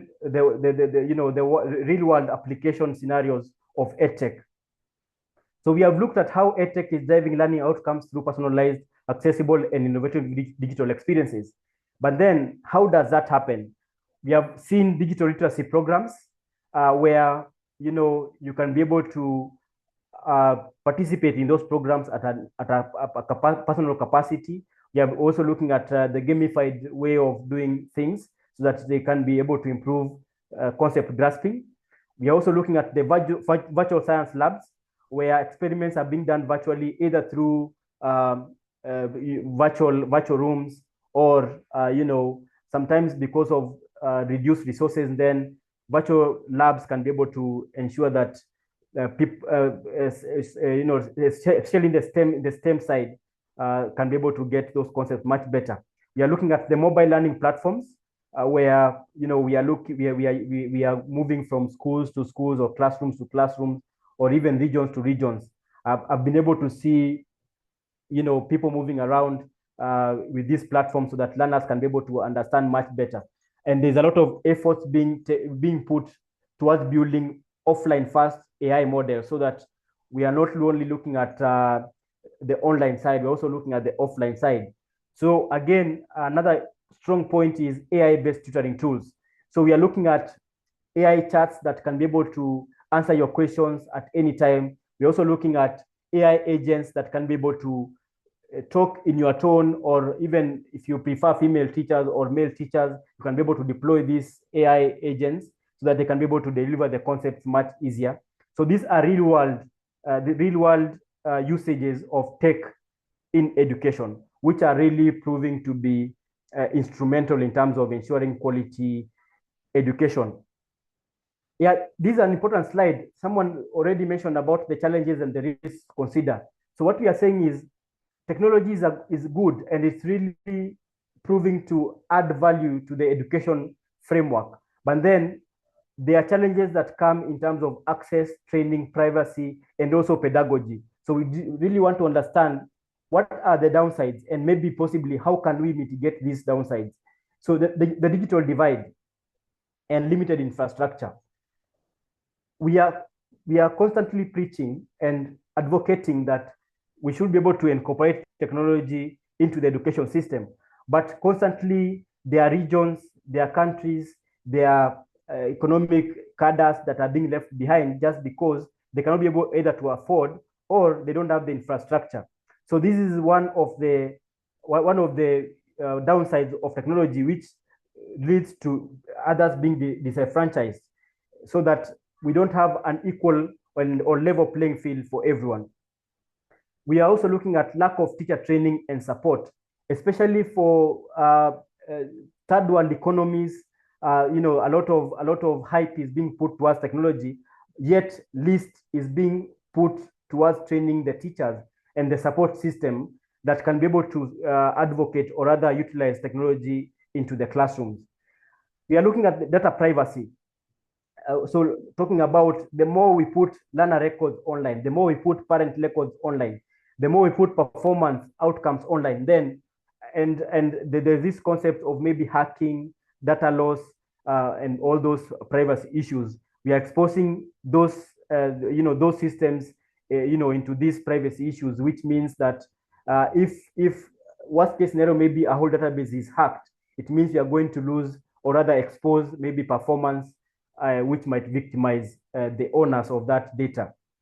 There is this important fear that we can end up prioritizing technology over pedagogy, so that we are overly focusing on AI rather than focusing on how should we be able to deliver this concept to the learners. And so that is a very important fear Especially we have seen in recent years, there are countries that had fully digitized their education system, but are now rolling back, saying, can we take a step back and maybe bring back the physical aspect of education? Standardization. So we are looking at, is there standardization and measures of how education should be able to be incorporated into the classroom or into the education system? At this point, I would say there are efforts that have been made towards achieving that, but it is still siloed and fragmented, so that countries have maybe regional or country-wise standards rather than having global standards, which would really ensure that this technology is standardized. For example, if we had, just like we have a vehicle, you'll find that steering wheels are consistent in all vehicles. Say the indicator, for example, or the wiper is very consistent, so that if you drive a Mercedes Benz, if you drive, say, another brand of vehicle, you'll never find, the steering wheel placed in different positions in the car. So if this was also one of the ways we could be able to use to standardize EdTech, then we would get more value, because then the learning curves will be reduced.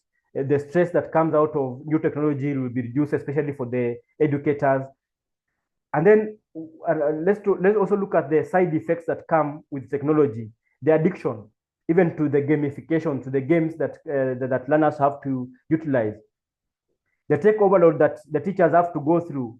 Teachers today have very many apps that can be able to power different tools, or sorry, different solutions in the classroom, which really means more passwords to remember, more data to give out in terms of the login credentials, which means more learning curves, because you have to learn different solutions, which really results to a lot of tech overload. Again, looking at the screen time, sometimes people get addicted to the screen. You don't want to either watch videos so much. Sometimes you even digress from, especially if you are using platforms like, okay, let me not even mention platforms today. I don't want to put anyone on the spotlight. If you're using, for example, these video lessons, then maybe a music video comes or pops up. You end up being distracted, and you start watching that music, which is out of distraction that comes about. And so what we are saying is that we can only be successful to incorporate education if we address these challenges, so that we can be able to increase the success rate of the role of technology in the education framework. Yes, in fact, I am wrapping up. Thank you, I'm wrapping up. Let's look at the best practices. Best practices is start with the learning goals rather than focusing on the technology. Let's look at teacher training. Let's train the teachers. Design for accessibility and inclusion. Let us also monitor learning outcomes so that we can also look at engagement. But what we are saying is, let us maximize education technology by prioritizing learning outcomes and supporting the teachers for us to be able to get the best learning outcomes from technology. And I would want to wrap up there. Let me skip this. I would want us to brainstorm, but because of time, we'll not brainstorm. Let me look at the future of education, future of technology and education. We are looking at AI-driven personalization. We are also looking at immersive learning through AR and VR, skill-based and lifelong learning models. We are also looking at partnerships between public and private sector.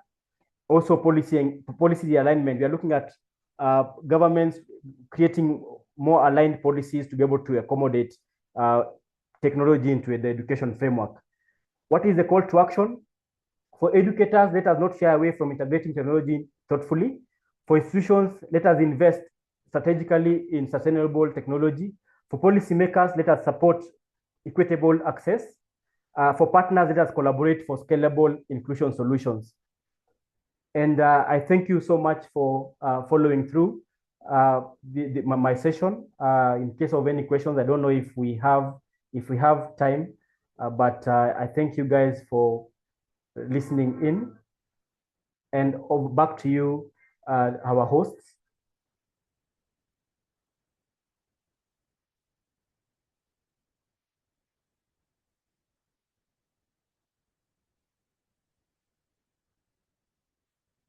Thank you, Marwa.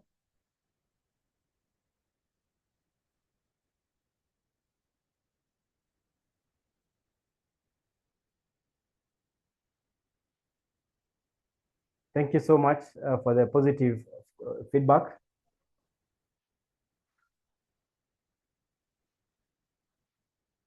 Back to our coordinators, you can take it over from me because thank you for the time that I've had to present.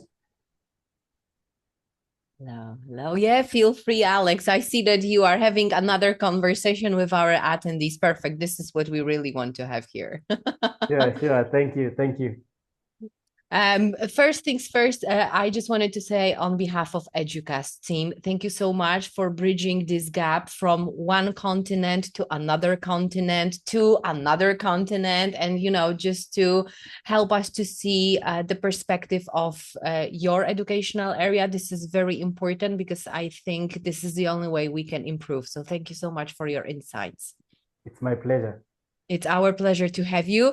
As you've been checking the chat, I'm not going to say to read one more time wonderful comments, but I would say also on behalf of attendees, thank you for inspirational talk.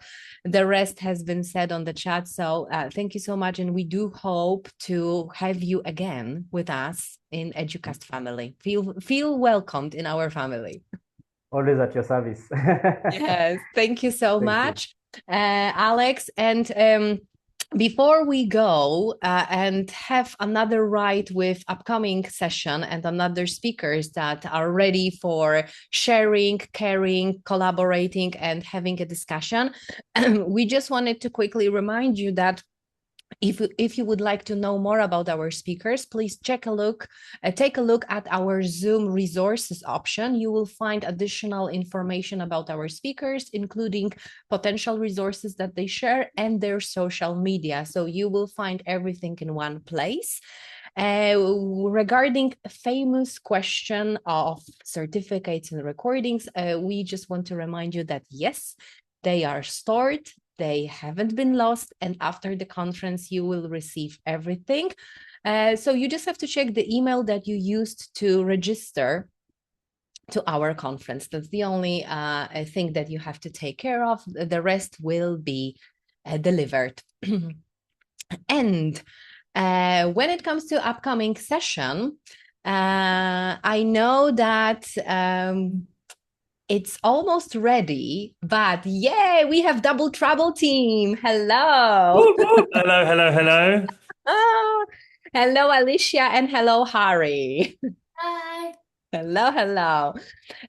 First, I just have to tell all attendees that are first year with us that when it comes to Harry, you've been a part of the family because it's not the first time with us. Not the first time. Not even the second. Not even the second, exactly. But I will kindly ask all of our attendees to give a warm welcome, a lot of support, a lot of energy for Alicia Waters, because that's her first online session ever. Woohoo! So we just want to give you a lot of energy from us, and we do hope and certainly promise that we will support you on the go. Thank you very much. Thank you for being with us. The last day of Educast International Conferences, we try to take a holistic look in terms of global paths and long-term future. What can be done, what should be done, what has to be considered. So today, in just a few minutes, Harry Waters and Alicia Waters will deliver the talk that will try to give you a lot of ideas about from local litter picks to global teamwork. But before I'm going to say officially, okay, the stage is yours, Alicia and Harry, let me just quickly tell you a few things about Harry, if you haven't heard about Harry. So first things first, sustainability, climate activist, teacher trainer, and multi-award winning teacher trainer, wearing many hats, as you see. So whatever webinar or any session you will see him, you are going to see different hats. This is what Harry promises. He founded Renewable English to merge language learning with youth empowerment and environmental consciousness. As I mentioned, he is crazy about sustainability and he waves eco-friendly practices into education, from secondhand shirts to what we do today, impactful teaching. And Ali campaigns internationally with Kids Against Plastic. Ooh, this is very, very powerful message. She's also just a kid who simply loves football. Her activism has earned awards including Super Kid Changemaker of the Year 2025 and Kids Against Plastic Club Member of the Year to prove, yes, the blouse and the sticker. Fantastic. She's spoken at major events such as Change Now Paris, the World Retail Congress, about the impact of plastic and the power of community. She is the voice that we truly need. She is also the youngest plenary speaker at IATEFL. She's proud of what she does, and she's not interested in being treated like a headline, a mascot, or the next Greta. She's Ali, and she'd really like the world to calm down and do its bit. I'm on top with that, Ali, and I cannot wait to have you both here. So without further ado, the stage is yours. Thank you very much. What a lovely introduction. That was fantastic. We are Harry and Ali. Ali and Harry, more likely, to be honest. Yeah, and I'm Ali. Nice to meet you. I'm 12. How old are you? 41. Yeah, I'm 41. Almost 42. Not quite. Knocking on the door. 1984 baby here. Right, so if you could just bear with me for a moment, I'm going to share the old screen-a-rooney. There we go. I'm just going to make sure the chat box is open as well. I'm going to pop it over onto the other screen and let's get started. So from local litter picks to global teamwork. Let's get started. We have had a quick introduction. I am going to introduce Ali again, obviously. She is the youngest speaker at the World Retail Congress. She was the youngest speaker at Change Now, the youngest plenary speaker at IATEFL, and as you heard just then, she is the Superkind Changemaker of the Year and the Kids Against Plastic Chief Pickup Officer. And this is me. I am a man with a beard. That's about it, really. Yeah. Anything else? A quick side note, as you know, we're not getting paid for this speaking event. So if you would be so kind to donate something to keep CAP going and empower kids to speak up, I'd be really grateful. So my dad's going to share the link in the chat. And well, right, now we've got that out of the way, let's get started. Let's get started. We can do that. So, what are we talking about today, Ali? We're talking about litter picks. No, we're not just talking about litter picks. Just talking about litter picks? No. What are we talking about? We're also talking about small actions becoming global learning and what happens when we trust young people and give them space to grow. You are getting no more space to grow, young lady. You've grown out of 15 pairs of trousers already this week. It's time for shorts weather, I think. Outrageous. Yeah, okay, well, it's going to be hot soon. Stop growing. Why do kids have to keep growing? So annoying. Ali? Yes. Important sentence for you here. You're going to change the world. Okay. Slow your horses. Let's get one thing straight. I'm not going to change the world. Neither is one individual person. So let's stop telling people that they're going to, and let's start asking, what can I do to help? What can I do to help? Sorry for interrupting. Or how can we all change the world together? Okay, so, as Blanca mentioned before, we've heard this one a few times. Hey, Ali, you're the next Greta. Next up. There's no next Messi, there's no next Aidana Romadi, and there certainly isn't a next Greta. I am not the next Greta. I'm the first me. I'm also the last me. But let's stop trying to make comparisons and make others live up to each other's unrealistic standards and just be yourselves. I am. Yeah, that's a good idea. Definitely just be yourself. So, why don't we talk about, well, you? Me? Yeah, you. I think that'd be a good idea. So why litter picks? Oh, look at cute Ali in the picture. Oh, you're so cute. Why litter picks, Ali? So I joined CAP 5 years ago because I wanted to learn more about how I could make a difference, and I was learning nothing at school. Every week now, I learn from young people around my age, a bit older, some a bit younger, from across the world, with topics ranging from You learn about litter picks. no, What do you learn about? Australian biodiversity. That's cool. So you're not just doing litter picks with Kids Against Plastic, you're also learning about all sorts of other things. Like fast fashion as well. I don't like fast fashion. I don't like buying clothes. I don't even like washing clothes, to be honest.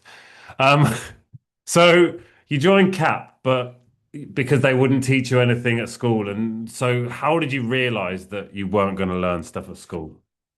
Often I asked my school teachers to learn about what I could do.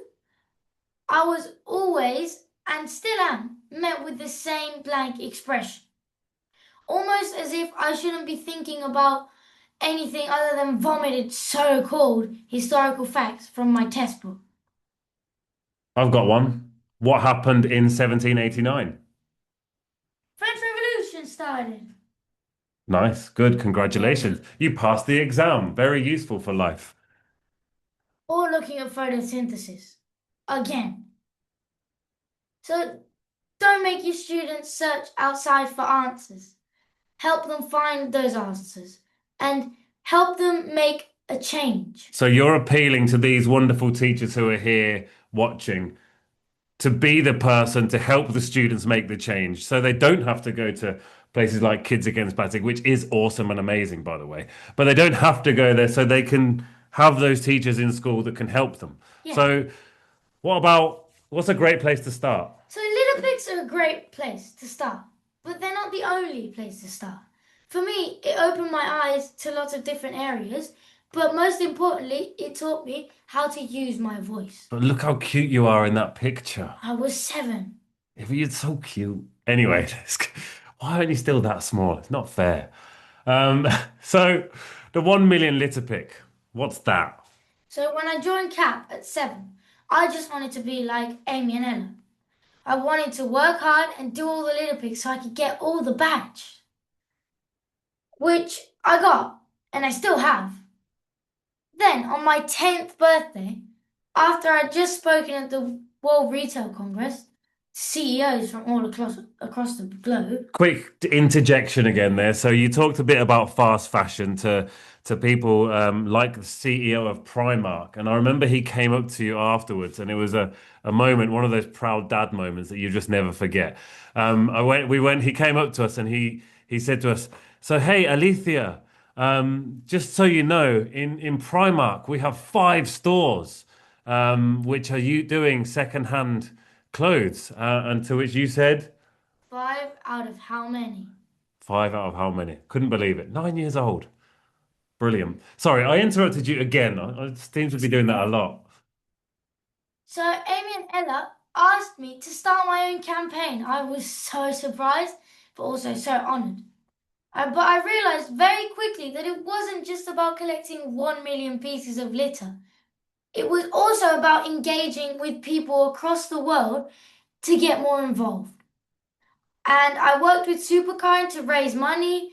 I got articles posted in English and in Spanish. And I spoke at a climate summit in Paris to try and encourage people to wake up to their insane consumption of plastic. Just a note there, you can see our little trip where we live in Seville. We went all the way up to Paris, and someone, I'm not quite sure who it was, someone had the bright idea that we shouldn't fly because obviously flying damages the environment. What we should do is drive 4,000 kilometers in an electric vehicle. I'm not sure whose bright idea that was, but we did collect around 20,000 pieces of litter, or 20,000 pieces of litter were collected in that week of our journey. And it was pretty unforgettable, let's be honest. It was. So that was cool. Tell us a bit more about this campaign. So how has it gone from a local litter pick to being, well, global teamwork? Look at that map. I can see it. People in 37 different countries have logged their litter. Over 1,828 litter picks and almost 1.4 million pieces of plastic have been collected and logged. And these are just the people who have taken the time to log and to help. The target is now 2 million, as we completed our target in about April 2025. It was when we were in Edinburgh last year for IATEFL. Yes, it was. So if you want to get yourself, your family, your friends, or your school involved, get the app at the link that my dad just dropped in the chat. And also check out Plastic Clever Schools, because this is more than just picking litter. Because when you think about a litter pick, there are so many different other areas. When you go out on a litter pick, there are lots of different things you can talk about. You can, talk about where the plastic bottle has come from. You can turn it into a creative moment where you can invent a lifetime for this plastic bottle. You can do all of these different things. And, they can connect very easily to the SDGs, for example, responsible consumption and production. That should always come before the idea of life below water and life on land. Because if we are consuming and producing responsibly, then you have to realize that those things won't matter. And this idea, of what we buy and what we use and what we recycle, and the idea that we actually throw something away, really, well, it isn't a thing. We don't actually throw anything away. So, yeah, there's lots of things when it comes to litter, because you can turn it into an entire event. And there are more ways of doing that. I'll tell you how very, very shortly. So that's almost it from me. But before I hand over to the bearding man over here, I want to leave you with a question. If one child can do this without a curriculum, what could be achieved if schools leaned into it? And remember, your lessons don't need to be about making the present perfect. They can simply be about making the future better. Nice. Before you go, let's get a quick selfie while we're on here. I can't find my phone, so is it all right if I use yours? Perfect. There you go. Let's have a smile. There you go. Oh, that's taking a long time. It's really slow. So we're going to move on now. So if you're going to jump off over there, and I'll take over. I'll take the reins if that's okay with you. Yeah, thanks so much for your time, everyone. She'll be back very shortly. So if you've got any questions for Ali, do feel free to chuck them in the Q&A. She will be back, but I don't feel like I should make her work any longer. So I'll jump in, I'll take the reins, and we'll see what the story is now. So when we can start with inspiration, and then that can lead to action. And when action happens, we find confidence, we find understanding, and that will eventually lead to agency. So those first steps of doing those first litter picks and going out there, give that child the confidence that they can do something. They can learn all about the world around them. And from that, they get the agency. They stand up in front of their classes. They stand up in front of their schools. They stand up in front of their local councils, and they talk about it. And when they take the agency, and when a student has that agency, they have that confidence, they feel empowered, they feel ready to make a difference in the world. So when we're looking at these different litter picks, we can show people that their voices matter. We can give them this empowerment and not guilt. So we're not telling our students, you have to change the world. We're showing them what they can do to change their world.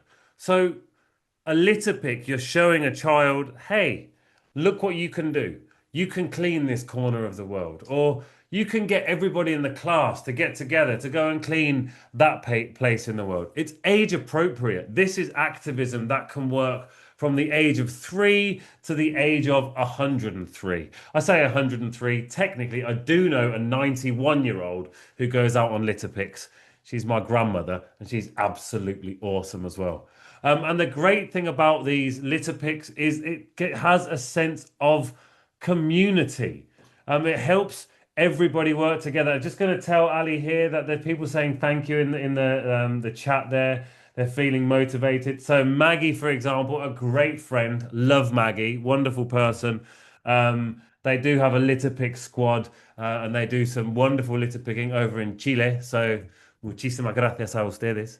Fantastic work there. And I'm sure Maggie can attest to the fact that when students see that difference they can make, it helps change their habits, it changes their behavior, and it helps them see a world that can be better and a world that they can change and they can make a difference in. Now all we need to do is train our cat and dog to go litter picking, and we'll be able to go out as a full family to do that. But why does structure matter? Why is structure important? Now, I don't know if you've heard of the Picker Pals. If you haven't heard of the Picker Pals, you should check out the Picker Pals. The Picker Pals is it's an educational program for students from 6 to 9 years old, so for young learners. And it starts off with helping kids with litter picking, because that is that gateway to environmentalism. It's that first step to environmentalism, but it goes on and it builds much more on that. So each class gets a picker pack, as you can see there. And instead of, you get your class mascot that kids take home for the weekend. Instead of that, they get the picker pack, which has an adult picker and a child picker, and they can go out, they can do a litter pick, they can log that litter pick, and it goes around the classroom and everybody in the class gets their turn with the picker. But it goes way beyond that. There are so many other ideas that they can have. There's so many other educational materials that come along with the Picker Pals. And there are online sessions they can join. There are themes from litter, biodiversity, plastic and packaging, recycling, SDGs, out and about. You can see circular economy, reduce the use, food and growth, climate change, getting around and making a difference. So it isn't just about picking litter. And all of these images have been created. They're all, handmade images as well. This hasn't been created through artificial intelligence. It's all human intelligence. So that's also pretty cool. Done by a wonderful. The art's been done by a wonderful artist, Tatiana, who's incredible. And the whole Picker Pals idea was started by just an incredible man called Patrick Jackson, an absolutely incredible human. A visionary human, in fact. And he has managed to do so much with this. And the slogan is, make the world better and have fun doing it. Because what lies at the bottom of this is the fun in changing the world, is the fun in making a difference. And yet it can, like Mohammed has said there, structure can turn outrage into meaningful, constructive action. And what do you want to do with your young students? You want them to make a change. You want them to want to make a difference, to want to understand these different areas, because not everybody's going to love litter picking, but it's a great way to start. And we can see Patrick there with Alethea at Change Now last year. If you want to find out more about Picker Pals, check out Picker Pals on Instagram. You can also find them at pickerpalsworld.org. And you can see that they are now in 82% of the schools all across Ireland. They are also in 79 different places in the UK. They're in Turkey, they're in France, they're in Portugal. They are spreading across the world, and they are making a difference doing it. They are helping students learn what they can do to make a difference, and they are having fun doing it. And I just have to share this next slide as well, because it's just wonderful. You can see that Alethea has become a Picker Pal. She has become one of them, and you can see her wearing the cloak of Hoth. And she is mentioned in the litter section because of her campaign. Now, I harp on about how wonderful she is, but she really isn't into that. Whenever I talk about her, the first thing she always mentions is the global team that help her do it. It's not about one person trying to make a difference. It's not about her. It's about all of the other people, the other 1,800 litter picks that have been done, the 37 countries that have had these litter picks done in. It's all about all of these people around the world. And there's a brilliant thing called the internet. Now, the internet is great because it means we can connect with people all over the world. And I'm sure we can see here, if we just look in the chat box, if everybody drops in the chat there about, you know, where they are from, we'll see that there are many different countries all over the world. And perhaps there aren't places with recycling near you, which isn't great, but recycling, it's not really the key. Recycling is a bit like if you're going on a diet and you decide to have diet Pepsi instead of full fat Pepsi. You know, it's not really an answer. The answer comes before recycling, a long time before recycling, in thinking about what we can do before the litter pick. So this afternoon, I had a 10th grade student pick the rubbish under their tables. Very good. It's a really good idea to start there. If you go to Japan, there are no cleaners in schools because students are taught to take responsibility for those actions and make them themselves. So what is a litter pick? If you're doing a litter pick with your students, it's a data set. You can look at the different things that you found. Maths. There you go. A nice big set of maths on the table for you there. Enjoy those maths. So they are a data set. When you go on a litter pick with your student, you can count all the different pieces of litter. Then the next time you go on a litter pick, you can see if it is different litter in different places. You can compare the two different data sets. You can look at the difference in where you go. For example, if I go to the park behind my house, it's called the Parque Gallega, and I go there most days to walk the dog, I always take a picker. If it's a Friday or a Saturday, there will be plastic bottles and glass bottles from what's called a botellona, where young people go and drink, and then they throw their rubbish all over the floor. However, if I go on a weekday, it's mostly cigarette butts. And we made a huge difference last year in November when we did November. And we went around, we spent a month collecting cigarette butts in our village. We were very visual with it. We collected them around the school gates. Now, when you go to the school gates, people don't smoke there anymore. They realized that what they were doing wasn't really okay, so they'd smoke elsewhere. They'd put their cigarettes in the ashtray. Because we showed them with the positivity, the actions that we were taking, we reduced it massively. We've made sure that bars all around the town use ashtrays so that those cigarette butts with their thousands of chemicals aren't going straight into the water system. Now, this is a tiny village, but with those actions, we made that difference around our village. And we had the data that we collected 21,000 cigarette butts in just 1 month. If we can continue to do this in other schools, in other places, to make people realize that, do you know what? Maybe this isn't the best idea. And it becomes a conversation starter. Oh, look, there's that guy with his butt kit. Yeah, you see, I had a bucket, but I called it a butt kit because I'm a dad and I live off puns. Yeah, dad jokes all the way. Love dad jokes. So yeah, it was my butt kit. But they can also be a conversation starter with the different piece of litter. So you pick up a bottle. Where does a bottle come from? Well, most students will think that the plastic bottle came from the supermarket. And they don't realize that before that, you know, if it's a 1 litre water bottle, that's 3 litres of water and 1/4 of a litre of oil that is taken just for that one bottle. So the consumption of plastic that we have in the world right now is absolutely absurd for fossil fuels. We need to reduce these fossil fuels, and plastic is a huge factor behind that. So we can stop and think about that, and that can be something to help our students realize that, you know, we maybe don't need those plastic bottles. We don't need to use a bag every time we buy bananas. These are areas that we can reduce our plastic use. Vicky used to work in workshops in Britain. They asked students to build something out of garbage. Yes, absolutely. Don't you worry, Vicky. It's like you're reading my mind. That's coming up very, very soon. So asking where something comes from is a fantastic place to start.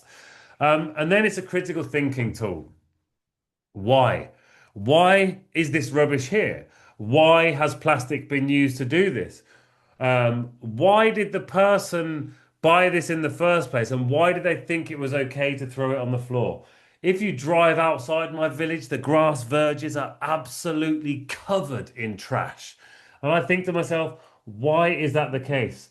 Wow, that's brilliant. The GFAs are using recycled materials to build a digestive system poster. That's great. Bringing it into art, bringing it into other subjects is a fantastic use of these materials because it doesn't have to be an awareness campaign. It can be that, but it can be for anything else. And in that, it becomes an awareness campaign. It is clear. And also, you can look at microplastics, which have made their way into our digestive system as well. And you can talk about that and it can all combine together. That is brilliant, Corinne. That's absolutely amazing. So think about the SDG. SDG 12, what does litter tell us about our choices? Where does that litter go?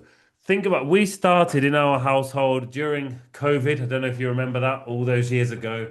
We were trying to do maths at home. So we did lots of plastic audits. And we're going to look at these in just a moment. But we like to think, where does the litter go? So do a creative writing with your students. What happens to a bottle in the environment? What are the long-term consequences? Write a short story from the perspective of a plastic bottle. Describe the journey from being created to being used to being disposed of. Look at these other opportunities. Look at the downcycling and look at it as being part of the ocean's ecosystem. There are so many different ways that you can look at this. This activity comes from Activities for a Greener Mindset, which is an amazing book written by some guy. I don't know who he is, but apparently he doesn't have any hair and likes wearing hats and a Hayden's Pies t-shirt. My friend's pie shop. So if anyone's in Australia, check out Hayden's Pies. Brilliant vegan pies. Oh, and I see Marcella. Hi, Marcella. Another person I am an enormous fan of. I actually might say I'm her biggest fan. Lovely to see you, Marcela. And yeah, muchísimas gracias por venir. So next up, as we had mentioned before, creativity. Creativity is vital to our classrooms. You know, when we're talking about sustainability, we can't just talk about numbers. You know, we've looked at numbers, we've looked at data, but telling people data and shoving data in their faces doesn't really work. You know, you go, oh, wow, that's loads.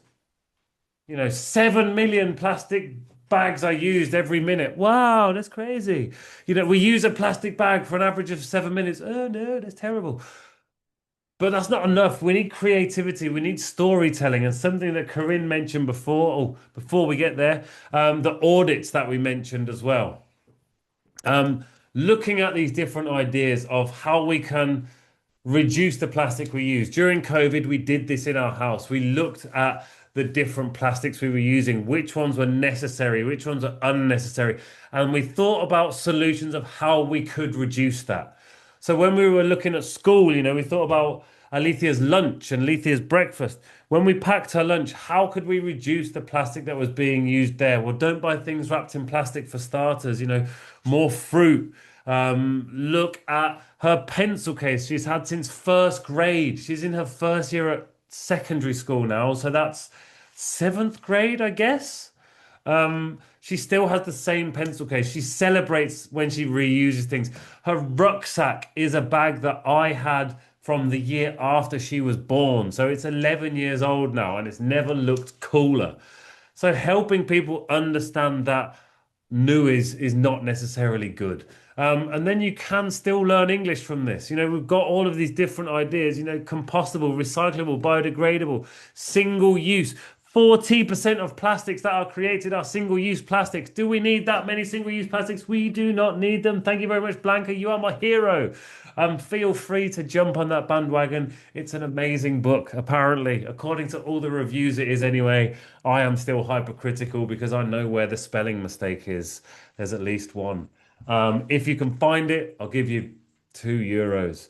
I don't know how I'll give it to you. I'll donate €2 to Kids Against Plastic. In fact, I'm going to donate to Kids Against Plastic anyway, because why not? If you want to do that, feel free. Link is in the chat box. Look at that segue. So smart. And as we talked about with Corinne, does anybody recognize the picture on the left as you look at it? Does anybody recognize that picture? It's kind of famous. The picture on the screen, Ali. Well, if you look at the screen, you'll see it. Oh, yeah. Do you recognize it? Yes, you probably do. Does anyone know that very famous UK landmark? Oh, yeah. Then. Stonehenge, Lorna, very good. I don't know why I said Lorna with a Spanish accent, Lorna. It is Stonehenge, but look very closely. It's not actually Stonehenge. It's made out of lighters. So these were found by an artist called Rob Arnold, who went out litter picking and frequently does. He's done some amazing things. I really recommend you check out Rob Arnold. Absolutely amazing things. He made Stonehenge, and that was for the equinox, but they are made out of lighters. Your students can do that.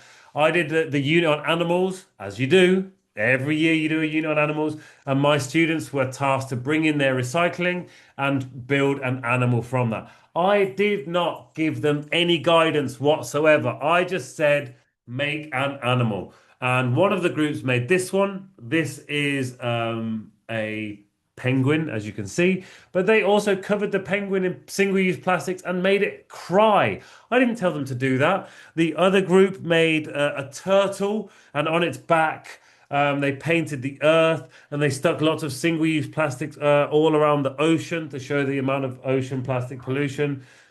That was Ali's group. From her and her friend David did that. So it was the students taking the initiative themselves. Now, it's important when you do this kind of thing that you don't just do it yourself, You don't just do it for you. You share it with the world. You share it with people across the globe. You share it with people everywhere you can. Now, you can go to changemakersworld.live. I'm going to put it in the chat box. Changemakersworld.live. See if I spell that correctly. There you go. I haven't put any of these things with hyperlinks on them, so my apologies. Share what you do on changemakersworld.live, and also go on there and have a look, because there are hundreds of different projects from people across the globe, and it gives your students not only a certificate, because let's be honest, who doesn't love a certificate? Blanca, how do we get our certificates? I want a certificate for this session, Blanca. How do I get it? Where's my certificate? I want certificate. I love certificates. If you go to changemakersworld.live and upload your contributions there to the different things that you have done, you will get a certificate. Your students will get a certificate, and your school will get a certificate for trying to make a difference. And there are so many ideas there about food waste, about diversity, about so many different things. Please do check out changemakersworld.live. I have it open on another tab, so if we have time at the end, we will absolutely go there. Please do check out changemakersworld.live. There is a link there. I didn't give you the hyperlink, so you're going to have to copy and paste it because I didn't do it properly. You can also buy this book.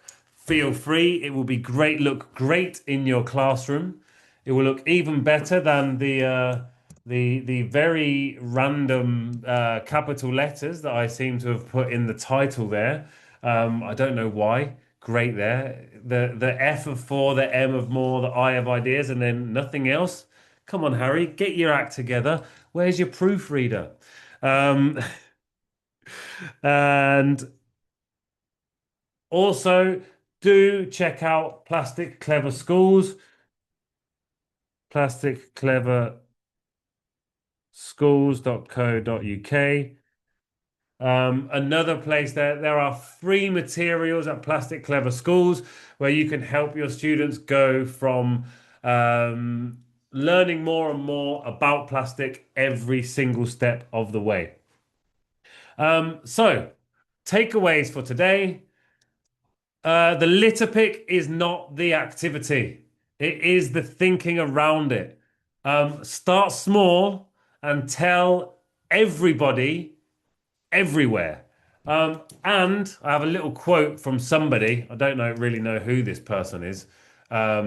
She's someone, probably insignificant. I don't really know. But there's a quote from this little person.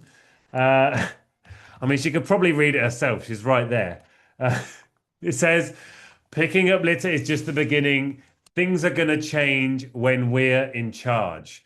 And that, everybody, is pretty much that. So Valentina has said thank you in the Q&A box. I'm going to say thank you here. I'm gonna stop sharing as well because I believe I've caught up the time, Mo. I know that we were running a little bit behind, but I've caught up and there is enough time for some questions, I think. If anyone would like to ask a question to me, if anyone would like to ask a question to Ali, please do. Also, any questions about beard care, I'm free for those questions. You know, it's And the fine. hat. And hats, of course. You know, maybe you could grab, can you grab my HP hat there? The black one. There we But go. we do have some time for questions, Ali and Harry. We do We do indeed. have some time. There you go. I'm not sponsored by Hayden's Pies. I just love Hayden's Pies. Vegan pies, amazing, available.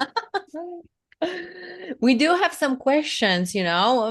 We just want to squeeze even more out of your expertise, ideas, and insights. So, Ali, can I ask you a question? Yeah, of course. Of course. Thank you so much because you are the voice that is important, and we want to hear from you as a sort of representative of the youth. So, what motivates young people as you, young brave people like you, to take action on environmental issues? Because sometimes unintentionally, schools or curriculum overwhelm students. Yeah, I think what mostly motivates me, in my case, it's different for every kid, but what motivates me is probably seeing what can be better and seeing what is wrong and wanting to change it. I remember when, so back in the pandemic, there we go. Well done. Got a bit of L2 interference there. Yeah, I got there in the end. I remember that we were watching something called Let's Go Live. It was a YouTube channel, and it had Amy and Ella Meek from Kids Against Plastic. And I remember Ali saying, "Oh, I want to be like them." And you know, when she went back to school, the first year she was back, she had a really good teacher who cared about the kids. She cared about their well-being, but like the powers that be, the head teacher at the school wasn't really into anything environmental. So every idea she took forward, they were just like, no, no, no, we can't do that. So I remember having Kids Against Plastic was so useful because it's peer-to-peer education. It's young people helping other young people. You know, she mentioned they talk about biodiversity, that, you know, they talk about the links between Star Wars and the environment. You know, there are so many different things, and I love to see how all of their different campaigns try and build into all these different young people's beliefs. You know, they've got a campaign about plastic because I don't know if you know, plastic has chewing gum, sorry. Chewing gum has lots of plastic in it. So they've got that campaign. And I think the key for teachers is finding those different motivations in students. As Ali mentioned, her motivation is seeing what she can do to make a difference, but other people's is maybe something different. So I guess we are getting back to the topic that is with us since day one, student-centered learning. Ask your students, make space for meaningful conversations. Exactly. I mean, how often do you take that time to speak to your students and ask the questions, what do you want to learn? You know, yes, you have to pass exams, but you know, the amount of times that Ali comes home and you know, she's nervous because she's got an exam for maths tomorrow. She's got an exam for history tomorrow. And all of these different things. You know, on top of that, outside of her school time, she's taking on these other things that are, I don't want to say bigger than that, but let's be honest, it's more important than your end of unit maths test. There's so much emphasis put on these different tests, you know, especially here in Spain. Oh, you have to do well in this exam. It's so important to your grade. You know, grades are the first thing they talk about at the end of the year. Oh, grades. Have you got your grades? What did you get? Is it that important? Are grades that important? I don't think they are. As a teacher, as a parent. Neither do I. No, I think it's more important, what do the kids want to do? What do they want to learn? Do you care about what you learn? No, I do the exam and then I forget. Yeah. You remember the That's a French Revolution. Well done. Probably the only thing. Yeah, that's a powerful message because we do hope to have meaningful conversations not only with educators and teachers, but also with policymakers. So this is the message for them, just to create a safe space for conversation and asking students what they really want and how to balance it out. You both mentioned many times in your wonderful presentations and practical tips, and that's the word that was, I think, in the center somehow: teamwork, collaboration. So that being said, in building global teamwork around sustainability, environmental action, Harry, Alicia, feel free to jump as well. How do we balance online collaboration with tangible, interesting, hands-on experience? Because we are currently facing the very important question. We want to integrate technology and online collaboration, but not be fully overwhelmed by it. Yeah, I think these ideas, these kind of things are the first steps. So it's that connection. You have that connection first. The internet is brilliant for that. And then going out there and making that difference, be it, I don't know, a clothes swap or a meat-free Monday at your school, or wear your clothes again day to show people that it's okay to wear your clothes more than once. I can tell you what, I don't smell great. She has to sit next to me. I wear my clothes way more than once. So these ideas, they can get them from these online spaces. And then after they've done them, share that. Show those people what you've done. Maggie is a brilliant example for this. I'm pointing at the chat. For me, this is the chat. Maggie is a great example of this because she shares what her students are doing. She shares these different ideas. And Marcella is also amazing. She shares all of these different things, particularly with the other areas that she works in and the different networks that she has. She shares these different ideas. And, having people like that out there giving ideas to those of us who maybe we don't know everything. I know when we become teachers, we want to pretend we know everything.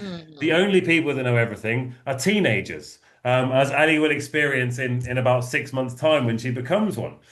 They're the only people that know everything. So learning from others and then sharing what we know, what we've found, and what we've learned. Ali's shared so many of her different ideas. She's a lot less present online now than she was in the past because she likes to focus her action on what she's doing, and she keeps it within Kids Against Plastic, and she's more kind of conscious of her digital footprint now than she was before. Now she's like, I'm not sure I need that online. Whereas when she was 7, she was like, yay, that's brilliant. And you can still find those hilarious and amazing videos of when she was younger. They're very cute. So yeah, I think this idea of learning from what we can find online and then sharing back with ideas like Changemakers World and sharing things through Instagram and wonderful places like this, wonderful communities like this to be able to look at what we can do to make a difference. Fantastic. Thank you. We do have some time for the last question, which will begin with a thank you note, because that's the question from one of our attendees, Mohammed. It's very interesting and insightful, creative session. Thank you very much. And the question that follows is also a kind of question that we try to get more answers in terms of changing the perspective and, taking maybe other holistic look. So the question is, I'm just wondering, how can we actively learn to see the world through perspectives beyond our own and use that expanded understanding to create a meaningful world and compassionate change? Wow, it's a long question. It's a big question. It's good. That's a big one. It's a big question. It's also a fantastic question, Mohammed. A brilliant question. This is where the internet helps us. We can see things outside of our own bubble. I like to go with the idea. This is not a unique idea to me whatsoever, but think global, act local. So think about all of these things that are happening around the world, these different things. So when Ali's in her meetings on CAP, for example, she's learning about Australia. She's learning about the United Kingdom. She's learning about issues, problems in these different areas and things that these young people have to deal with. But then she knows she can only deal with where she is now. Yeah. Exactly. So she can help out with the village or the area. She can help out here. Yes, she can connect with people globally, but it's so important that we do see the world through other people's eyes. We do look outside of our algorithm as well. You know, algorithms show us what we want to see. So if I go on Instagram right now, there are going to be hundreds of cats with bow ties because, you know, who doesn't want to see a cat with a bow tie? I think everybody wants to see a cat with a bow tie, which, you know, coincidentally is exactly what Alethea is going to show everyone right now, a cat with a bow tie. So as we can see, you know, these are things that everybody wants to see, but we need to look beyond that. We need to force ourselves to look outside of our algorithms and look at the uncomfortable truths that are out there because they are uncomfortable and we need that compassionate look on life. We need that compassionate take on things to be able to understand that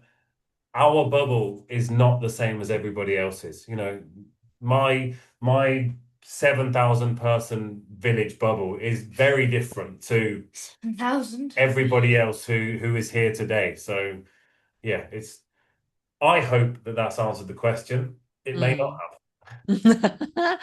I think it perfectly fits into our day. So reflective practices, just to reflect onto your bubble and see beyond that.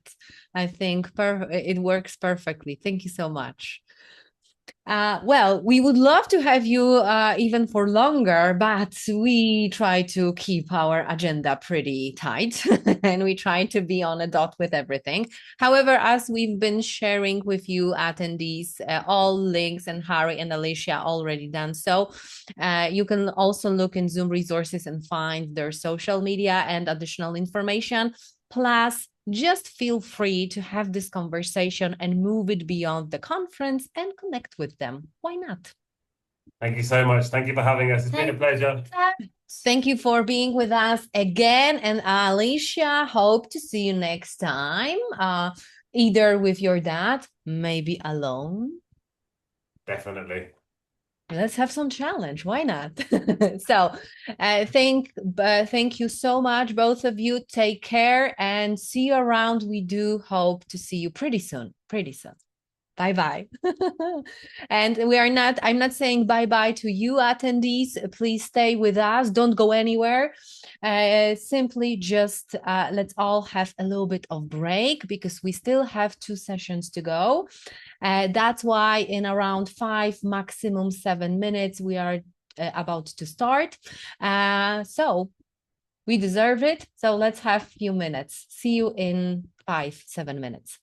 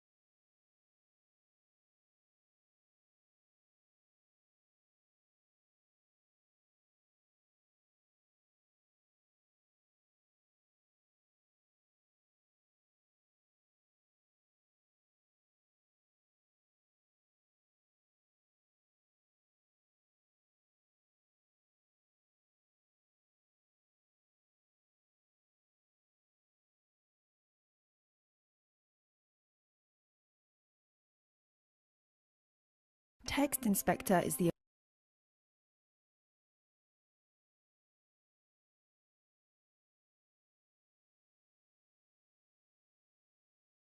Text Inspector is the award-winning professional online tool that allows you to accurately and comprehensively analyze written and spoken texts for teaching, testing, and research purposes.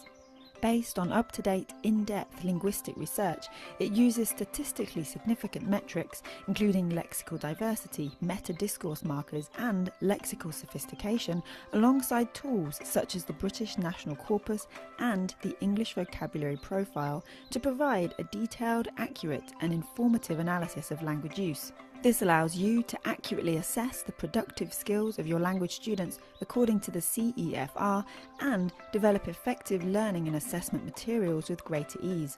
Some researchers have used Text Inspector to track improvements in their students' writing skills over time, others to ensure examination materials are at the correct level.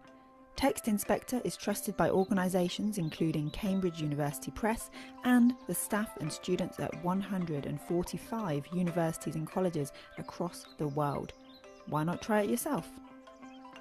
We're offering all conference attendees premium access for free.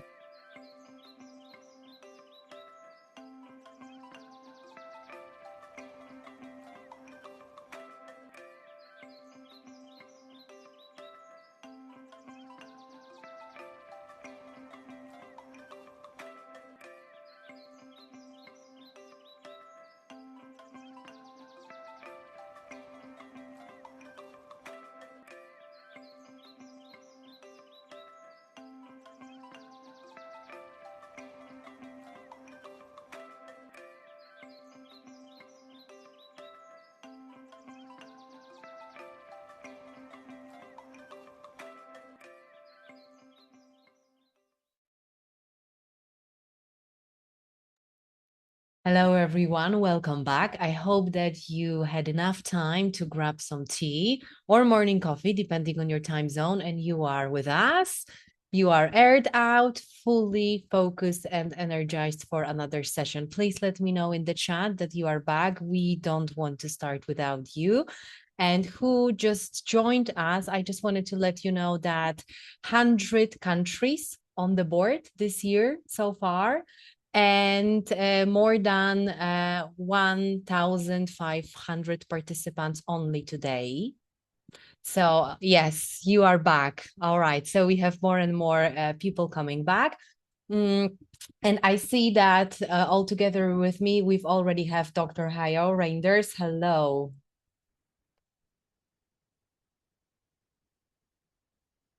Hi there, Blanca. Hello, hello. How are you feeling? And is it morning or evening for you?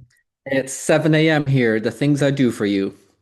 Oh, wow. So it's like a very early morning. Yes, I've had 2 coffees, so I'm fully ready to go. Fantastic. I can promise you that this is the same on site from our attendees, because since day one, they've been so engaged, actively asking questions, commenting on the chat that what has been happening is simply insane. So I'm very happy that you are energized as they are. Fantastic. So before we begin, dear attendees, let me quickly introduce Dr. Hayo Reinders. And as we promised, we are going to have Q&A session. So if you have any questions regarding his insights presentation, try to keep them and place in Q&A Zoom. Without further ado, Dr. Hayo Reinders is Senior Professor of TESOL and Director of Research at Anaheim University, USA, and founder of the Institute for Teacher Leadership. He's editor of Innovation in Language Learning and Teaching, as well as Language Learning and Technology. He has published 34 books and over 200 articles in the areas of outclass learning, technology, and language teacher leadership. It is our pleasure to have you at EDUCAST International Conferences 2026. And today, Dr. Hayo Reinders decided to share everything he has in the area that he decided to call From Self-Regulated to Hybrid Regulated Learning, a framework for practitioners. The stage is yours officially. We cannot wait to learn from you. Thank you, Blanca, and thank you everybody for joining in. I am calling in today from New Zealand, where it's 7 a.m. at the moment, as Blanca just pointed out. Lovely to be with you. This is a topic that is very, very close to my heart. It's also a topic that I believe in the years to come is going to be absolutely vital. And I'll explain what I mean by from self to hybrid regulated learning in a moment. And I'll introduce a framework that I have been working on kind of over the last 20 years, but it's obviously changing quite significantly as a result of technological developments. So let me jump in. I'm just going to make one little change here because I can't see. That's better. Okay, perfect. All right. So from self to hybrid regulated learning, the thing that prompted me to speak to you today about this topic is something that has been on my mind, and I think a lot of people's minds in the last, well, at least 2 or 3 years, which is the fact that everything in some ways looks like it's changing as a result of AI and also other educational and other technologies. And it sometimes feels like the change, the level, the speed of change is overwhelming. But it's important to, I think, go back to some of the fundamental questions underlying education. And one of those questions is to ask, what stays the same when it feels like everything around us is changing? And I'll give you an answer, a possible answer at the end of my presentation. So one of the things that stays the same is that all of us as educators is very that's fundamental to the reason why we become educators is that we want to help our learners and set them up for the future. And of course, the challenge always has been that nobody can ever know what the future looks like. So preparing people for what is essentially an unknown future is the Sisyphean task that we have set ourselves as educators. So I guess another way of saying, of asking what should we be teaching is to say, well, what is the fundamental skill set that we need to help learners to develop? Or what is the most important skill that we can develop in our learners in the coming years? And that skill set is related to the issue of self-regulation. The topic of self-regulation has been around for at least 40 or 50 years when Zimmerman and Pons and Dale Schunk and other people started to kind of recognize that even in their elite universities where they were teaching at the time, even in classes where all the materials were the same, where the teacher was the same, where the curriculum was the same, some students were just more successful than others. And they started to investigate why that was. If everything is the same, why do some learners still do better than others? And well, long story short, what they found was that the one thing that best predicted success on test scores was learners' ability to self-regulate their learning. And specifically, what that means, as Zimmerman here points out, is that learners who know how to set meaningful goals, who can monitor their learning with intention and do so in a proactive way, so not waiting for a teacher, but can do it by themselves and know when to do it. Students who use strategies effectively and who respond to personal feedback adaptively, not only attain mastery more quickly, meaning they not only learn faster, but here's the key thing, they are also more motivated to sustain their efforts to learn. In other words, they are more likely to persist in their learning, even at times when perhaps things are not going as well, when there are challenges and obstacles, which of course as educators, we know there always are in the learning process. Now, the thing that has fascinated me for a long time is that self-regulated learning is recognizably important in the classroom.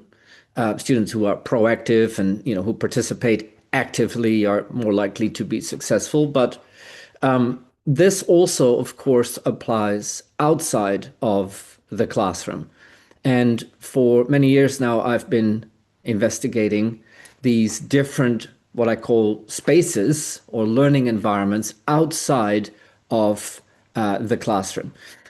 Still, in educational research and in teacher education and in testing, we really focus primarily and often exclusively on essentially just one single type of learning, which, as you can see here on the screen, is formal learning. And formal learning is beneficial. It has a number of characteristics that make it easy to implement, make it easy to assess, make it easy to test, make it easy to organize, but it is only one of very many different types of spaces in which learning can and does occur. Now, the primary focus of my presentation here is not to go over all of these different types of spaces. I've put a QR code in the top right corner of your screen where you can download a position paper for free, which I've written on this topic. But in summary, briefly, in addition to formal learning, we have, for example, very important these days, game-based learning. We have self-learning, we have peer learning, we have community-based learning, we have mentor-based learning, flexible learning. And these are all forms of learning that I believe are going to become increasingly important as we go on. By the way, just very briefly, I can't stop myself, but there's one on here, which is the most common form of learning, of all types of learning, at least for adults. And if you have a quick scan across the image here, can you pick out which one that would be? So I've mentioned already peer learning, self-learning, mentor learning. There's also informal learning, game learning, remote learning, flexible learning, play learning. But actually, the most common form of learning is the one near the top, next to the word learning spaces, called performance support. And performance support is what happens when somebody is in the process of carrying out a task. You can see here on the image, if it's not too small on your screen, you can see somebody is digging a hole in the ground and somebody else is standing next to that person with a laptop. So clearly this person is performing the task of digging a hole. But maybe he needs to be careful not to hit an electricity line or a gas line. So he needs support from someone else, in this case a person, to guide him on how to dig this hole. It's a very simple example, but if you ponder this, it's the most common way in which we acquire new skills, at least as adults. For example, in the workspace, I have a job that I need to do. There's this spreadsheet that I have to complete. I don't know how to do it. I'll just quickly ask my colleague. In other words, I'm getting support with my performance. Or I'll quickly jump onto YouTube and look at a quick tutorial. Or I observe other people who know more than I do. And it's that type of daily observation, learning, micro-learning that is actually the most common. Now, the reason why I begin my talk about hybrid regulated learning with the topic of self-regulated learning is that learning outside of formal education is by far the most common form of learning. We don't have exact figures because, as you can imagine, if learning takes place outside of a formal classroom, it's difficult to measure, it's difficult to observe. But estimates are somewhere in the range of 70 to 80% of adult learning takes place outside of the classroom. So when we talk about the importance of self-regulated learning and for us as teachers, the importance of developing, fostering self-regulated learning. We are setting up our learners for lifelong learning. Now, we've known about the importance of lifelong learning for many years, decades really. You know, the importance of preparing learners for whatever circumstances they find themselves in the future, giving them the skills to deal with whatever comes their way. However, in recent years, I've added to lifelong learning another, what I think is fundamental aspect, which is life-wide learning. So it's not just into the future, but it's also across people's everyday lives. People, as we've pointed out, learn in a classroom, they learn outside a classroom, they learn with their family, they learn in the community center, they learn on their mobile phone. So as educators, we're not only preparing learners for what may happen in the future, a temporal aspiration, but also what is happening across somebody's personal life. And really, ideally, we need to prepare learners to deal with whatever life throws at them across these different dimensions. Which leads me to the crux of this presentation, which is the recognition that the traditional model of self-regulated learning, as important as it is no longer comprehensive. It's no longer entirely valid anymore. Let me explain what I mean by that. So in traditional SRL, self-regulated learning, learners are at the heart of the learning process. Learners are the ones who make decisions about what to learn, when to learn, where to learn. Learners monitor their own progress. They decide whether they are still on the right track. So they evaluate themselves and they adjust their learning goals accordingly. However, what we have seen in the last few years, but especially I would say in the last 6 to 9 months, is the development of AI, or its ability to support and guide learners, not just in terms of providing learning materials, whether it be in the form of instructional materials or quizzes or tests, but also its ability to guide learners, to support learners in their own learning. In other words, the AI doesn't just teach, but it also helps learners to learn by themselves. And the ways in which it does that include, for example, its ability to provide feedback, not just on performance, not just on the number of answers that a learner got right on a quiz, but also on the learning process. So increasingly, AI can tell when a learner is perhaps applying a strategy that is not helpful in the long term. Increasingly, AI is already able to proactively suggest alternative resources or suggest more meaningful or more realistic goals for learners to work towards. Increasingly, AI is able to help learners to pay attention, to keep learners from drifting and maintaining their attention on what is important in relation to the learner's own goals. And in the near to medium term future, not only that, but also it will be able to do that across a learner's lifespan.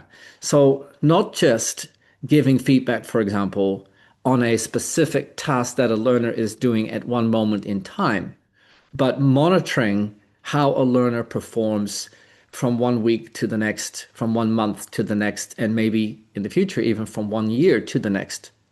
In other words, you can think of an AI like this as a learning coach not as a provider of content and instruction, although that may be part of it, but more importantly, somebody who knows you as a learner with your strengths, with your weaknesses, with your aspirations, your goals, your motivations, etc.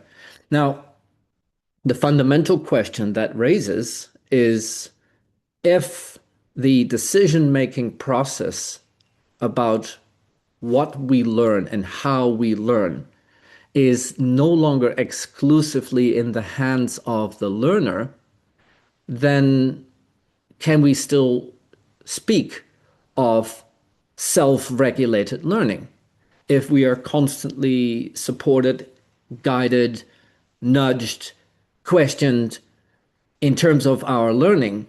Then surely we are in essence working together with or co-regulating with in this case, AI, right? Or with technology. And that's where the word hybrid regulated learning comes in, because the regulation is a combination of a partnership between the learner and the technology. So what we need is we need a new model. We need a new way of understanding how learning regulation, traditionally called self-regulated learning, how that plays out. So again, on the left-hand side, self-regulated learning, the locus of control is internal. It's learner-centered. It's with the learner. The role of the technology there is essentially just a support act. You know, the technology is something that the learner decides to use, maybe to take a test or to find learning materials, what have you. But the regulation is completely in the hands of the learner. In hybrid regulated learning, the locus of control is actually distributed. It's not with me, it's not with the AI, it's a combination of both. So it's not learner-centered anymore, it's partnership-centered. The role of the technology then is certainly not passive. It plays not only an active role, but also a proactive role. The technology is, in an ideal world, constantly on the lookout for you. It's constantly supporting you, monitoring what is going on, providing suggestions. So the technology is performing a range of roles that go well beyond just that of being a tutor, for example. The technology can now also be an evaluator, a simulator, a recommender. We'll talk about that more in a moment. So as we've seen in the last few days in other presentations, this idea of co-regulation is becoming increasingly important. And in the case of self-regulated learning, I would say fundamental to our understanding of how the learning process unfolds. And in the case of hybrid regulated learning, again, we're talking about a distributed or co-regulated learning process, which is very exciting. Very briefly, if you're interested in the topic of self-regulated learning and the history of it and some existing models and understandings, this is a free position paper that is available online and talks about this in a little bit more detail than I have time for here. QR code, again, is at the top right of the screen if you want to download that. And maybe later we can also put the links into the show notes.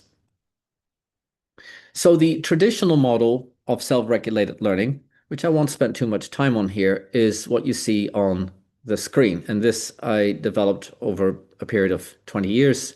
The first iteration came out in 2011, and then a more recent version 2 years ago in the position paper I just shared with you. Thank you, Blanca, for posting that link. And the reason why I'm not going to spend too much time on this is because I have been working on a revised version that better accommodates this notion of hybridity and co-regulation. But very briefly, as you can see here from the top right to the bottom left, the self-regulated learning process involves needing to make decisions as a learner by yourself, for yourself, about the different aspects, the different stages of the learning process. And we'll go into a little bit more detail there in a second, because the new model actually is more comprehensive and more descriptive of what is actually happening at the moment. It's quite complex. I'm going to go through this one by one. You'll see that there are 3 layers here. But before I do, what you see here is at the top a human layer, and then at the bottom a technology layer. So whereas in the previous model you only had the one dimension, which was the learner dimension, here you see a combination of the regulation that learners do, and then the regulation that occurs with and as a result of the technology layer. And as I said, we'll go through these one by one. So looking at the human layer and starting from the top left, and again, a lot of the background is in the position paper, the link of which is in the chat. The self-regulated learning process starts with learners' ability to motivate themselves and to orient their learning. And why do we start there? Well, because outside of formal education, we don't have a teacher or a tutor to motivate us, whether it's an external motivation like an exam or getting a certificate, or whether it's an internal intrinsic motivation that a teacher is able to encourage you to discover.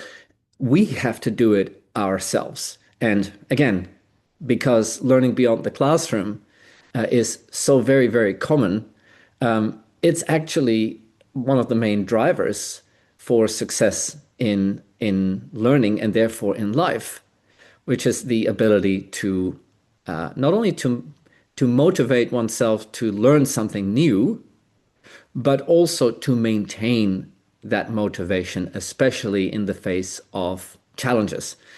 My background is in second language acquisition, and language learning is, of course, an incredibly long-term, difficult process. And, one of the most common reasons why especially adult learners drop out of language learning is that they just cannot maintain the motivation over such a long period of time. So improving your ability to motivate yourself is a key to long-term success. But of course, as educators, we can teach that. When we do have learners in our classes, we can teach them ways in which they can overcome, for example, demotivation, times of stress. We can give them strategies and techniques to keep up their motivation. And by doing so, we are preparing our learners for that lifelong and life-wide learning we talked about earlier. Moving on to the next stage, needs and context analysis. So a learner needs to be able to decide what they need to learn. And again, in a formal setting, it's easy. You just show up, the teacher or the curriculum or the materials decide what you need for you. Maybe there's a quick diagnostic test, and then after that, the decisions are made for you. But outside of formal education, you need to figure this out yourself, and knowing what is beneficial to learn and what perhaps is not really urgent or important or beneficial to you is incredibly important. But again, something that most learners are unable to do. So again, as teachers, we have a really important role of helping learners to, for example, assess how well they are doing and what areas they need to improve in more. And that then translates into the next stage, which is goal setting. Not only do you need to know broadly in broader terms what it is you need to improve on, but then you need to translate that into manageable goals. And again, that's something that we know from research. Most learners struggle with without support, without some sort of training. Once you've set broader goals, you then need to translate those into immediate action plans. Again, something that a lot of learners find difficult, translating, say, a 6-month or 12-month goal into today's learning plan is very hard for a lot of learners. Then, once I'm actually sitting down and doing my learning, engaging in task, as it's called here, task engagement, I need to monitor how that's going. If I don't have the tools to observe whether the task that I'm doing is helping me to complete the plan that will help me to achieve my goals, I'm just flying blind, as they say. And so the ability to observe oneself, to adjust and regulate one's learning based on perhaps our performance or based on feedback from others, again, is a key skill. And then over time, we also need the metacognitive ability to step back from our day-to-day learning and reflect on the learning process as a whole. This involves questions like, I've been spending so much time every day. I'm trying to learn, this new language, and I don't feel like I've really been making a lot of progress. Maybe my approach is not right. Maybe my style of learning doesn't match my strength. Maybe I need to get some additional help, or maybe I need to look up some additional different resources. So that metacognitive ability to look at yourself and to revise your plans and maybe develop a new approach is vital. And then finally, you have to integrate what you have learned into your life, so that it's not separated from your daily aspirations, but that it becomes part of who you are, and that the skill that you've developed is now part of your identity. And ideally, that you have the ability to transfer what you've learned to different contexts. So that's a micro introduction to self-regulated learning and the different stages that take place that learners need to develop in order to be able to manage their learning successfully. Now, I think it'll be clear to you that that's a lot. That's a lot to ask of anyone. Somebody just posted, Mohammed, I think, in the chat. Yes, in addition to all that, you need to be really aware, not just of yourself, but also of the task that you're doing, of the environment, the situation that you're in. It's a really tough job, which is why, as teachers, we learn how to teach. And that's why, as educators, we continue to learn more about how to teach, because we still haven't figured out how to do it perfectly. And we're somehow expecting learners to do this by themselves. So luckily, we now have let me just clicked on the wrong screen here. Here we go. Go back. So we now have the ability to have technology help us with this layer, with this skill. So let me just quickly go back to this model here. So we've talked about the top layer, which is what humans do. But you can see that there are connections between the top layer and the bottom layer. And the bottom layer is the technology layer, because you can see that for each of these skills that learners need to have, there are corresponding roles that technology can play. For example, if we look at, I don't know, just pick a random one, needs and context analysis. So again, the ability to know what you need to learn, what is most relevant to you. Well, technology is actually pretty good at helping you figure out, helping you to figure out what a particular skill or domain involves. It's pretty good if it knows you at comparing whether that specific skill or domain is relevant based on your prior experience. It's also pretty good at knowing what sort of level is probably right for you based on your prior performance and what it knows about your interests, etc. So yeah, that's it's able to to provide you with a pretty good evaluation of the skill set, the context, and your personal aspirations, and then provide you with recommendations. So an evaluator role is something that an AI can very well do here. If we look at planning as a second example, it's the one on the right-hand side. When it comes to planning your learning, well, AI is very good at making recommendations based on the resources that it has access to. It's pretty good at making recommendations based on the amount of time that you say you have for it. Not only that, it can simulate different learning scenarios. It can provide you with the tools necessary to actually create the plans and maybe put them into your diary, or create reminders for you. So you can see where the technology is in the background increasingly able to provide a kind of like a supporting role to the learners. So as a learner, I don't necessarily need to make all these complicated decisions about my own self-regulated learning anymore, because I basically have a background assistant, a coach, who increasingly knows me and knows what I need.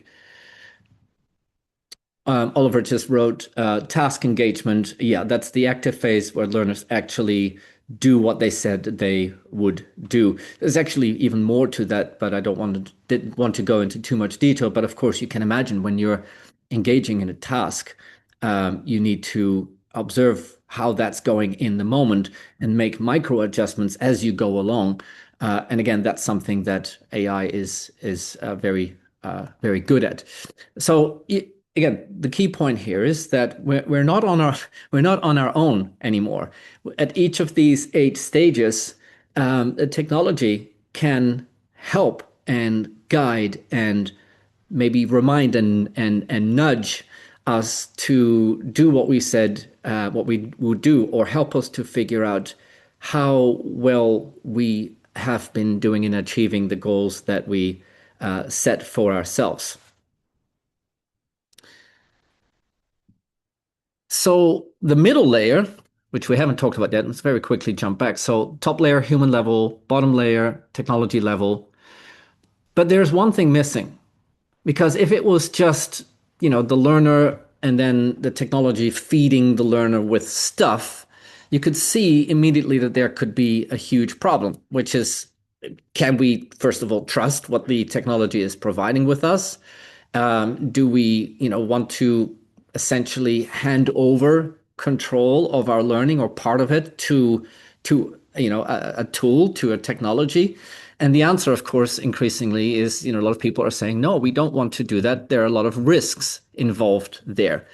So between these 2 layers, you have, of course, a set of skills that learners need to have in order to be able to understand what the AI is offering, enabling learners to evaluate whether they think what the AI is offering is helpful, truthful, ethical, etc., and a set of skills that helps the learner to decide whether or not they want to actually take up the suggestions and recommendations and so on that the AI is making. In other words, there is a critical level, and this is usually referred to as critical literacies, that has to be applied by the learner in order for the learner to maintain agency or autonomy over their own learning. We've heard a lot of presentations in recent days about the dangers of cognitive offloading, just getting an AI, for example, to do your stuff for you. That's great for task performance. It's not so great for learning. So if we're interested in learning, then learners need to be able to communicate with the AI so that there is a true co-regulation taking place. Now, the specific names of these critical literacies are a little bit up for debate. There's 4 key ones that I've listed here. provenance literacy, bias literacy, epistemic literacy, ethical literacy. People have come up with other ones, additional ones, and I think these are sort of changing as our understanding of working with and learning with AI develop. But however we label them, it's clear that learners who lack this critical skill set to communicate in a two-way, in a dialogue with an AI, are in the long term going to be at a huge disadvantage because they are essentially at the mercy of the technology. And we don't want that. We want our learners to be autonomous. So for us as teachers, but also more broadly, for the education system, for policymakers, for curriculum designers, materials developers, these skills need to be integrated into what we teach. Which leads me to the final 2 points, which are kind of like implications of all this. Like, how do we work with this from here on out? And I want to conclude by looking very briefly at 2 points. One is to do with assessment, and the other is to do with, next steps, if you will. So for educators, and when I say educators, I mean anybody involved in any aspect of learning and teaching, whether it's developing materials or actually teaching in a class, in order for learners' ability to communicate with technology meaningfully and autonomously, in order for that skill set to develop, we as educators need to understand and intervene where necessary how learners communicate with, work with, co-regulate with the AI. So rather than saying to a learner, write me an essay of 500 words and hand it in, obviously, if I just look at the result and it's perfect, that's great, but it's probably written by an AI, right? So instead, we want to bring to the foreground the process of working that the learner has gone through of working with the AI. So we want to make the hybrid co-regulation, we want to make it visible as much as we can. So different research studies have, used different ways of investigating the learning co-regulation process. Some examples include looking at the prompts that learners have used in order to create an end product. So rather than just measuring or testing or scoring the essay itself, you would look at all of the different questions that the learner has asked and the revisions that they have made to their essay. And you can see from that whether they have just blindly taken the suggestions or whether they have critically thought about them, asked follow-up questions, and so on. Other things that researchers have tried very successfully is to look at annotated dashboards over a period of time, where you can see, for example, how much and how extensively learners engage with different technologies at different times of the learning process. So, for example, if you have a dashboard that can see how often learners, for example, ask questions of an AI, or how often they argue with an AI, and how that compares over time, or how that compares between different groups, you can learn a lot about whether or not, as a group, as a class, for example, your learners are strengthening their ability to co-regulate with technology, or whether they're not developing those skills. And finally, of course, just a good old reflection journal. Just talking to your learners, or if you're a researcher, talking to your participants and say, how did you approach this task? The AI suggested that you change your goal. What did you feel about that? Did you change your goal? If you did, why? If you didn't, why not?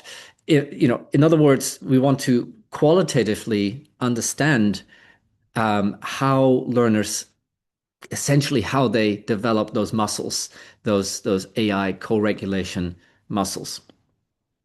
There's lots of artifacts that are available to us as teachers and researchers that we can that we can use, as I said, notes, plans, reflections, prompts, drafts, interaction records, and they really allow us to kind of, as I said, make visible the learning process. And from that, of course, we can then see where there might be gaps in perhaps the critical literacies that our learners have, or their understanding of hybrid regulated learning.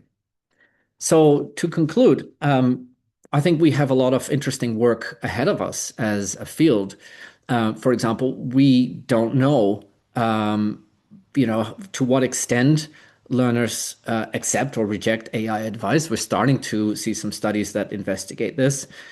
We don't know whether relying on an AI to regulate our learning, especially beyond the classroom, is on balance a good thing or a bad thing. We don't know, this is an interesting one, how working with technology impacts our sense of identity. If something else helps you to make decisions, how does that make you feel as a learner? And in some cases, we've seen preliminary results that show that it can either enhance learners' confidence. I feel like I have support, I'm not on my own. But we've also seen studies where learners feel like, well, I don't have any control anymore. I don't feel like it's my learning. We don't know enough. We have a lot more research to do. And finally, we need much better measures to investigate how this co-regulation and this shared agency actually occurs. Yeah, exactly. It feels like my success is not really mine. If you've done a good piece of work, but it's actually, that it's written by an AI, do you really feel proud of it or not? And in a broader sense, that applies to the whole self-regulation or hybrid regulated learning process as well. So in conclusion, we really do need to reconsider, practice and policy. As educators, we need to design tasks that explicitly bring to the foreground this collaboration and intervene and develop those critical literacies for hybrid regulated learning in our learners. I don't think we're doing that at the moment. We're teaching critical literacy skills, digital literacy skills, but not so much in the context of learning how to learn by yourself. For institutions, I think we really need to rethink assessment practices completely. The old exam, the old test that we used to use is not really relevant anymore, unless you force people to use pen and paper, which sometimes can be beneficial, but of course often doesn't work. And then for policymakers, when new policies are being developed, this understanding of the fact that going forward into the future, learning beyond the classroom is only going to become more important, and learners' ability to critically engage with technology is going to be fundamental to that. Well, then we really need to build that into the curricula that we design. So I promised you at the beginning that I would answer the question, when it feels like everything changes, what stays the same? And I think actually it's your care. It's the fact that as educators, you are here. We're all here. We're trying to learn. We're grappling with new ideas, new technologies, some of them really challenging. But we're here, and we are because we care. And I think we can talk about technology all day. However, at the end of the day, it's our personal passion. It's our love for our learners. It's our love for learning and teaching that really, truly matters. And I thank you all for being here and being willing to learn. Dr. Hayel, thank you so much, not only for your wonderful and insightful presentation, but also for the message, for the powerful message that especially in 21st century, that we are sometimes a bit overwhelmed by technology and we truly need. So thank you for this powerful message. We do have lots of questions. We will try to do what we can to cover all of them. So without wasting your precious time, let's start with the first question that we have. Maybe it needs a little bit of rephrasing. What is the difference between monitoring and self-assessment in the context of learner autonomy? Yeah, great question. On the face of it, they may look a little bit similar. The difference is that monitoring is what you do in the moment. So, for example, during task engagement, you're kind of monitoring your performance. Whereas when I step back from my learning, maybe the end of the day, the end of the week, the end of the month, and I'm reflecting on what went well, that's clearly not in the moment only, but it's trying to compare across a wider time range. Thank you so much. Another one is a little bit of concern. So at what point does helpful AI regulation become dependency, where the student stops regulating themselves because they know the algorithm will nudge them if they fall behind? Yeah, where is that line? I think it's a great question because I think there's two answers to that question. The first answer is we don't know because we're only just starting to explore this. And so, your personal experiences as an educator, your research on this all contributes to an understanding. Secondly, I think the answer is it's very personal, right? Like, for example, in my own learning, tried to learn new skills myself as well. There are performative, practical, technical things that I very happily hand over to an AI that just save me time that I don't really, care about at a personal intrinsic level. But then there are things that I know if I were to hand them over, I would actually really miss out on a deeper understanding or maybe the joy So I think a little bit of cognitive friction is a good sign. If you lose all cognitive friction, meaning you're never frustrated, you're never struggling with anything, everything is always easy. I think that may be nice, but it's also a danger sign that you're probably going too far, down that line. That is an important insight because since today's first session, we try to welcome a little bit of discomfort, not labeling as something negative and maybe putting ourselves in danger, but rather a possibility to explore.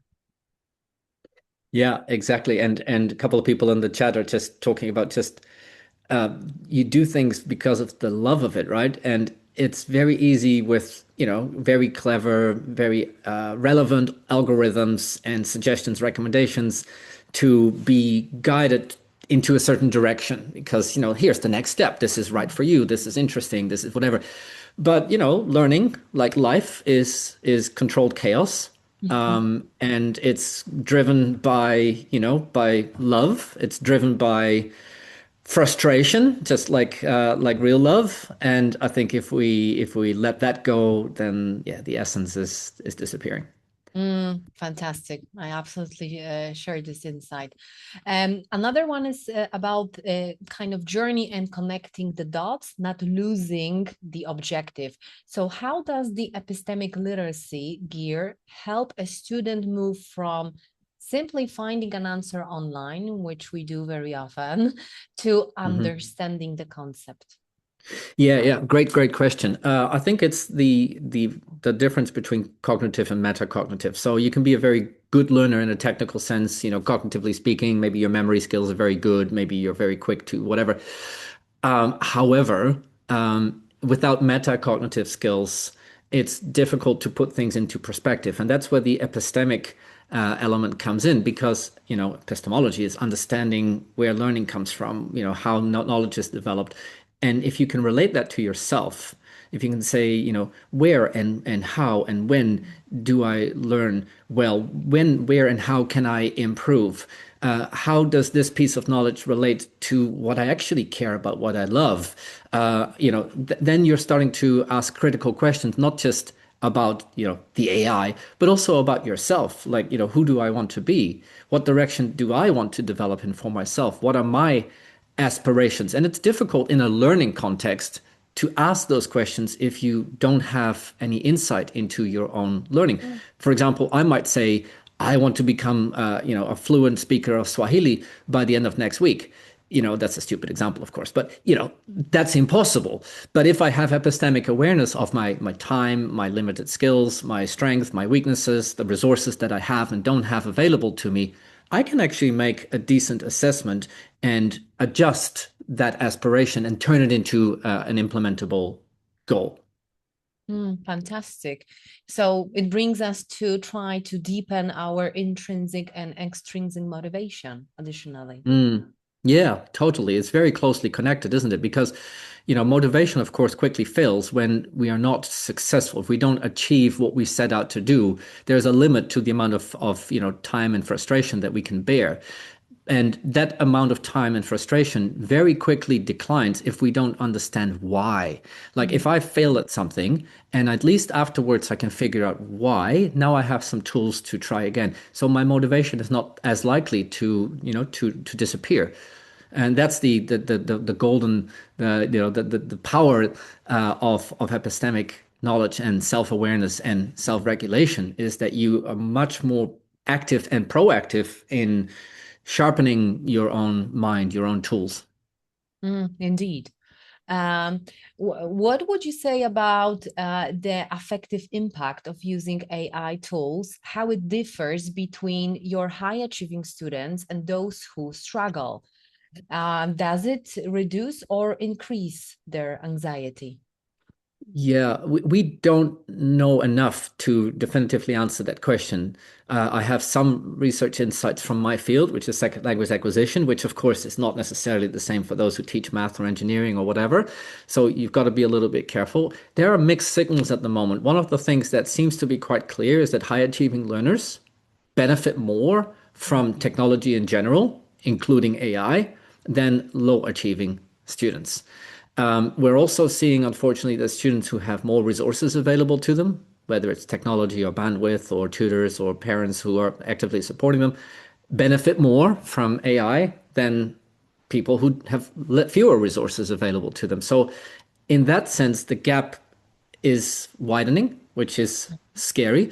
However, we also see hopeful first signs of learners who have learned how to learn with AI or technology, so not just learning with, but learning how to learn with, actually can make really huge leaps in terms of their progress, their understanding, and also their self-reported levels of confidence. So at this stage, it's too early to tell, but it's a very, very important question. Thank you for the answer. The last one for today would be that begins with a little bit of insight and statement that it is clear that AI shares regulation with the human. Does the model include a fading mechanism? Meaning, how does the AI know when to stop regulating and hand control back to the student as they become more competent? Yeah, brilliant question. And at the moment, the answer is it doesn't. And that's one of the problems with with all technologies is that they are, of course, most of the time driven by, corporations who do not primarily understand education, are not primarily interested in that. So, a software engineer, just to generalize a little bit, would just look at learning as a problem that just needs to be solved and could just, make it go away, make the problem go away. So just provide all the answers and continue to do that, etc. Whereas a teacher, an educator would look at it and say, well, we're not just trying to help this person to learn math or, French. We're actually trying to help them to learn how to learn by themselves so that next year when I'm no longer there, they can figure out how to guide their own learning. And so building in these kinds of things like a fading mechanism, that removing that scaffolding over time, that's something that we as teachers need to be very mindful of when we do use AI tools in the classroom, because we ourselves can monitor whether or not we are actively, removing some of that support structure over time. I don't think at this stage, maybe in the future at this stage, that the AI tools do that well enough to trust them to do that for us. Fantastic. Thank you for the message. Yes, I think we can all wholeheartedly agree that it's all about creating this meaningful attitude and connection and insight that once our students leave the classroom, because sometimes they are very short time with us, they still have the goal and they know why, and they are not traumatized by the system, by certain approaches, and they have the room for exploration. Yeah, absolutely right. Well said. Dr. Hayo Reinders, it was a pleasure to have you with us, with the whole EDUCAST International Conference, huge, bigger and bigger family. It was much, much informative that maybe some of us even expected, because that is a powerful message. And this is what we wanted to cover this day number 7, just to think about beyond and think in long term about the future of education and what can we do all together. So thank you so much for your input on behalf of EDUCAST team and on behalf of our absolutely engaged attendees. Thank you so much. Thank you for having me, and thank you everybody for coming. Thank you so much. Thank you. Thank you for accepting the invitation, and thank you for being part of this.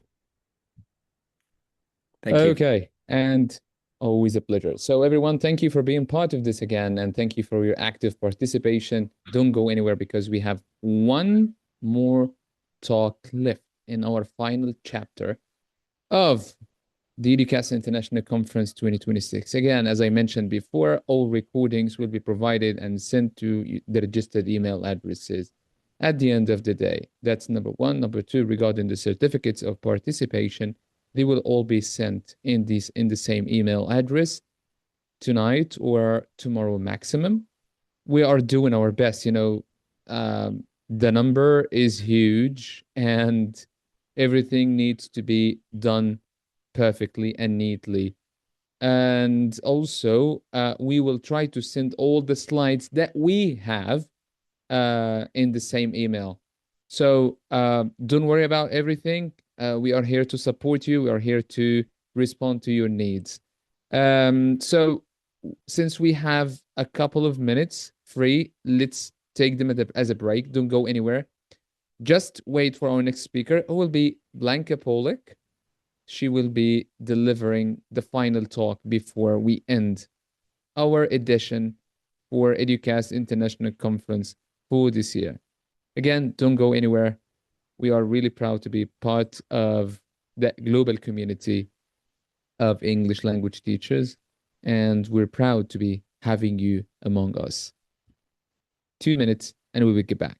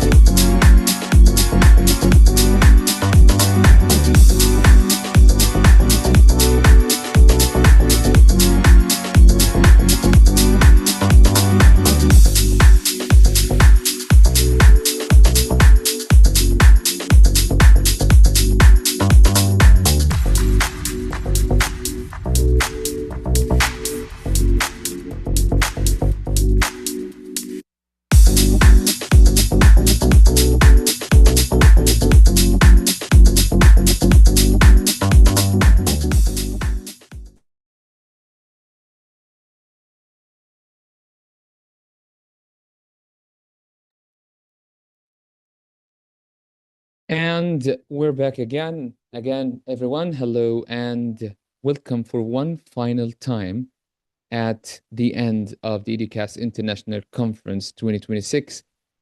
In our final talk, we would like, or I would like, to thank my colleague at EduCast International, Blanka Polak, for being a great part, a huge influence to the success of every EduCast initiative. She really deserves all the best for all of her work as a moderator, as an organizer, as a speaker.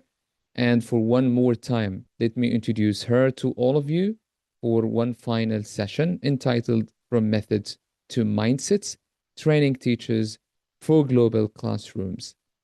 Blanka, if you are ready to start, you can share the screen right now. I'm ready to start. Thank you, Muhammad, for kind words. And I just wanted to say back that I'm absolutely happy to be a part of this global movement and just to have a chance to collaborate with all of you and just to brainstorm in order to help education become even better place and better movement. Without further ado, I'm going to share my screen, and please, everybody, let me know if you see my screen right now. Okay. Do you see it? Yes. Yes. Okay, everyone, before our talk starts, please drop something in the chat box. Yes. Drop that you're ready. You are Let ready. Okay, feel everybody the energy here. one final time. Yeah. So I know that you're tired, right? They are tired. Well We know deserved, I that. would say. Tired, very natural after so many days. That's why one more time we wanted to say thank you for being so actively engaged. It's not going to be hell of a ride right now because I plan to slow down a bit just to invite you for a certain type of reflection. Today's talk is a kind of essence, not only when it comes to my research, but also when it comes to my practice and experience with students, with teams that I cooperate with teachers that I'm absolutely happy to train, and additionally with an extensive feedback that I received. Because the question here is, what makes a classroom global place?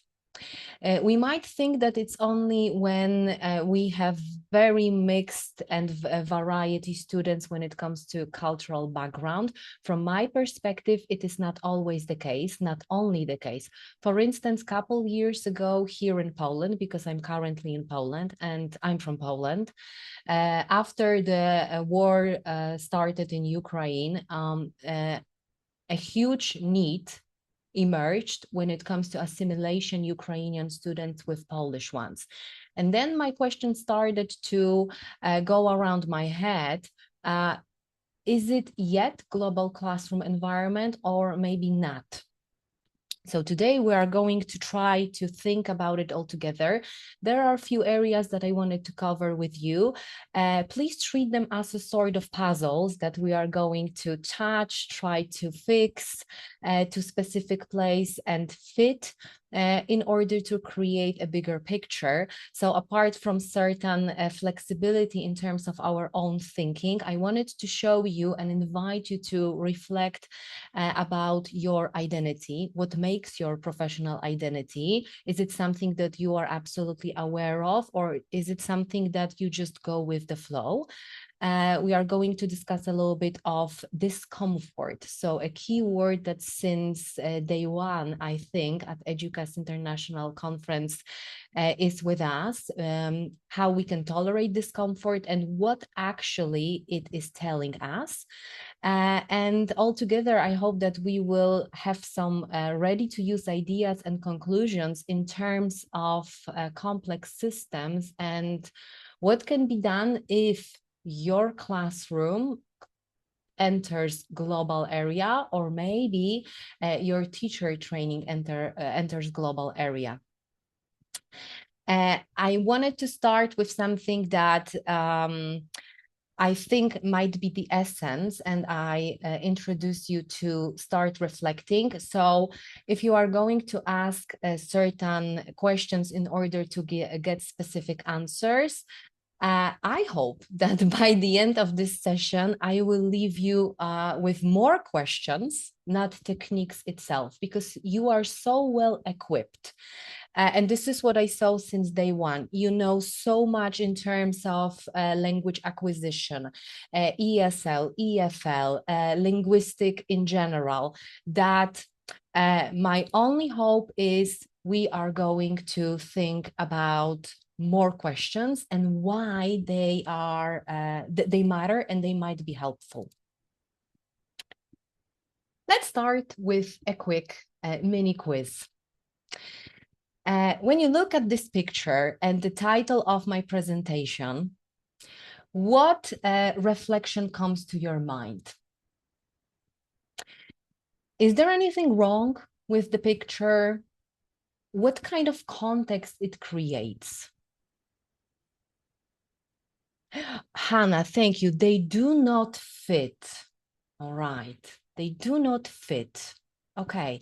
So now, keeping in your mind the picture you see, please let me know in the chat if you ever used a teaching method that worked absolutely beautifully, stunning. You saw outcomes and you left the classroom proud of your students and yourself.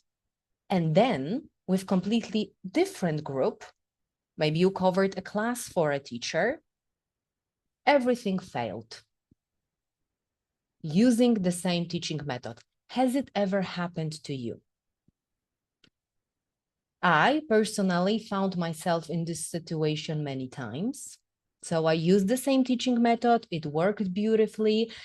And then, because of certain reasons, things collapsed. Yes, sometimes, Latifa. It happens to you, it happened to you sometimes. That being said, I wanted to start with maybe a little bit of uncomfortable question here. If it happened to you, was the method wrong? Or maybe the context was different, like here in the picture. Something didn't fit, not because it was broken, but because it simply didn't fit.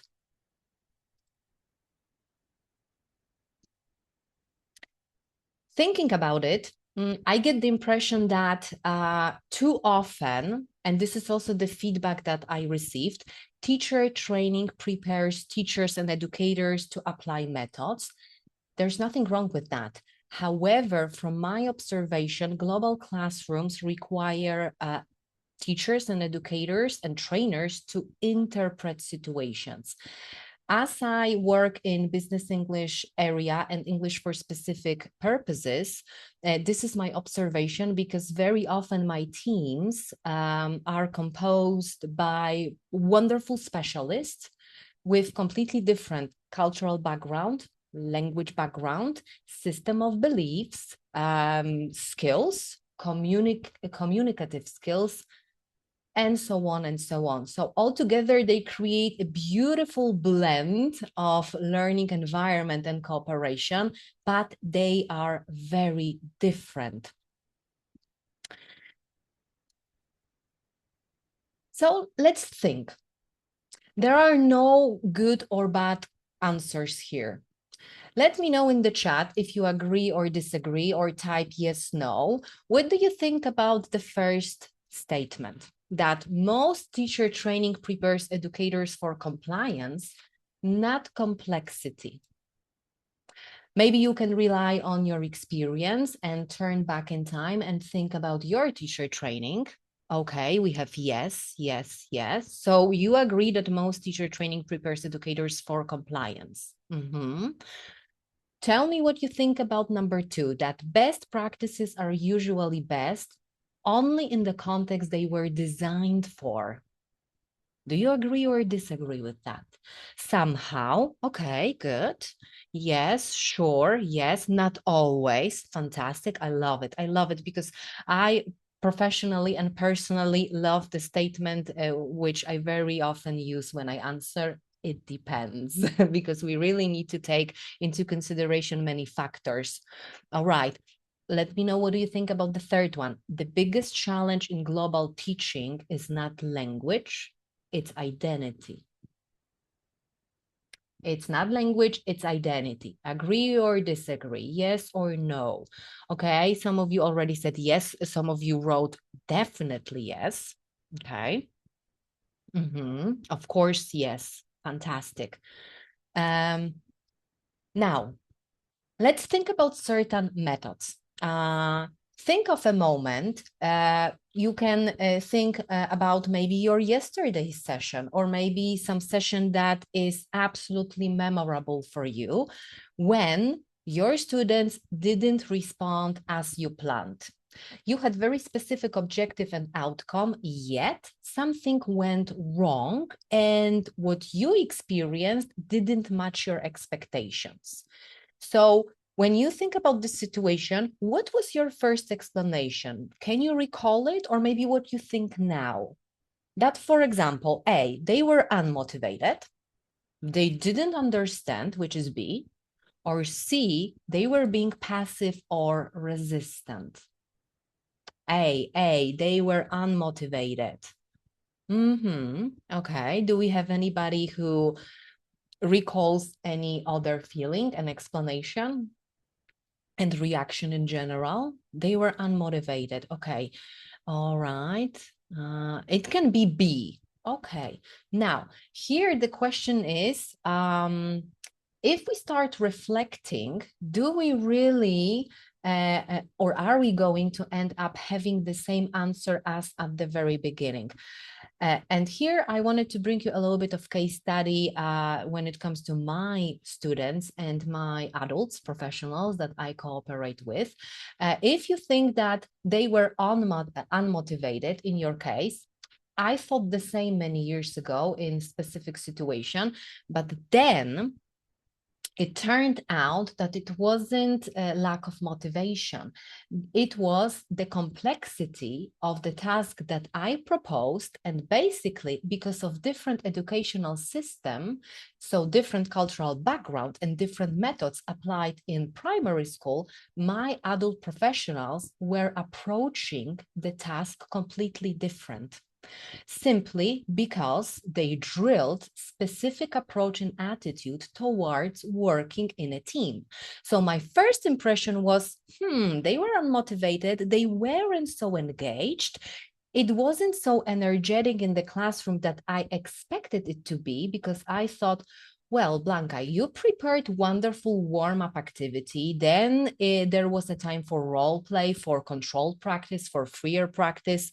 So what had happened that the outcome is different? And then I learned the fact it's not about the method, it's not about me, it's not about the students' false statement or false beliefs. It's simply because of their cultural background and educational system they were brought in. I'm telling you this just to take it into consideration, because as we will move on, we will explore several and much more insight in terms of global classrooms. From my experience now, as I take a holistic view and still try to be very reflective and critical, maybe critical is a bad word, but very mindful in terms of evaluating certain things that happen in my classroom and in my teaching environment, I came to the conclusion that mindset are things that travel when we think about global classroom. And it doesn't have to be the global classroom that you literally go to another country and teach, but it can be global classroom because you have 3 new students that represent completely different cultural background and different educational system. Because the question that I keep on asking myself is, I have one context, and if this method fails in this very specific situation with team A,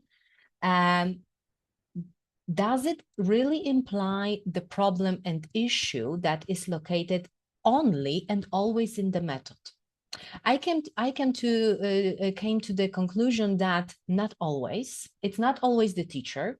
It's not always the method. It's not always the context. It might be everything, depending on specific circumstances. So here, I just wanted to show you what from time to time I get back to and evaluate, not only after teacher training, but also after any work that I do with my team, because apart from language skills, I also teach communication in a business on a business market. So sometimes I divide my piece of paper onto pro and con, advantages and disadvantages, and I try to reflect on the very specific situation. So for instance, like here, so is it the situation for the method, teacher, or context that is to be blamed? So far, for instance, I came to such conclusions that there is no method that is universally valid, because when we take into consideration many aspects, we see that even though in 95% cases, my method, for instance, lexical approach will work, if I change the context even a bit, or sometimes tremendously, this one of my favorite, by the way, lexical approach might not fit my students' needs and abilities. We're not going to dive deep into pro and con here. I just wanted to show you how I personally and professionally approach this idea of reflection. It brought me to certain conclusions that when we start thinking about how I, as a teacher, tolerate any issue, any problem in the classroom, how my students tolerate error, how they feel about authority. There are certain cultural classroom backgrounds where the authority turns into facilitation, a guidance. For instance, in Nordic countries, some of them. So teachers are rather facilitators. They observe, they leave a lot of room for exploration, but they kind of step back because they want to assess, not interrupting the process. However, when it comes to certain exam-related background or student-centered situation, the authority might change. On top of that, we are adding learners' expectations, their needs, their goals, the difference between what they want versus what they actually need. And of course, we cannot overestimate to tell the truth that class size matters. One-to-one session will bring completely different result than having 30 students. Having 30 students of different language proficiency will eventually bring completely different outcome, etc., etc. So when we move across these borders, not only geographically, but when it comes to our mindset, or simply because of the differences between our students, these conditions, I'm not saying they will change, but there is a high probability that they are going to change. And sometimes the method often stays the same. The question is it good or bad? I don't have one answer for that. I'm just showing you things worth considering here. When it comes to global classroom, I don't know whether you agree with me. What factors or key elements should be a central idea and a life component to make it work? So for instance, again, think about the moment of the lesson that failed. Maybe not entirely, but maybe one of the components didn't work for you. Do you remember, or maybe can you tell me right now, what is your tendency and habit in terms of reaction? Do you leave it the way it is and you try to maybe think, okay, let's wait until the end, we will survive, and then we are going to see how it pans out? or maybe you stop and try to react on the go. I see on the chat, Hannah, thank you, that you improvise. Yes, it's not good, it's not bad. The question might be to what extent we improvise in order to not get lost and not experience burnout, for instance, just to name two factors. Maybe you abandon the whole idea and you step back and you just get back to previous session or to previous concept. My takeaway of peer observation and wonderful teachers across the globe helped me to come to certain conclusion that so far I believe is valid. I don't know, maybe I will change my mind in a couple of years because we all learn, we all experience different things, that when we become routine expert and professionals, there's nothing wrong with that, but we apply certain approaches and solutions very well. We have a sort of ease in doing that. They don't cost us so much energy, that's true. But then the question might be, are they really developing us and our students? Again, yes and no. The question is how you feel about your own professional practice here. However, I encourage to take a look at the mindset that I call adaptive expertise. So I know what methods, approaches work when it comes to my profession, my niche, my expertise, and my teams, my students, my teachers. However, I am open to modify them, maybe add a little bit of invention. It doesn't have to be 100% total chaos and revolution. It might be step-by-step evolution. And I am open for questioning certain solutions, even though I know they've been working for me for 10 years. Here, that's why I told you at the beginning of areas that we will try to cover: growth versus fixed mindset. I know we like to feel safe, and it's good. Sometimes we are overwhelmed, we don't have much sleep, and in our global classroom and rapidly changing environment, we might go for, I try to call it easier solution, easier meaning something we already know. So routine expertise, there's nothing wrong with that. We are all people, and sometimes we really need to balance out our energy. And sometimes it's good to really give our students what we know it's going to work and just to have fun. Let me know in the chat, do you even allow yourself to do so? Or you try to stick to the plan, to the curriculum, syllabus, and there's no room for breathing out. In this session, we are not going to discuss well-being. I tried to show you some reflection in terms of using exit tickets for reflecting well-being and professional development on Monday's session. However, these differences in terms of routine and adaptive expertise are worth considering. Some of you already wrote that there's no room.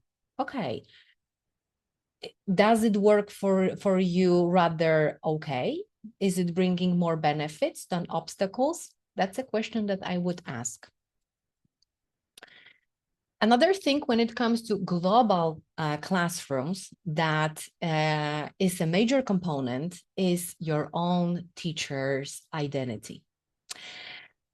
Again, from my observations and my experience, sometimes the experience that I was left really flabbergasted because I didn't know how to react.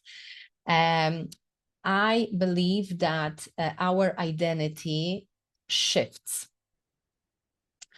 If we are very fixed in terms of our identity, meaning there's little room for adjusting cultural norm, for maybe acknowledging that my students' educational system brought XYZ outcome, the question is it going to help me or not? Let me share a little bit of case study with you. And this is the case study, not that doesn't derive from my experience, but one of the teacher that I had a pleasure to train. The situation in secondary school in parts of Middle East, and the context was that the teacher that I was cooperating with in inquiry-based learning invited the students to challenge ideas openly. Okay, and students hesitated for a long time and were repeatedly asking, what is the correct answer? What is the correct answer? What is the correct answer?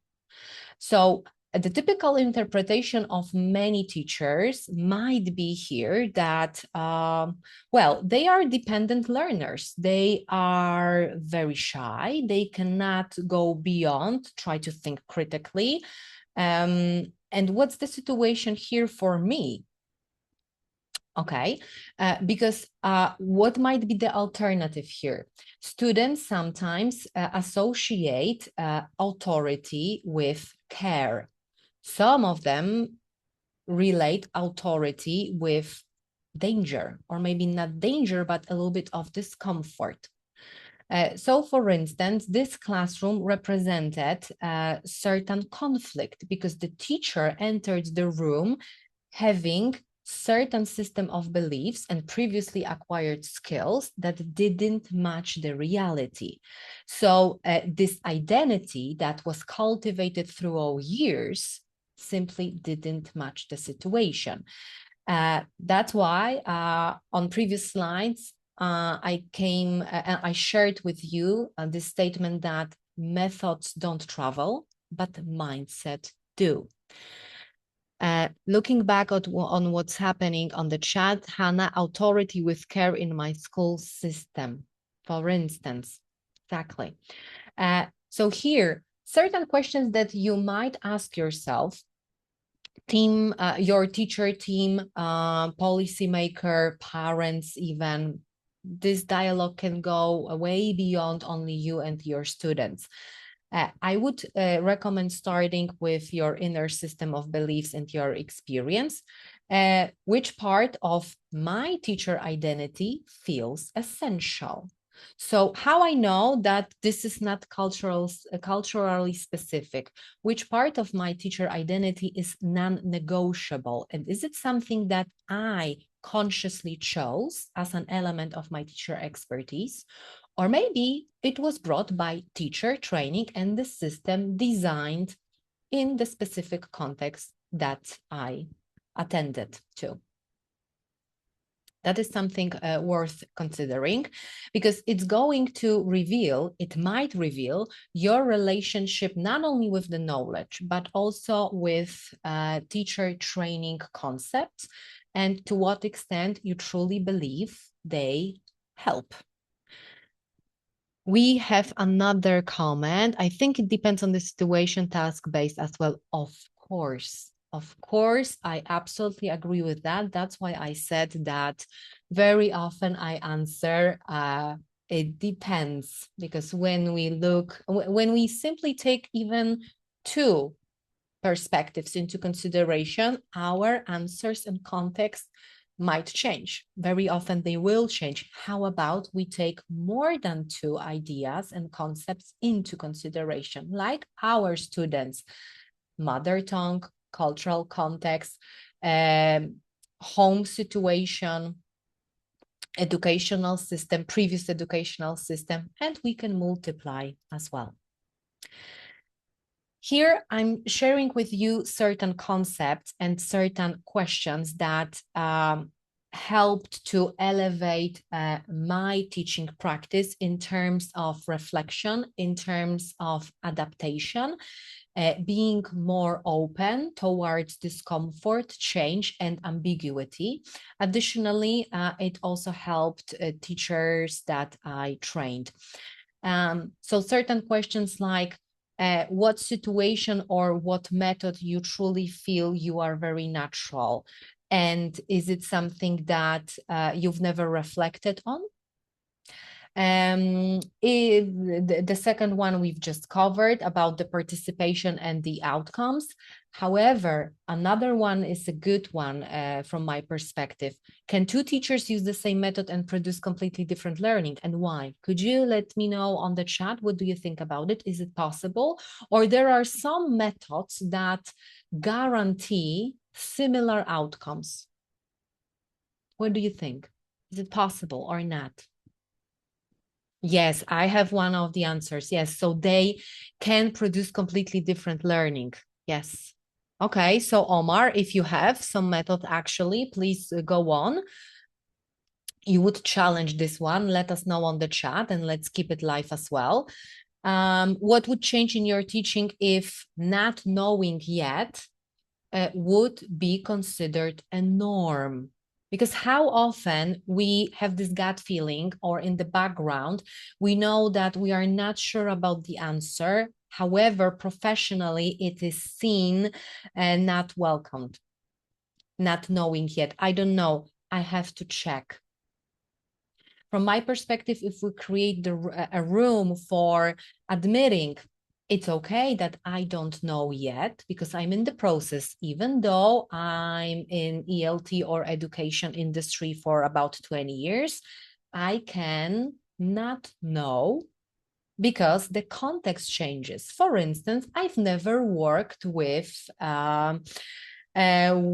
Western African students. I've never worked in this cultural context. I don't know their struggles. I don't know their learner's identity, etc., etc. So even though my extensive years of practice, I don't know. From my perspective, that is completely okay. Additionally, what I can tell you that once we start admitting that we are humans and it's okay to not know, and what I observe during teacher trainings and working with my students and teams is that very often this tension releases automatically, because they also do not feel the pressure that they always must perform 100%, that they always have to be prepared, that they always have to be in the best shape. It creates also trust. I prepared a little bit of must-knows that derive from this research and my experience. Something that we already covered, that no method is culturally neutral. I think the variety of aspects and variety of backgrounds is so robust that it's simply impossible just to say that it's not going to bring any impact.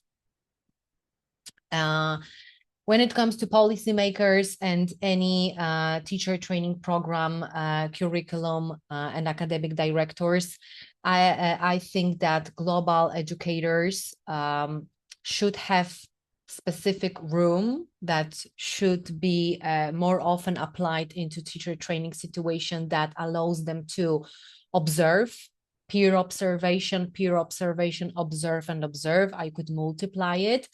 And not only reflect after the situation, after the classroom, after the session takes place.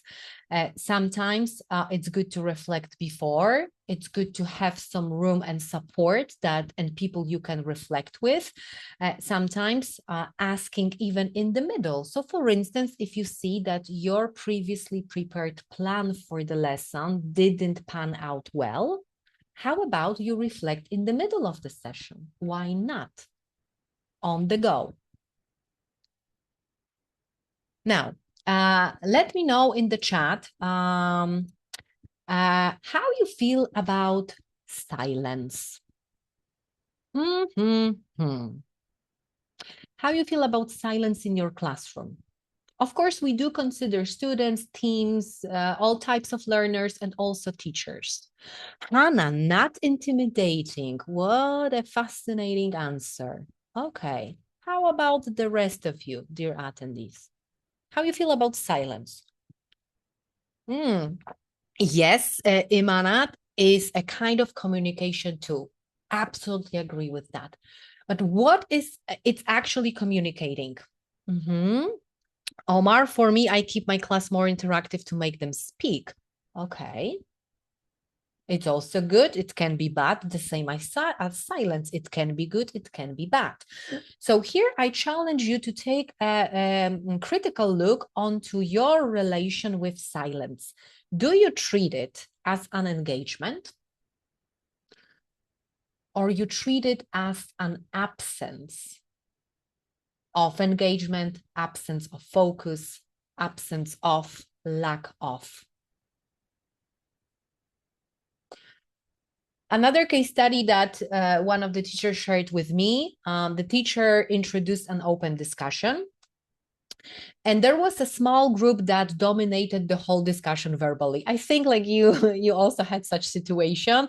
There are always some people, or very often there are some people, some students that they just want to be in the center of it. And others, naturally, or by the situation, remain silent. And this is what happened to one of the teachers and in this case study. However, they weren't passive. They submitted thoughtful and beautiful written reflection after the session. Simply, they weren't in the center of verbal communication. They were silent. For some teachers, it was a great sign that the dynamic within the classroom can change, and that's okay. It's very natural. Maybe the silent ones were cognitively processing the task because they needed more time. Maybe they were shy and they were a little bit afraid of public error. They were trying to simply to avoid that. Another teacher might approach to it as a kind of respect for certain group dynamic and harmony, not interfering, allowing that, okay, we have silent students. What I'm saying here is, yes, we have, how about attentive silence? When you start observing not only yourself, but your students, your teams and teachers, try to reflect. Again, I'm going to invite you to write everything down. Let's not rely on our memory. You might come to certain conclusions and find specific patterns that will tell you that, okay, this student is always silent. Should I interact? Should I interfere? Should I ask more questions? Maybe I need to ask something after the class. Or maybe this student for 80% of the time is usually silent, but from time to time performs in a proficient way. Am I okay with that? I'm not giving you the answers, as I mentioned at the beginning. I'm just inviting you to think. Dynamic, unpredictable, complex, abundance of choices, abundance of things to take into consideration. This is how I would try to capture global classroom and global environment. So this critical thinking, ability to connect dots, to come to certain conclusions, reflect before, in the middle, and after the session, how we tolerate ambiguity, that would be a kind of recipe that might help teachers to create sustainable, student-centered, rich, diverse classrooms. When it comes to identity, again, some elements of our identity might hinder our own development, again, as student ones. Some of them might be absolutely beneficial.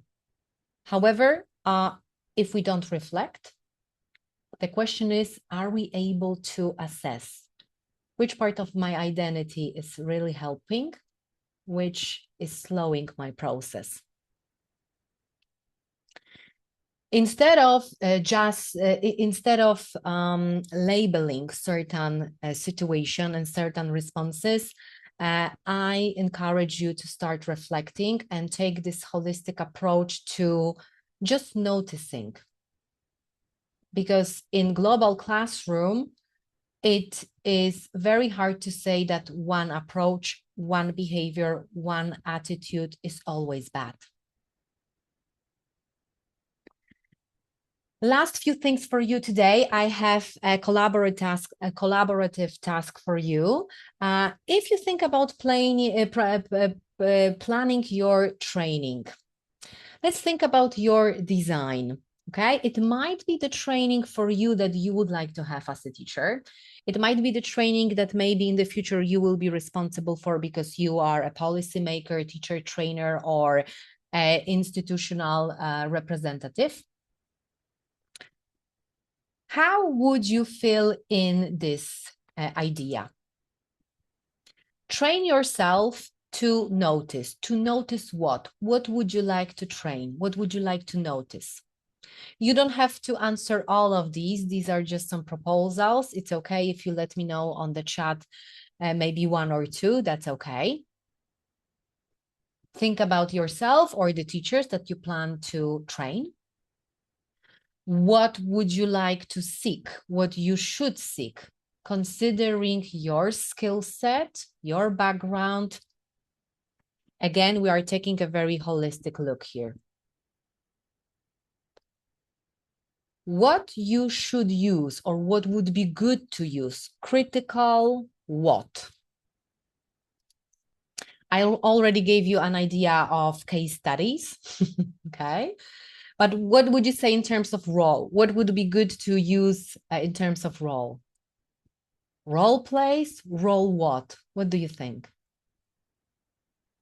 What would you like to emphasize and maybe not entirely avoid, but put on the background? Okay, I recommend case studies. Okay, case studies. Okay, we have here. Do we have another ideas?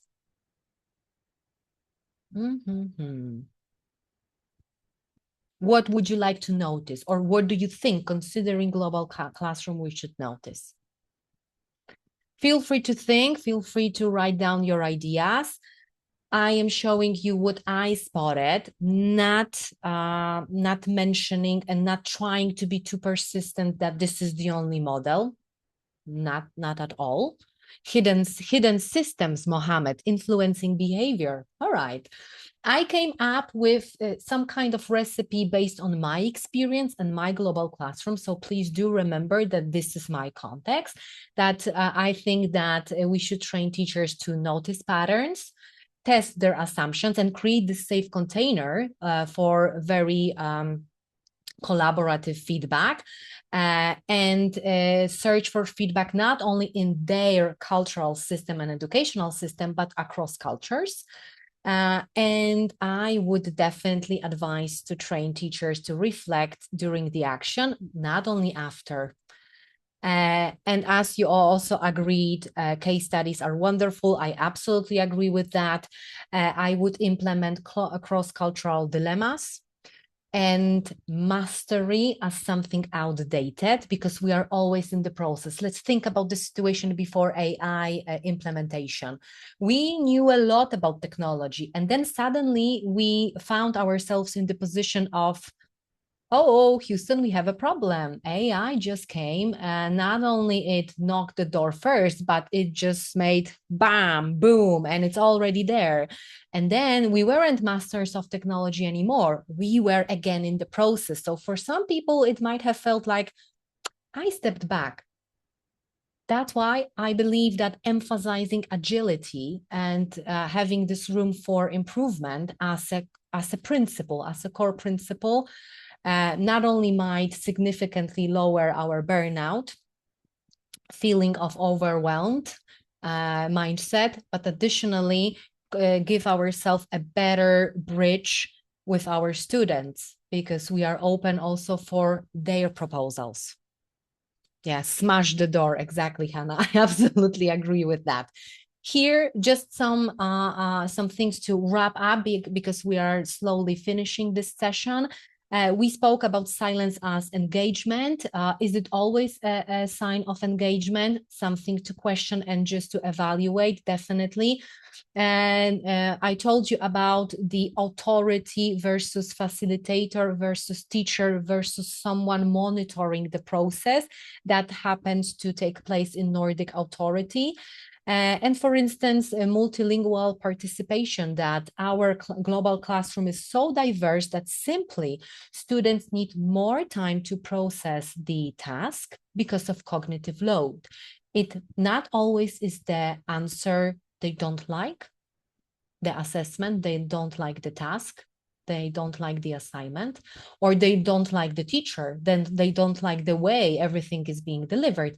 Simply, they are processing so much information that they need more time than we estimated. Total wrap up for today.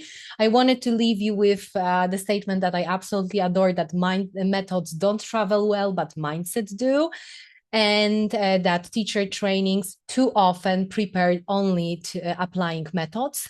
And when we consider global classroom, we really would love to think critically and interpret situations. And it's not about having the best practice. It's not about becoming a master. It's about having this growth mindset and allowing ourselves to constantly develop, even if certain practices don't work. A few things from my side. Feel free to let me know on the chat if you have additional reflection. Transfer is not automatic, so we really have to reflect on that.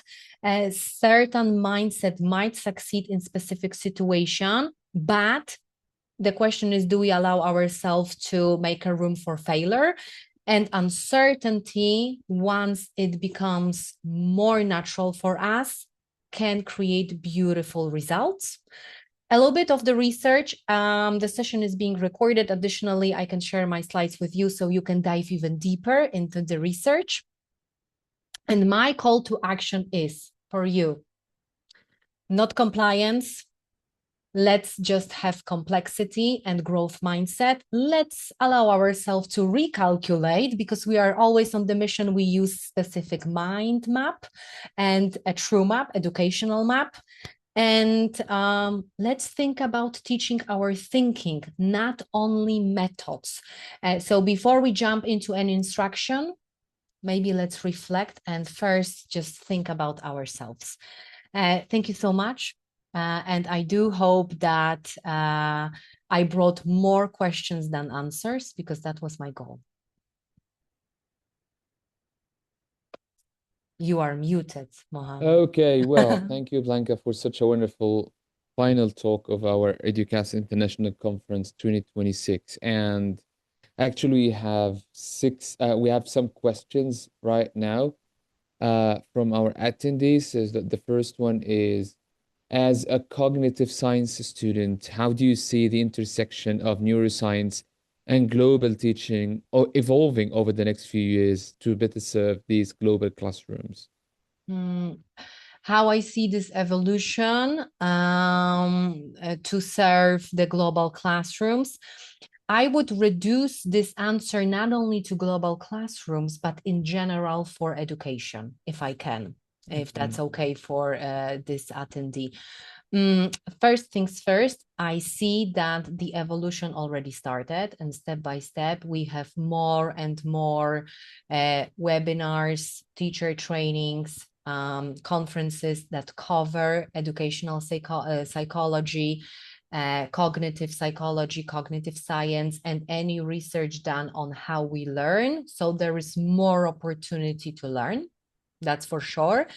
I would definitely vote for bridging the gap from purely science-related fields into educational fields, trying to translate it into easier language and methods that can be more adaptable, and theory and research that is digestible. And it's happening. So I see the future as a room for blooming. And I do hope that it's going to continue, because without understanding how we operate on psychological level, cognitive level, neurological level, we don't have to be scientists. I encourage you all to adapt scientific mindset and scientific questions, scientific curiosity. We do not have to work in labs in order to feel that way. I don't know whether I answered the question. Hopefully, yes. Yeah. That is right, and that's of course a wonderful and insightful answer. Another question is, you defined routine expertise as applying known solutions and adaptive expertise as questioning them. How can we encourage veteran teachers to risk their efficiency to foster better learning through adaptive expertise? Wow, that's a big one and a tough one. However, absolutely important. I do not have one answer for sure, because we all have our own structure as a teacher, and sometimes the resistance in teachers' mindset is so big that it leaves just a small room for adapting. However, I would start with why they started to teach. Most times when I ask this answer, most teachers tell me, because I want to make the world a better place, because I see it as a mission, because I really want to help people to become who they truly want to be.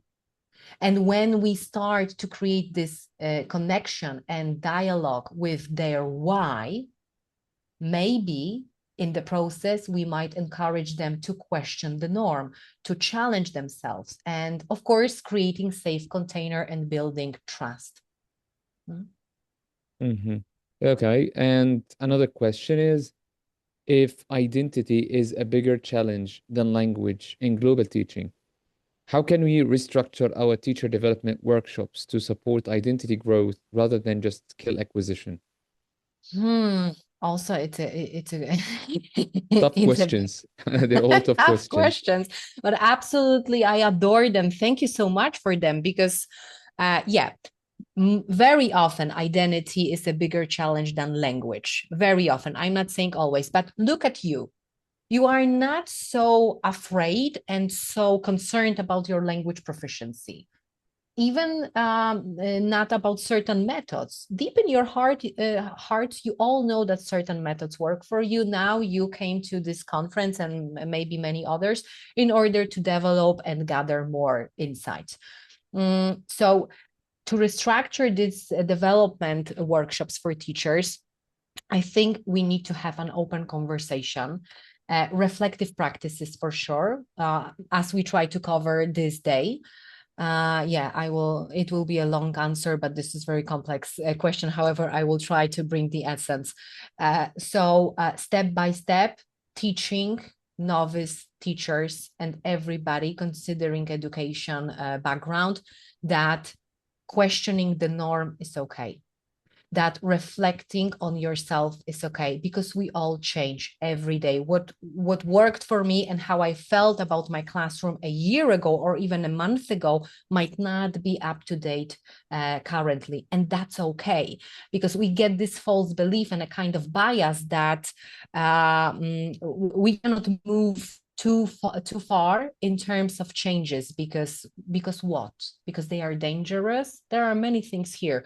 So definitely, to wrap it up, more reflective practices, more safe container for conversations, for questioning and thinking, what's my normalcy? The Myth of Being Normal, the book that I recommend you by Dr. Gabor Mate, that is showing from medical perspective and psychological perspective that very often what in one culture is considered a myth or a problem might be completely normal everyday life situation in another situation. Okay, this leads us to another question. If most training prepares for compliance, not complexity, what is one compliance-based rule in modern TEFL that we should give teachers permission to break immediately to better serve global classrooms? Oh, that is absolutely great one. One compliance-based rule that we should give teachers permission to break immediately. One compliance rule. How about admitting openly that I don't know what to do next? And that's okay. I don't know what to do next. Yeah. That would be, that's the first thing that came to my mind. Maybe one another compliance-based rule. Maybe the way we structure assessment. And maybe the way we teach English or why we even teach English to our learners, because I do TEFL, I train teachers every couple of months. So the most important thing that I have learned is that English is a global language. Okay, it's not only taught for being British or being like an American or having an American accent or a British accent or Australian or whatever. And I think Gemma Archer and Robin Walker went really well through that. So the best thing is to teach English as a global language, which means exposing teachers to case studies from different contexts, from different backgrounds, with different scenarios, different solutions, and teaching teachers one fact, which is there is no fact, no rule. Always be ready for exceptions, because what might work for me and my learners doesn't have to work with you and with your learners. You know your learners better than me, right? So yes, you learn the basics and adapt. Get back home to reflect, get back to school or the center you work for or the university and try to modify, develop. And based on what you said, I have one short answer about compliance-based rule that we should break immediately. Syllabus, curriculum, and the whole design of the lesson or mini course plan. How about we allow ourselves to observe from time to time and not start with objectives, because these objectives might come from our previous background and our previous groups. Not necessarily they might fit current situation. And this is what I mentioned when I said, let's allow ourselves to reflect also in the middle of the session. So here, the knowledge and ability to work with emergent learning is the key. This is what I would add. Yeah, that is great. Okay, I think, yeah, that's enough for questions, right? Yeah, I think everyone is what? Is already done. Yeah. We would like to thank you immensely. Thank you for being part of this. Let me share the screen to give this a proper closing. Yes, of course.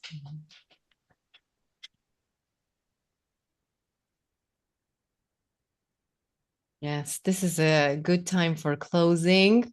I don't know who was with us since day one. Let us know on the chat. Very intensive, right? Me, Hannah, Latifa, wow. It's so great that you were with us since the very beginning. Diana, since day 2. Wow, from Morocco. Raja. So tell us what you think about the conference.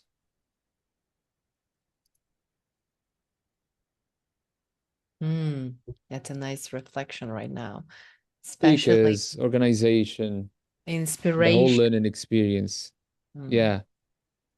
What do you think of it? Perfect. Thank you so much. Educational journey. Love to hear that from you, because that was one of our goals. Yeah. Since day one, Fenya. So great to have you since day one. Enlightening. Admired you all. Yes, Hannah, I admired your participation. Not only you, Hannah, but each and every attendee. That was a wonderful and absolute pleasure to observe. Oh, that's a nice one, Latifa. Super expeditionalist. Oh my goodness, that's a nice tongue twister. Fantastic. Yeah. So again, everyone, thank you for being part of this. As we conclude EduCast International Conference 2026, we don't simply close an event, we mark a milestone. For 7 days, educators from across the globe came together to think critically, challenge assumptions, exchange evidence-based insights, and design forward-looking pathways for education in 2026 and beyond. The conversations were not abstract, they were practical, strategic, and grounded in the realities of classrooms, institutions, and systems worldwide. This conference demonstrated something essential. When educators connect across borders, disciplines, and perspectives, innovation accelerates. Leadership becomes sharper, technology becomes more intentional, curriculum becomes more responsive, assessment becomes more meaningful, collaboration becomes global rather than local. EduCast 2026 was not about trends, it was about direction. To every speaker, partner, sponsor, volunteer, and participant, your contribution shaped the quality and depth of this gathering. Your engagement transformed sessions into dialogue and dialogue into momentum. The conference may conclude today, but the work continues in schools, universities, research labs, and professional communities around the world. Education evolves when educators act. So everyone, during this week or throughout the week, we've been through lots of things. First, before we finish this, again, I'd like to thank my colleague Blanca Polak for being an essential part of this. We've had over 49 speakers, I think 50 speakers from all around the world. Maybe some of the biggest names in education globally. And the aim was to empower educators all around the globe. We've had 7 days of professional development, 7 themes in order to change education in 2026 and beyond. Everyone, this conference was brought to you by EduCast International Conference, EduCast International Conferences, and our sponsors were Text Inspector Tool and the Teacher Think Aloud podcast. Our partners were Macmillan Education, EduLink Speak, TESOL Kurdistan, Eduverse ProEd, For English Sake, Syntax Solutions Learning, Master English Center, and the University Grapevine. Everyone, I know that it is a difficult moment, maybe for us, to say goodbye this year, but we're absolutely looking forward to seeing you next year in 2027. And before we say the goodbye, honor is all ours. Yes. exactly. Yes, And Blanca. before we say goodbye, we just wanted to remind you that we are creating a global movement and community and a big educational family. So please check your emails, share your voice, shape the conversation, and shape the future of education with us, because it's evolving and we want to hear from you. That's why we invited you to record a short video, maximum 3 minutes, that will respond to the reflection and some questions that we provided. It's not formal presentation, it's not a keynote, it's just your honest perspective, thoughtful and grounded in practice. So simply choose what resonates with you. And by sharing your voice, you never know what people you will spark in terms of having more courage. You never know who decides to experiment all together with you. And you never know how many people your questions and your message might invite to take a risk and experiment. So share everything you wish with us, and we are going to keep it live. That is right. And if you want to stay in touch with us, we will send you some links in an email. I think you can expect it tonight. Yes. And you have some links dropped in the chat box. You can follow us on social media, all over social media platforms: Facebook, LinkedIn, Instagram, TikTok, and you can also visit our website, educastinternational.com, and for English sake.com, right? Yes, Is that's it correct. this domain? If Exactly. you please join our community, as Mohammed mentioned, we are trying to be as active as possible on Facebook, on LinkedIn. We share lots of insight. We collaborate, and Educast International Conference is not the only movement that we have. We also record podcasts. We invite speakers. We create webinars, we create interactive discussions. So join us. And as Mohammed mentioned, in terms of For English Sake, you can join my newsletter. If you join it, you will get 30-day English challenge. So you can use today or tomorrow with your students. It's free for you. So just go there. I will drop the link in the chat box in a moment. And yes, tag us all over the internet. Please do so. Because we want to have this meaningful conversation and feedback after the conference as well. And when you tag us and share your feedback, this means a lot to us, because this is what keeps pushing us forward. Correct. Right? When we see the real feedback, the productive one, the good one, this tells us that it is really worth it. This is what is really worth working for. Again, thank you for being part of this. The recordings and the certificates will be sent to you in less than an hour, as I guess, because they are already ready. That's why we are really tired today. We worked really hard to provide you with what you really expect. Yes. However, please also keep in mind a little bit of patience. If, something might take a little bit more time, do check your spam box. Sometimes it can go there. And share the feedback, because as Mohammed mentioned, so my another call to action to you is, despite the challenges and an uphill battle that very often education faces, and your stories from yesterday only proved that very often it's a difficult and bumpy road, we still can help each other by creating a community. Even though we don't fix all immediate problems, at least we have a sense of belonging and we know that we aren't alone. And I think that in 21st century, in such tech, geek, AI, globalized world, we need that more than ever. So stay with us. And you can really decide what the theme of our next conference should be. Exactly. When you tag us, just let us what you think. Okay? Yeah. So everyone, goodbye. All the best. Thank you so much.